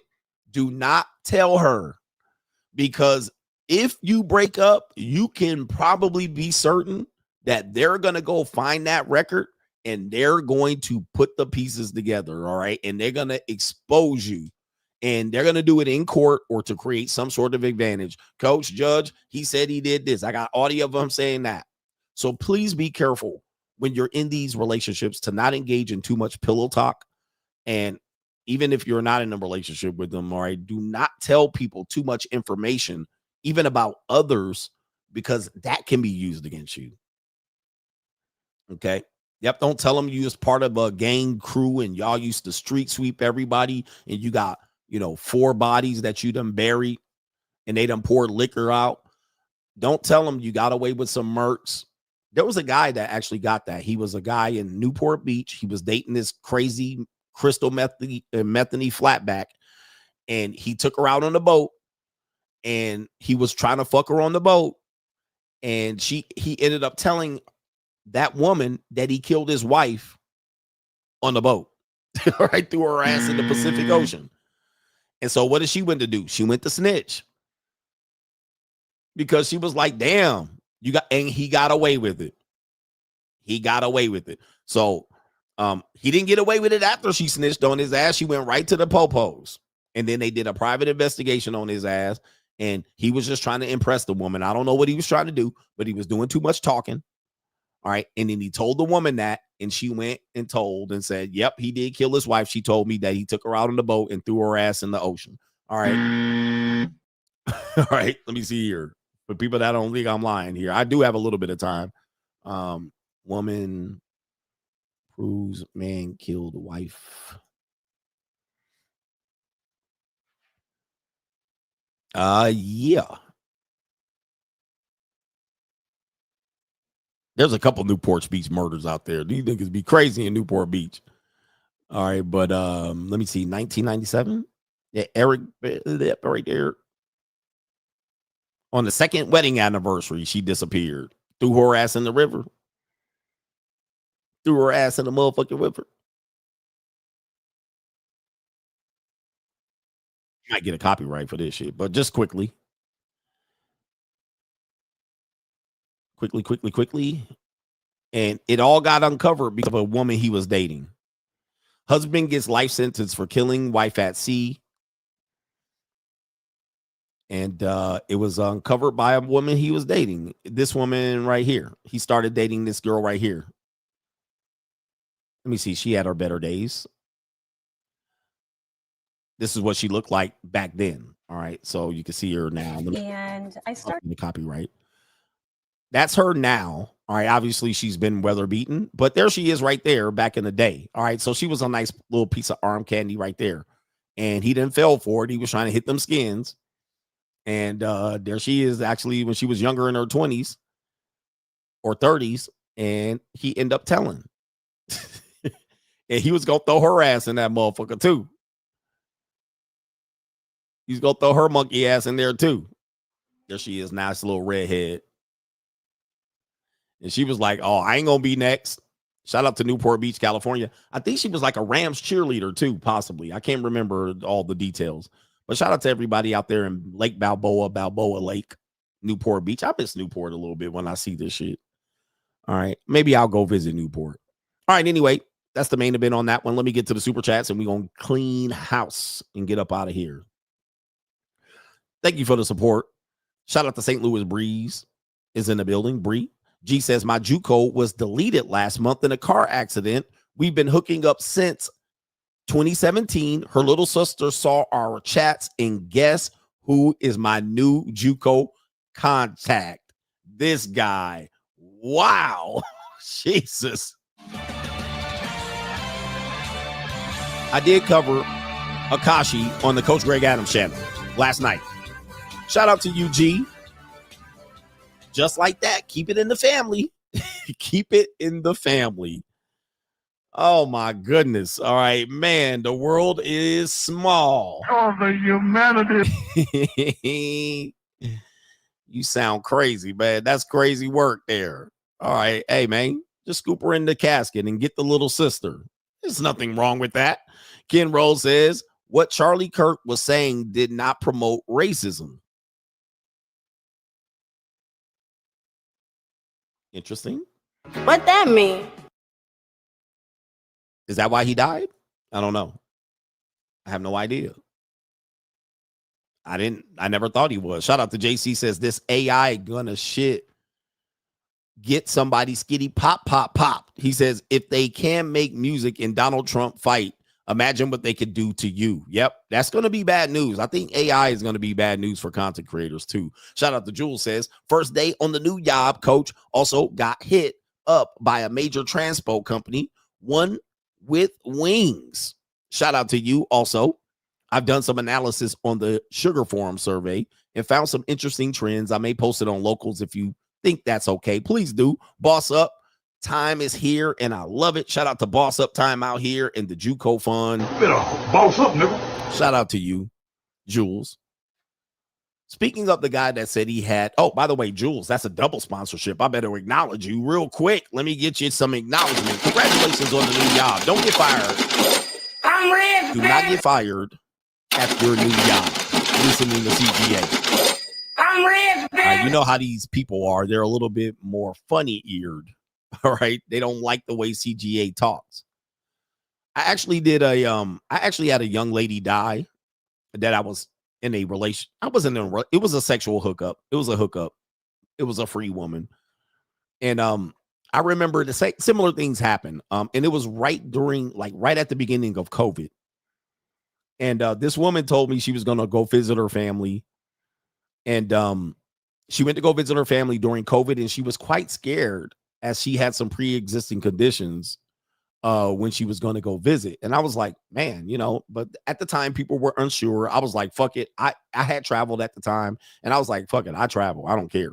But she was like, her brother got married or had a baby, and she wanted to go see the baby bad during COVID.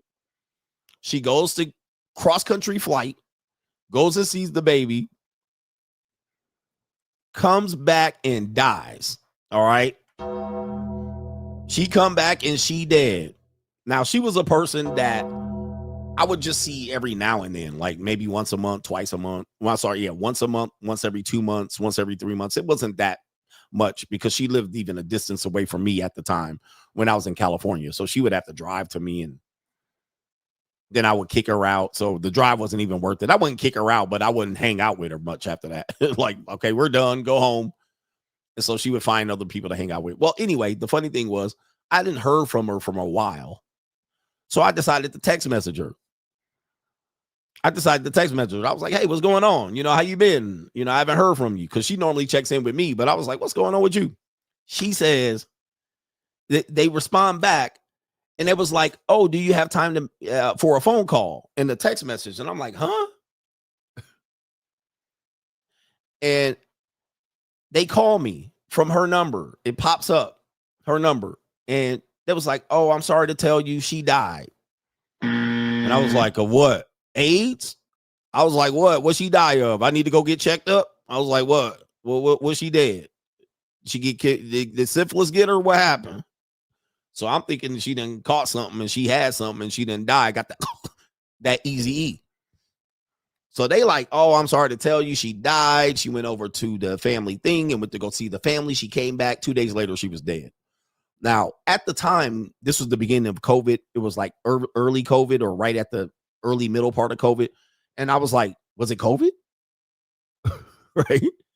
I was like, was it COVID related? They said no.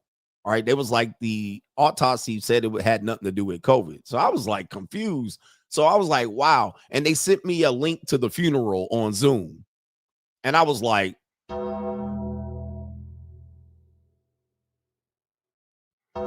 of course, I was already doing content at this time. So they actually looked me up. And they were like, oh, you were the black guy she always talked about. Like, because I didn't know their family, of course. I was just some guy smashing that she would tell them about. And they now put 2 and 2 together. They were like, oh, you were the black guy she would always talk about. So they looked me up on the internet, and they were like, oh yeah, we also looked you up on YouTube. And I was like, ah, shit. And she was like, it was a woman. She was like, oh, we find it funny. She was like, it's funny. All right. She was like, oh yeah, we looked you up. We've been watching your videos and we thought it was funny. All right. And so that's the crazy story. That reminded me of the story you said. I did not replace whoever was talking as a JUCO, or she wasn't really a JUCO either. All right. But,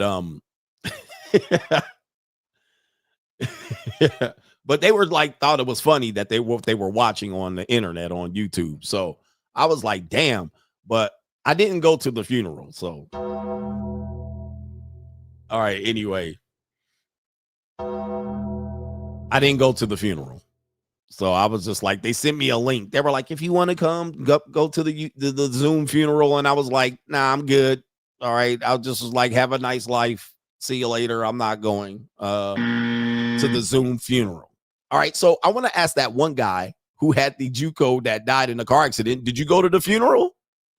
Did you send flowers? Did you pour out a little liquor? Like, come on, bro. You can't just take the sister. All right. Crazy shit. But I was wondering how she died. I was like, bitch done died on me. Oh, Lord. She was a nice little eater, too. She was a nice little nasty girl. I was like, damn. Anyway. All right. Anyway, what a shitty story that is. All right, but just live a little, guys. Keep living, and you'll have shitty stories too. Or you'll have one wife that won't give you sex. I mean, take your pick. Take your pick. But I'm glad she didn't have that easy E. Anyway, shout out to the Coach Gang. It's been a great show. Shout out to our sponsors today and our co-sponsors. Julian got the money bag in. Appreciate y'all. Hit the like button on the way out, and we're going to be back in here for Friday. Peace.